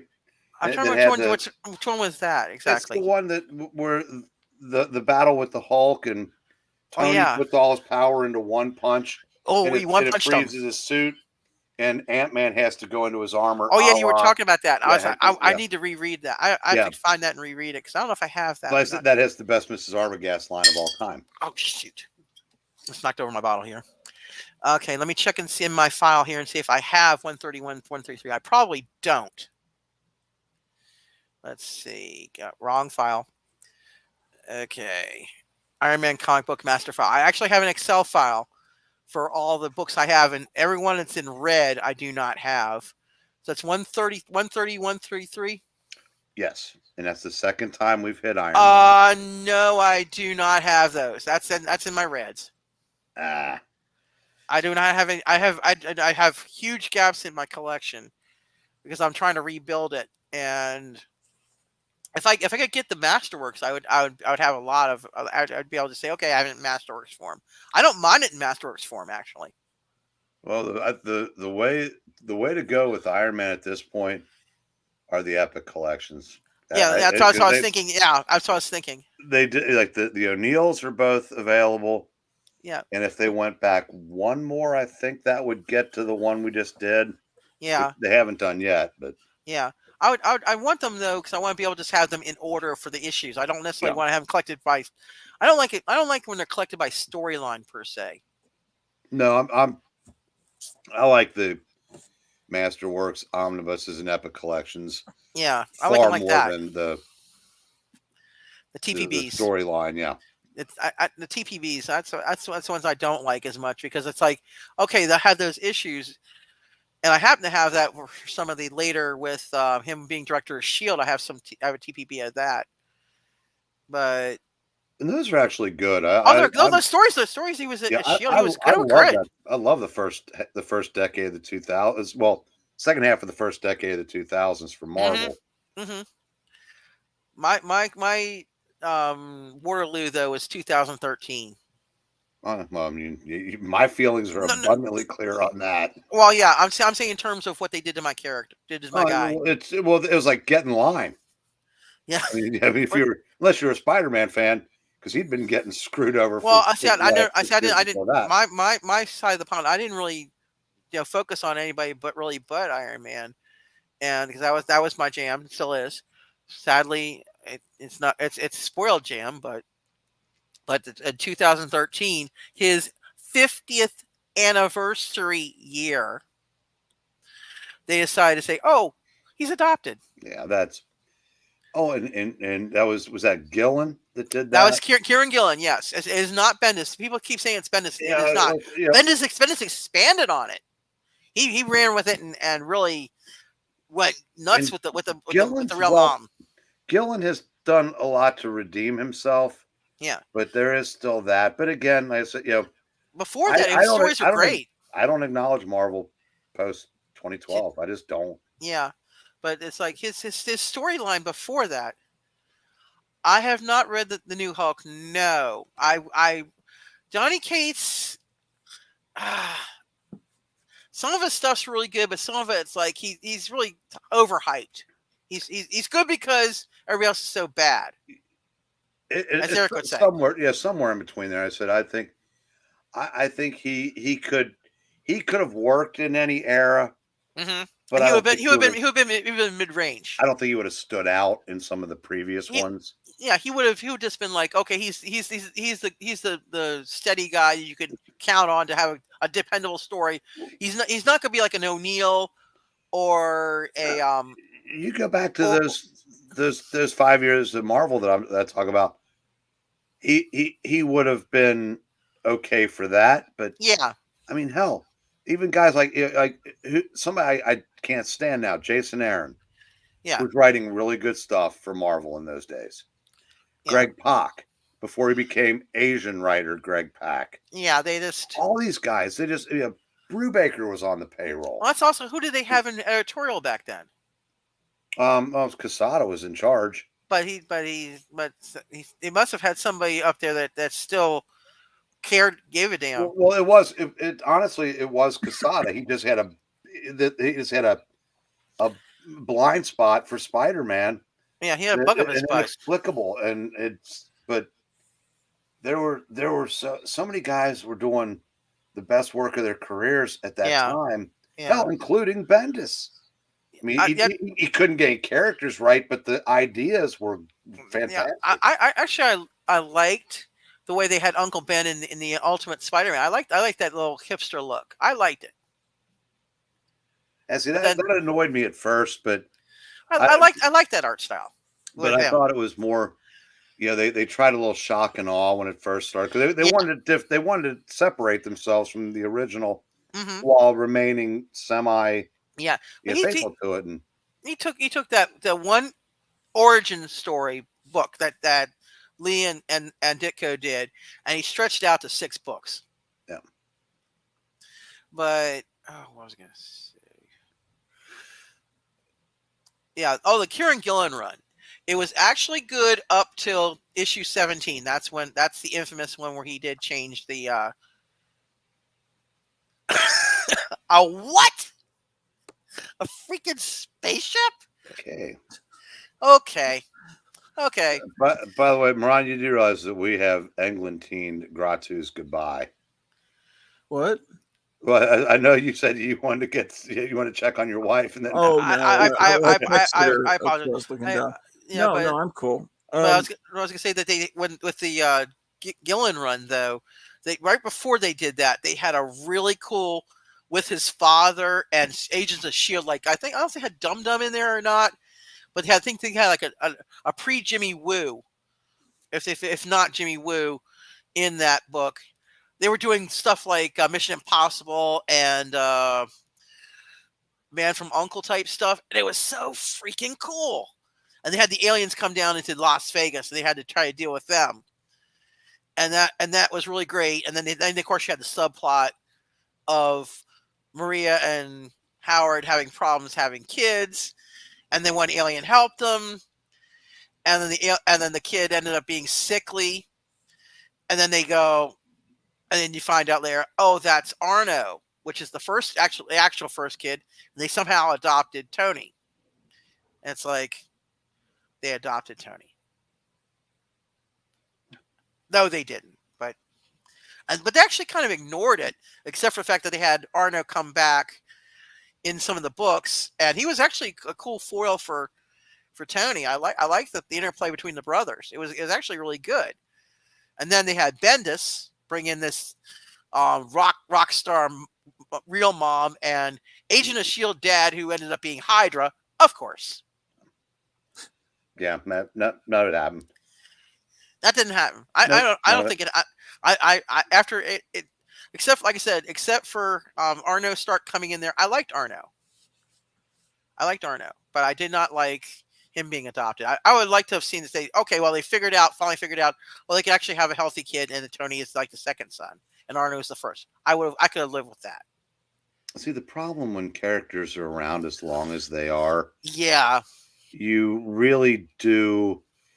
It does kind of make you wonder if comic book characters that try to have some kind of continuity, like Archie, can be timeless.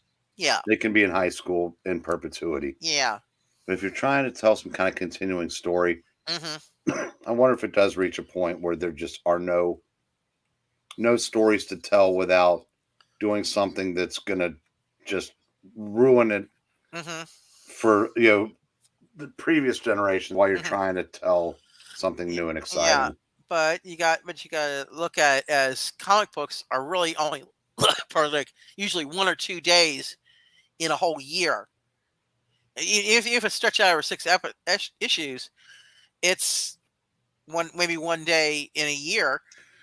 Right. So if you've used Doctor Doom 14 times, he's attacked the Fantastic Four every 6 weeks. Yeah. If you go, but I was but when you say like, what can we do? We haven't done yet. I know we'll make Tony Stark adopted. No, that's not. Yeah, that was that. Let's make Galactus somebody's herald. Yeah, because with Tony Stark being adopted, that really wrecks his characterization. Because for years he was like he had to live up to his father, and his father was an alcoholic, and he became an alcoholic because it was waiting to relieve pressure back in the day. And he looked like his father. Yeah. Oh, he looked like his father. So obviously that's not the way the character was intended. Yeah, it was not. I didn't know any of this. I didn't know any of these storylines. Yeah, you're not missing anything. You're definitely not missing it these days. I'm still hanging in and reading it, but I almost wish for Bendis's days on the book now. That's how bad it's gotten. And Bendis was pretty bad. Bendis gave us Riri Williams. I read the last or second to last issue of Iron Man or whatever, and I said, my favorite storyline of all time is the Korvac saga and the Avengers. Oh my God! Seeing whatever this version. That's the whole thing of this whole issues that he's been doing is Korvac. Yeah, and it's weird. I said, Richard of all people praises the hell out of his United States of Captain America story. Oh, that is horrible. But apparently he said that his stories are good. There's like multiple stories in each issue. I read those and went, it's so freaking. It's like I'm not even trying to look for anything, and it's hit me in the face all the different issue buttons. They're even Cantwell stories. Oh, and Cantwell, especially in the whole thing. It's like they're hitting all the issue buttons. I'm like, now Richard, does not have the greatest taste in comics by any stretch, and that's being charitable. Yeah. But I thought, okay, well, maybe he can write it because he's saying is, if you get him on something like this and away from Iron Man, no, but no, no. It's loaded with things like we're doing this because we're this and we're proud of being this and down with Whitey and all this kind of stuff. And even Sam's joining in. I'm going, Sam, what's wrong with you?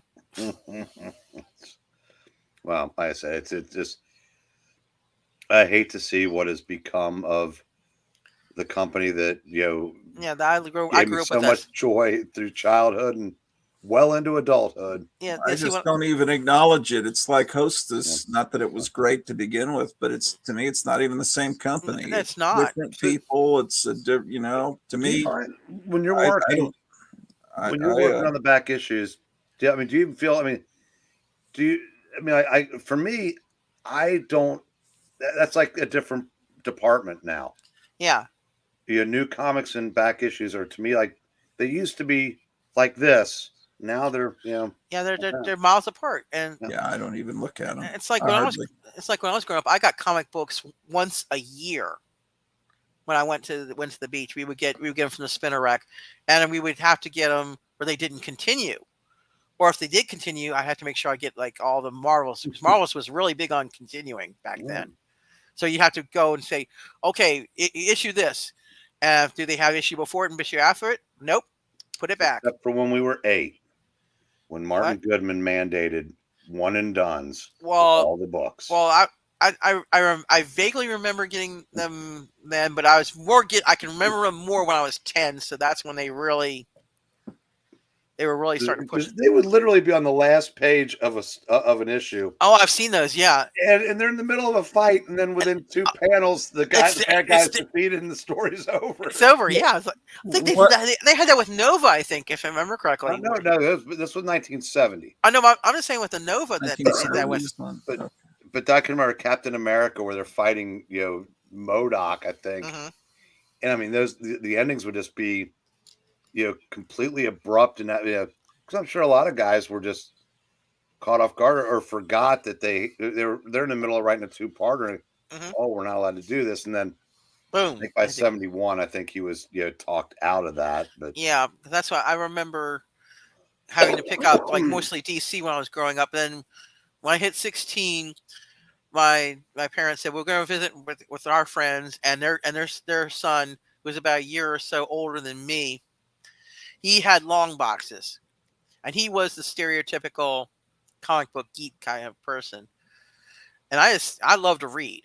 I've been reading since I was 2 years old, so I was reading the comic books, and he gave me the long boxes of Iron Man. I'm sitting there just going, I would just sit there the whole visit and just read. I wouldn't talk to anybody. I would just sit there and read comic books. And that's how I really got into reading Iron Man. And then after that, when I could pick them up off the newsstands, I picked them off the spinner racks. After that, but I was 16 when I really got into reading Iron Man. So that's 40 plus years. Gratu, do you have a favorite character? Well, I always say the Thing, just because it's a character that always resonated with me. The thing is cool. I never really got into like the Fantastic Four or anything like that, unless they guest starred and say the Avengers. If I read the Avengers. Well, I really enjoyed that. The Fantastic Four was what got me into superhero comics. Yeah, going back and reading back issues of it, I really was starting to appreciate the way the Fantastic Four was written, even though Reed was a real B to Sue, and Sue was definitely written as like 50 suburban housewife for a lot, and it bothers me now seeing it, but back in the day, that would have been acceptable. That would have been an acceptable portrayal of a female character. Yeah, we all go, oh, that's sexist, misogynist, you name it, any ist you can think of. But back in the day, yeah, but she gave it back to him pretty good. Oh, she did. Oh, at times, yes, she did. And that's like the one I think we were reading. One of the two. It was on a team up. I think you were in on it, and the puppets were in on it, and I think Zach. And she was giving it back to and kicking. She was kicking Reed and Ben and Johnny out of the room to talk to this woman. She was kicking them out of the room. I thought, hey, that's great. Give it back to him. So yeah, back in the day they had I cannot actually remember reading the romance comics, and that was supposed to be girls' books. That was supposed to be my thing. They marketed it to the females. I never read them. I didn't. Now, that's where you have a point. Because holy crap, are those? They were marketed to women big time. Oh, but like I said, there's. I've read a couple of them that end literally with the guy. He's had enough of the little woman talking back to him, so he puts her over his knee. And he's spanking her. Oh my God! She's going, I'll be good now. I'll cook dinner. That's like they had that on I Love Lucy. Yeah. That was the culture back then. And Batman actually did a Papa Spank on. But that was nice. That was in the 40s, but yeah, but still. The comics even in the 60s, the women, that culture. The superhero women were treated with way more respect than they were in the romance books. Oh, absolutely, because I don't think they would put it, because I know in like at least Stan's he wouldn't put up with it. Well, it didn't. Yeah, and honestly, the last time around, because Marvel Atlas had a romance line because Martin Goodman never let a trend go to waste. But when they came back in the 1969 at Marvel, what's that, Millie the Model and all of them? No, it's Our Love Story and My Love. Okay, no, I didn't read that. The original stories were the women fared much better than they were over at DC or Trump. Oh yeah, because DC was like your grandpa's comic books. That's the ones I grew up. I remember reading those more during the summer. I love the Superboy Legion of Superheroes. Yeah. And stuff like that.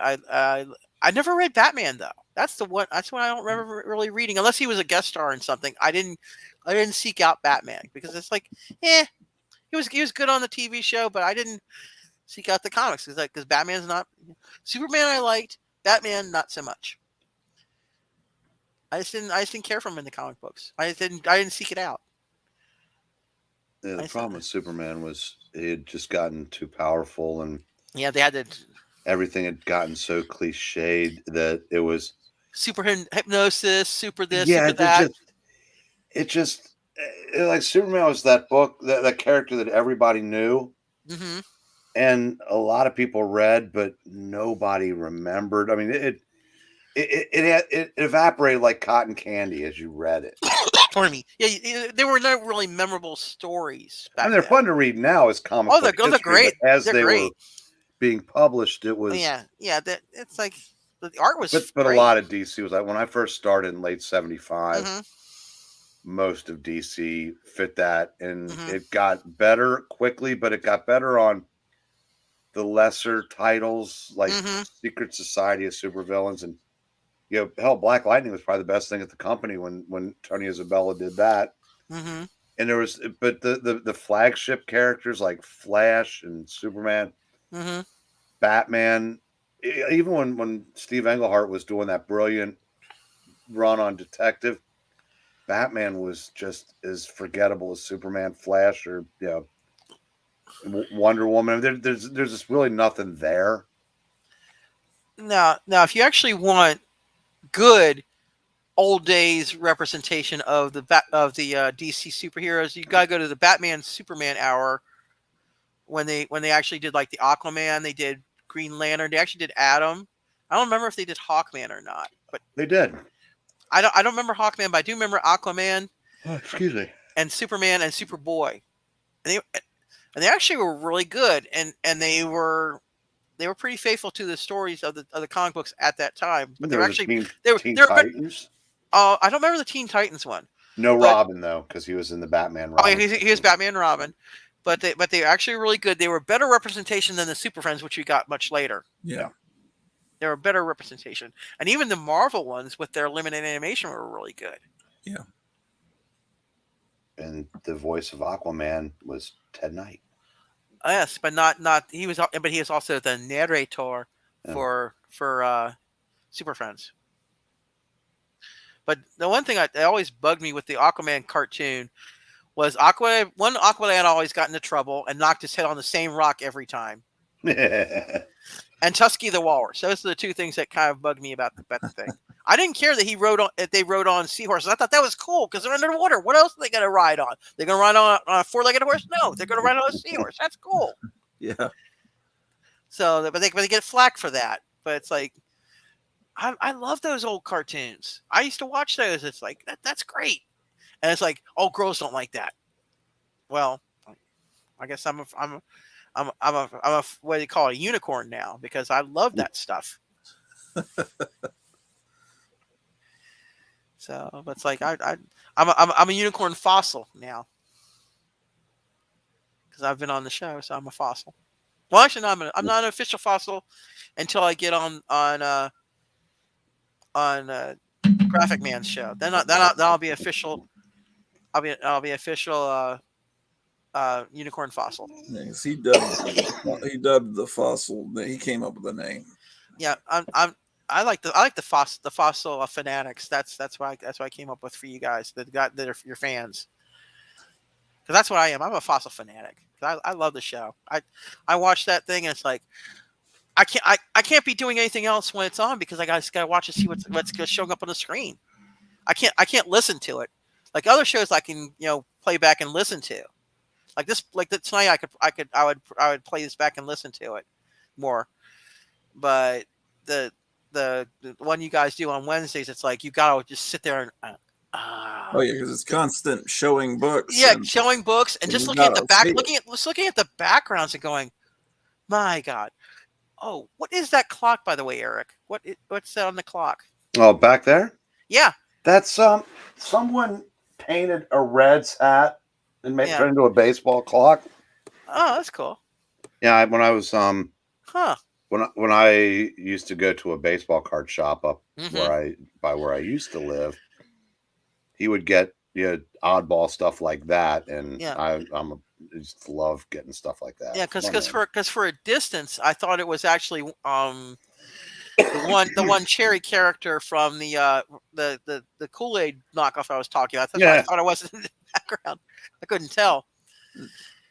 Does that Santa hat stay there all year, or is it a recent thing? No, it's there all year until I've seen it in July. So he's had a yeah, and I'll put it on. I'll use it late in the year. You found it again. That's what you said. You couldn't find it last year, I think. Oh no, it was right there. I'm just that dumb.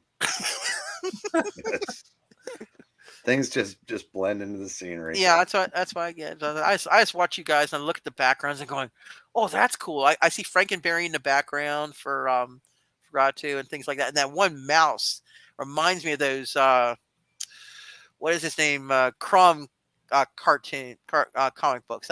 Is that what that's from, or is that just a? Oh, that's Ratfink. The it's a Halloween mask. Okay, I got him on my shirt too. Yeah. I see it, but is that Richard Crumb, or is that who's the artist? Big Daddy Roth was a hot rod designer. Yeah, I recognize it from some of the comic books I read over the years. Yeah. I just wasn't sure what it, that was who the artist was. I mean, I know I was reading books. I didn't care who the artist was. I didn't care who the writer was. If it's good, it's good. Nowadays we have to go, oh my God, so and so wrote this. Oh my God, so and so drew this. And it's like, and I won't read anything by so and so anymore. I won't read something. I won't read something that's drawn by so and so anymore. I can't do that. If it's good, it's good. I don't care. Yeah. Now, if it's bad, I'll give everything a shot at least once. I mean, I gave Dan Slott on Iron Man a shot. I'm giving Cantwell shots. I gave Bendis a shot. Well, personally, I said I will never read anything Dan Slott writes ever again. Okay, because he made it personal. It's what he did with Jimmy. Yeah, yes. I agree with that. And E. Yeah, it's like he had no right to do that to either one of them. And that's what I'm talking about. I said there's a lot of people in the industry that just do stupid shit like that. Well, yeah, because remember Dan Slott started this when he told a fan to go fuck himself in one of those chat rooms like in 2011. Mm-hmm. And instead of being reprimanded, he was praised by Marvel for doing that. Mm-hmm. Oh, boy. That's when you knew the industry was dead.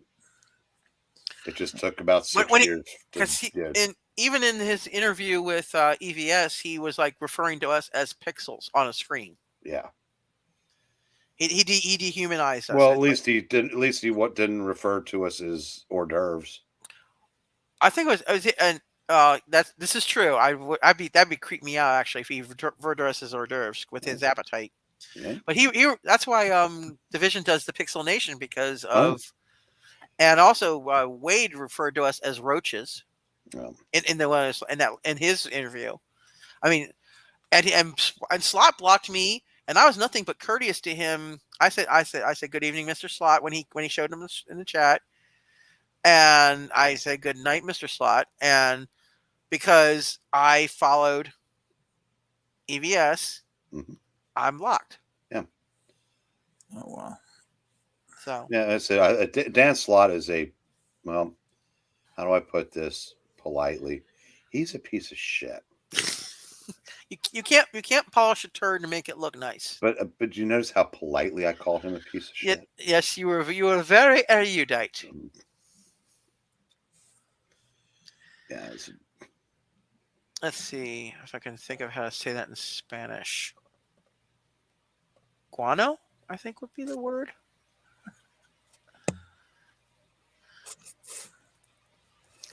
Definitely not guapo, because that's handsome. I think it's guano. Yeah, Glapo. Oh man, but yeah, I mean, everybody's going, "Oh, you can't read Mark Waid," and it's like, I can still read what Mark Waid's done. He's a jerk. It's like if I didn't know him, if I didn't know about him by the internet, I could still read it. I try to say, okay, Is he putting it in the books? Yes, then it's bad. If he's not putting it in the books, fine. I can read it. Well, he co-wrote, but I think Brian Augustine had more to do with those two Archie series that were set in the past. Oh, they're supposed to be really good. They're very good. Yeah, he and I both.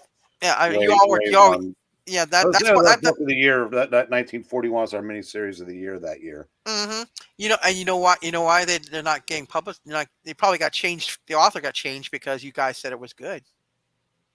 Well, they did 2 of them, but yeah, they're not doing anything right now. Which which is kind of surprising. They could tap a market with like things like Archie, and they actually had all.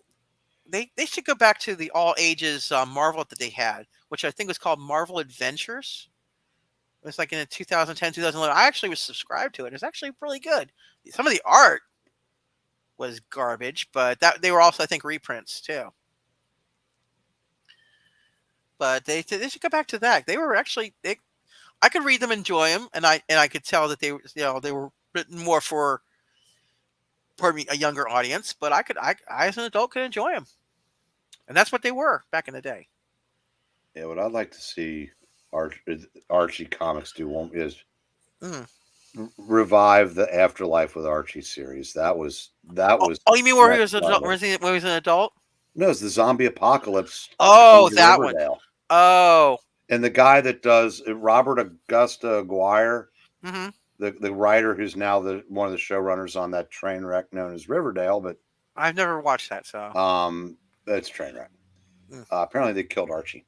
But they killed on the show. They killed. Yeah, but he's not. He's not as dead as they. He's not going to stay dead or something. I don't know. I don't watch anymore, but. He was the writer on Afterlife with Archie, and it was amazingly well done. I remember the Jughead one. Jughead one, I read a couple issues of that, and that's actually pretty. Where's the werewolf? Yeah, Afterlife blows that away, and I love the Jughead series. I like Vampironica a lot. I didn't read that. I have to go back and read that. But Afterlife with Archie was legit chilling. I have to read that. I'm not into zombie stuff.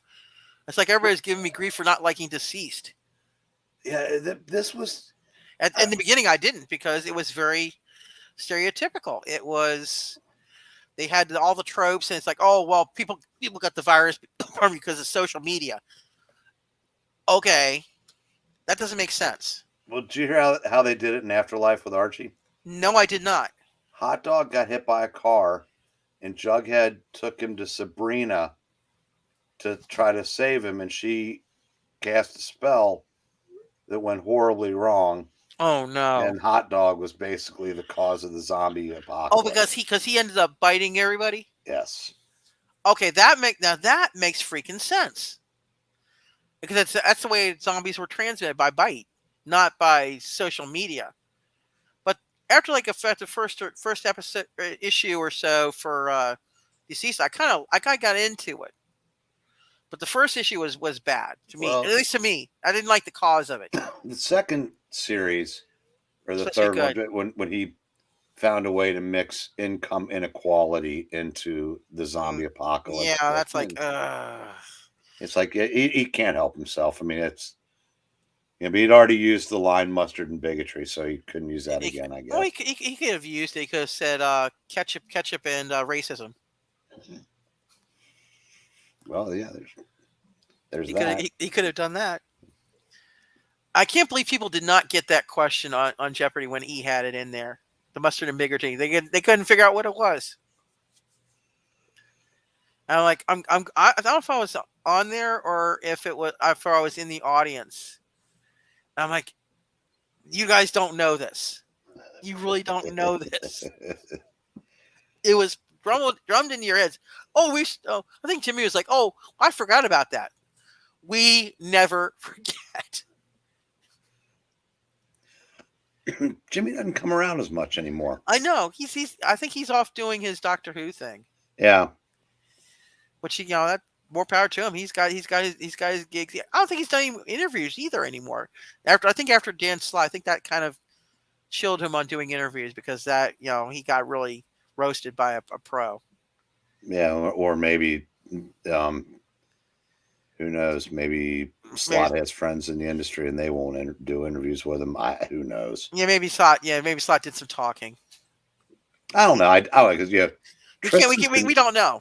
Tristan's been getting a lot of people, for her channel that wouldn't give us the time of day. So maybe it's, Jimmy's always portrayed himself as being pretty neutral. Yeah. Even though we try to warn him that it doesn't work that way with these people. With some people, it does not work. A lot of them. Yeah. But like I said, I do give Mark Russell credit for doing the interview. I have to watch it. I have to watch it. Very, very smarmy. Brian Edward Hill was legit nice guy. Oh, I was there. I think I was there for that one. Now he was. Yeah, Jimmy fell off the air. Yeah, he fell off the air, and he took over. Brian just took over. Yeah, he was cool. He was interacting with the audience. He was great.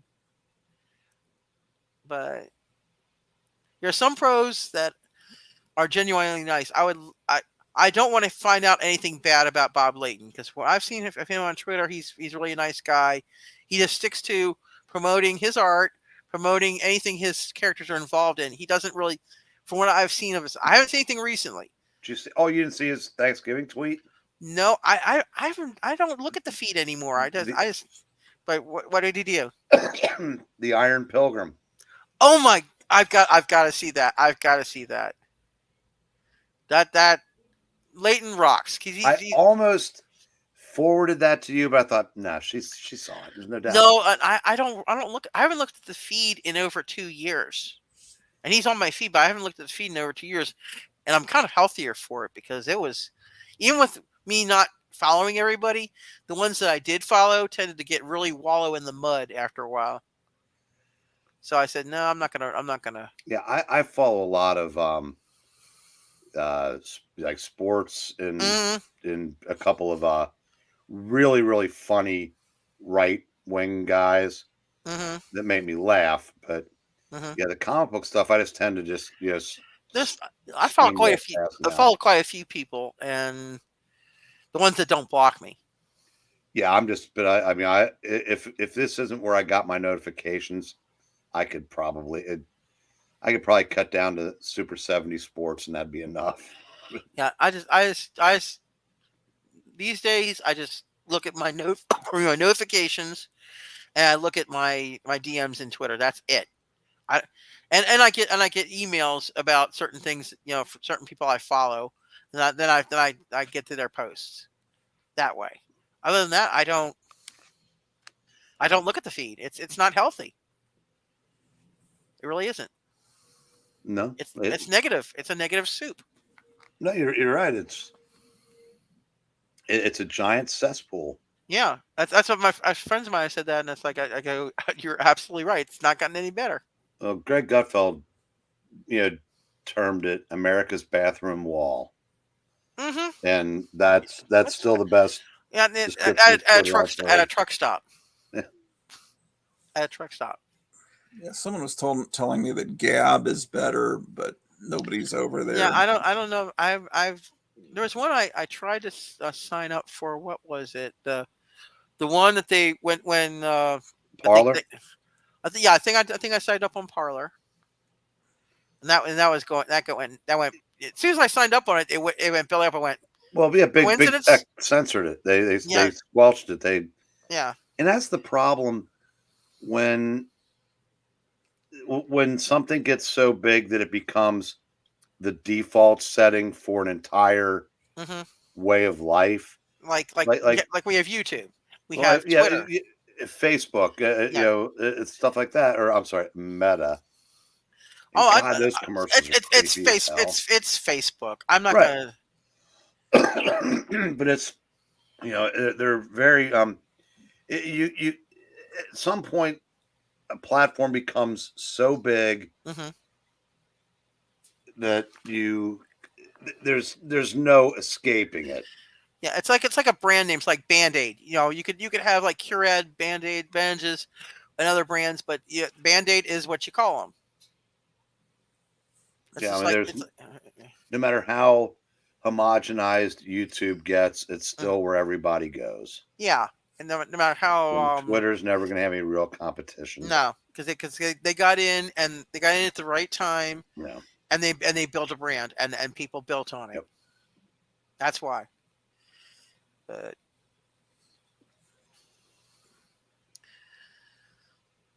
there's a pause, Gratu. This is where you can go. Let's get out of here. Well, I probably need to go check on my wife. So yeah, that would be a good idea. Check on the wife. Because like I said, you got a little cameo of my husband giving me a good night kiss. So, but it's been fun and it's been amazing. I love you guys. You guys are. I feel at home. I don't feel like I'm. I don't feel like a unicorn. Yeah, here. I'm not sure if I thought that Graphic Man was only taking off this week and the week of Christmas, but if he's taking off next week, then I'll do it. But yeah, I think he was doing. Sure. I think he was doing like 2 weeks off because he just needs a break. Oh, that's right, and then he'll also be gone at Christmas. Yeah, he'll be doing Christmas. Yeah, he'll be going off for Christmas too. Oh, so okay, well, so yeah, if he's gone, I'll host on Wednesday. It'll just be delayed. It'll just be 9 o'clock is fine. Yeah. I can. So I'll see you guys then. Okay. But everybody's still here. If nothing else, I'll be. If nothing else, I'll be in the audience if I'm not on. Right. And I'll try to get on that the comic reading show tomorrow, and if not, I'll see you guys on the auction on Saturday. Yeah, I'll definitely be there in the audience, keeping track of everything. Yeah, there's something I was going to ask you after you shut the stream off before we sign off, but I'll wait till we're off the air. Oh, okay, sure. All right, guys. Well, I'll see you guys Wednesday, or I might do a show before then. So take care. Happy Thanksgiving, everybody. Happy Thanksgiving. Take care. Take care, all the fossil fanatics.